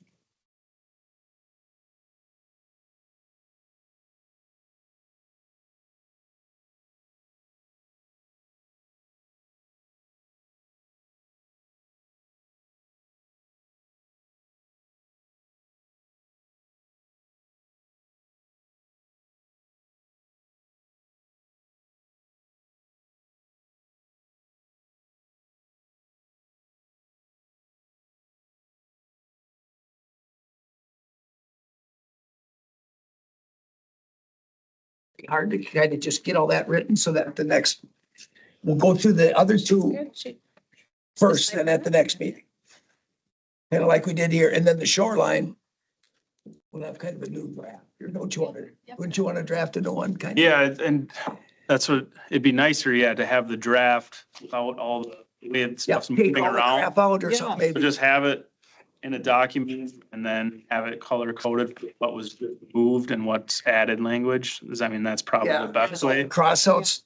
That would be We'll take- great. That'll take 6-8 pages out of it. Yeah. Yeah. I mean, we'll still have this for reference or whatever, but I mean, we'll go through that one.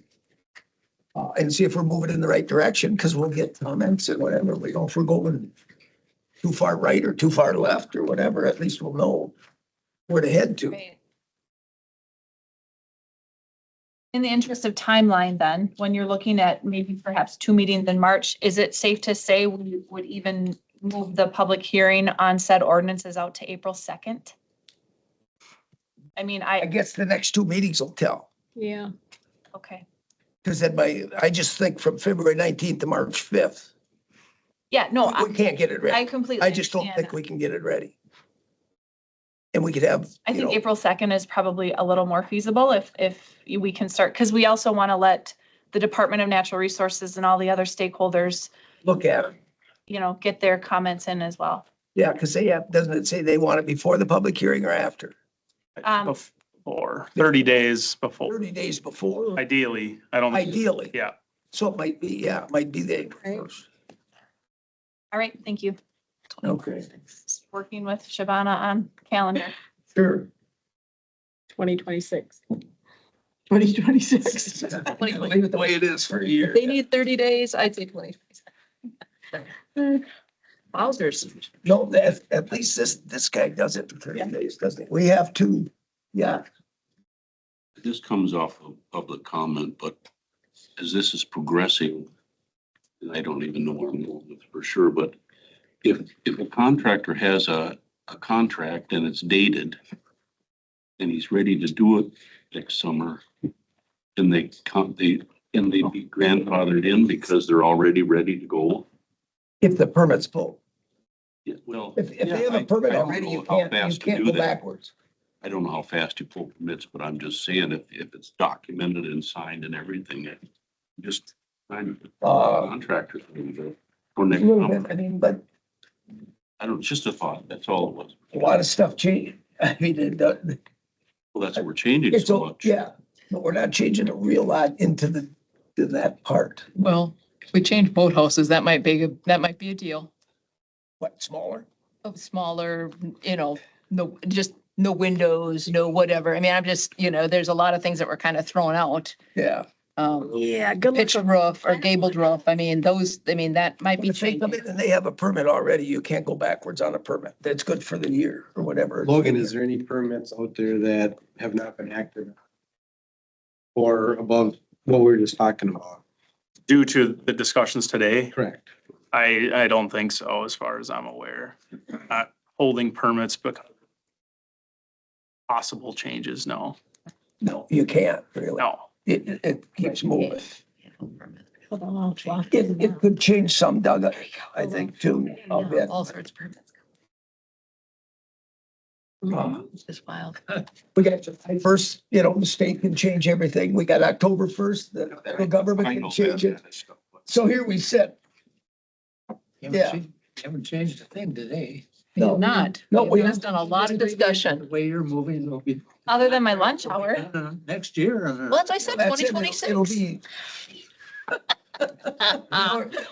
Yeah, there'll be 30 boathouses up before we even move the boathouses. They're all coming in now. I can hear it. See it. Breathe, Sarah, Be building them on the ice. Slide them in. That's the first ones were fish You want houses. to continue pushed on up with the in. agenda? Yeah. or- You want to continue on with the agenda? I don't know. I put mine away. I know, I did too. Number 12, administrators update is what he's asking about. You got an update for us? Yes, Claire, if you want to queue up my presentation. I'm just kidding. Oh, I'm like, are you serious right now? Oh, we're. You see why I crossed it? I already crossed He it has off. an update. I skipped it My because of update. time. Happy New Year. Fill you in at county board on the rest of the items. There.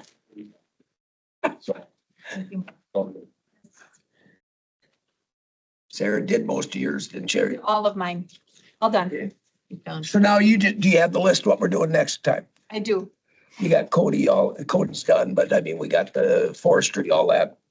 Right, my other lip. Yep. Yeah. All of All right. that's ready to go. And then subdivision is fairly quick and anything to the general is fairly straightforward too. And then we'll go back, spin back into shoreline. Do we have any public hearings coming I up need a for the next, At this time, at this time? mm, Not sure. Okay, There might be one, but. there might be one public hearing. okay. with Item. I move to adjourn. Oh, are we there? Oh, come on. Whoa, whoa, whoa. Don't even. Litigation update. No, There Joe's can't- gone. said no, No, there's nothing. We don't have a lawyer here. A Yeah. motion. We and don't have a second lawyer, we ends the can't. meeting, so I make it at 1:49. Without a lawyer, we can get something done. Come on. Oh, come on. Who made the motion? I did. Who second? Sharon. I did. We're out of here. All in favor, say aye. Aye. Opposed? Aye. We're out of here. Chairman? Yeah, the whole.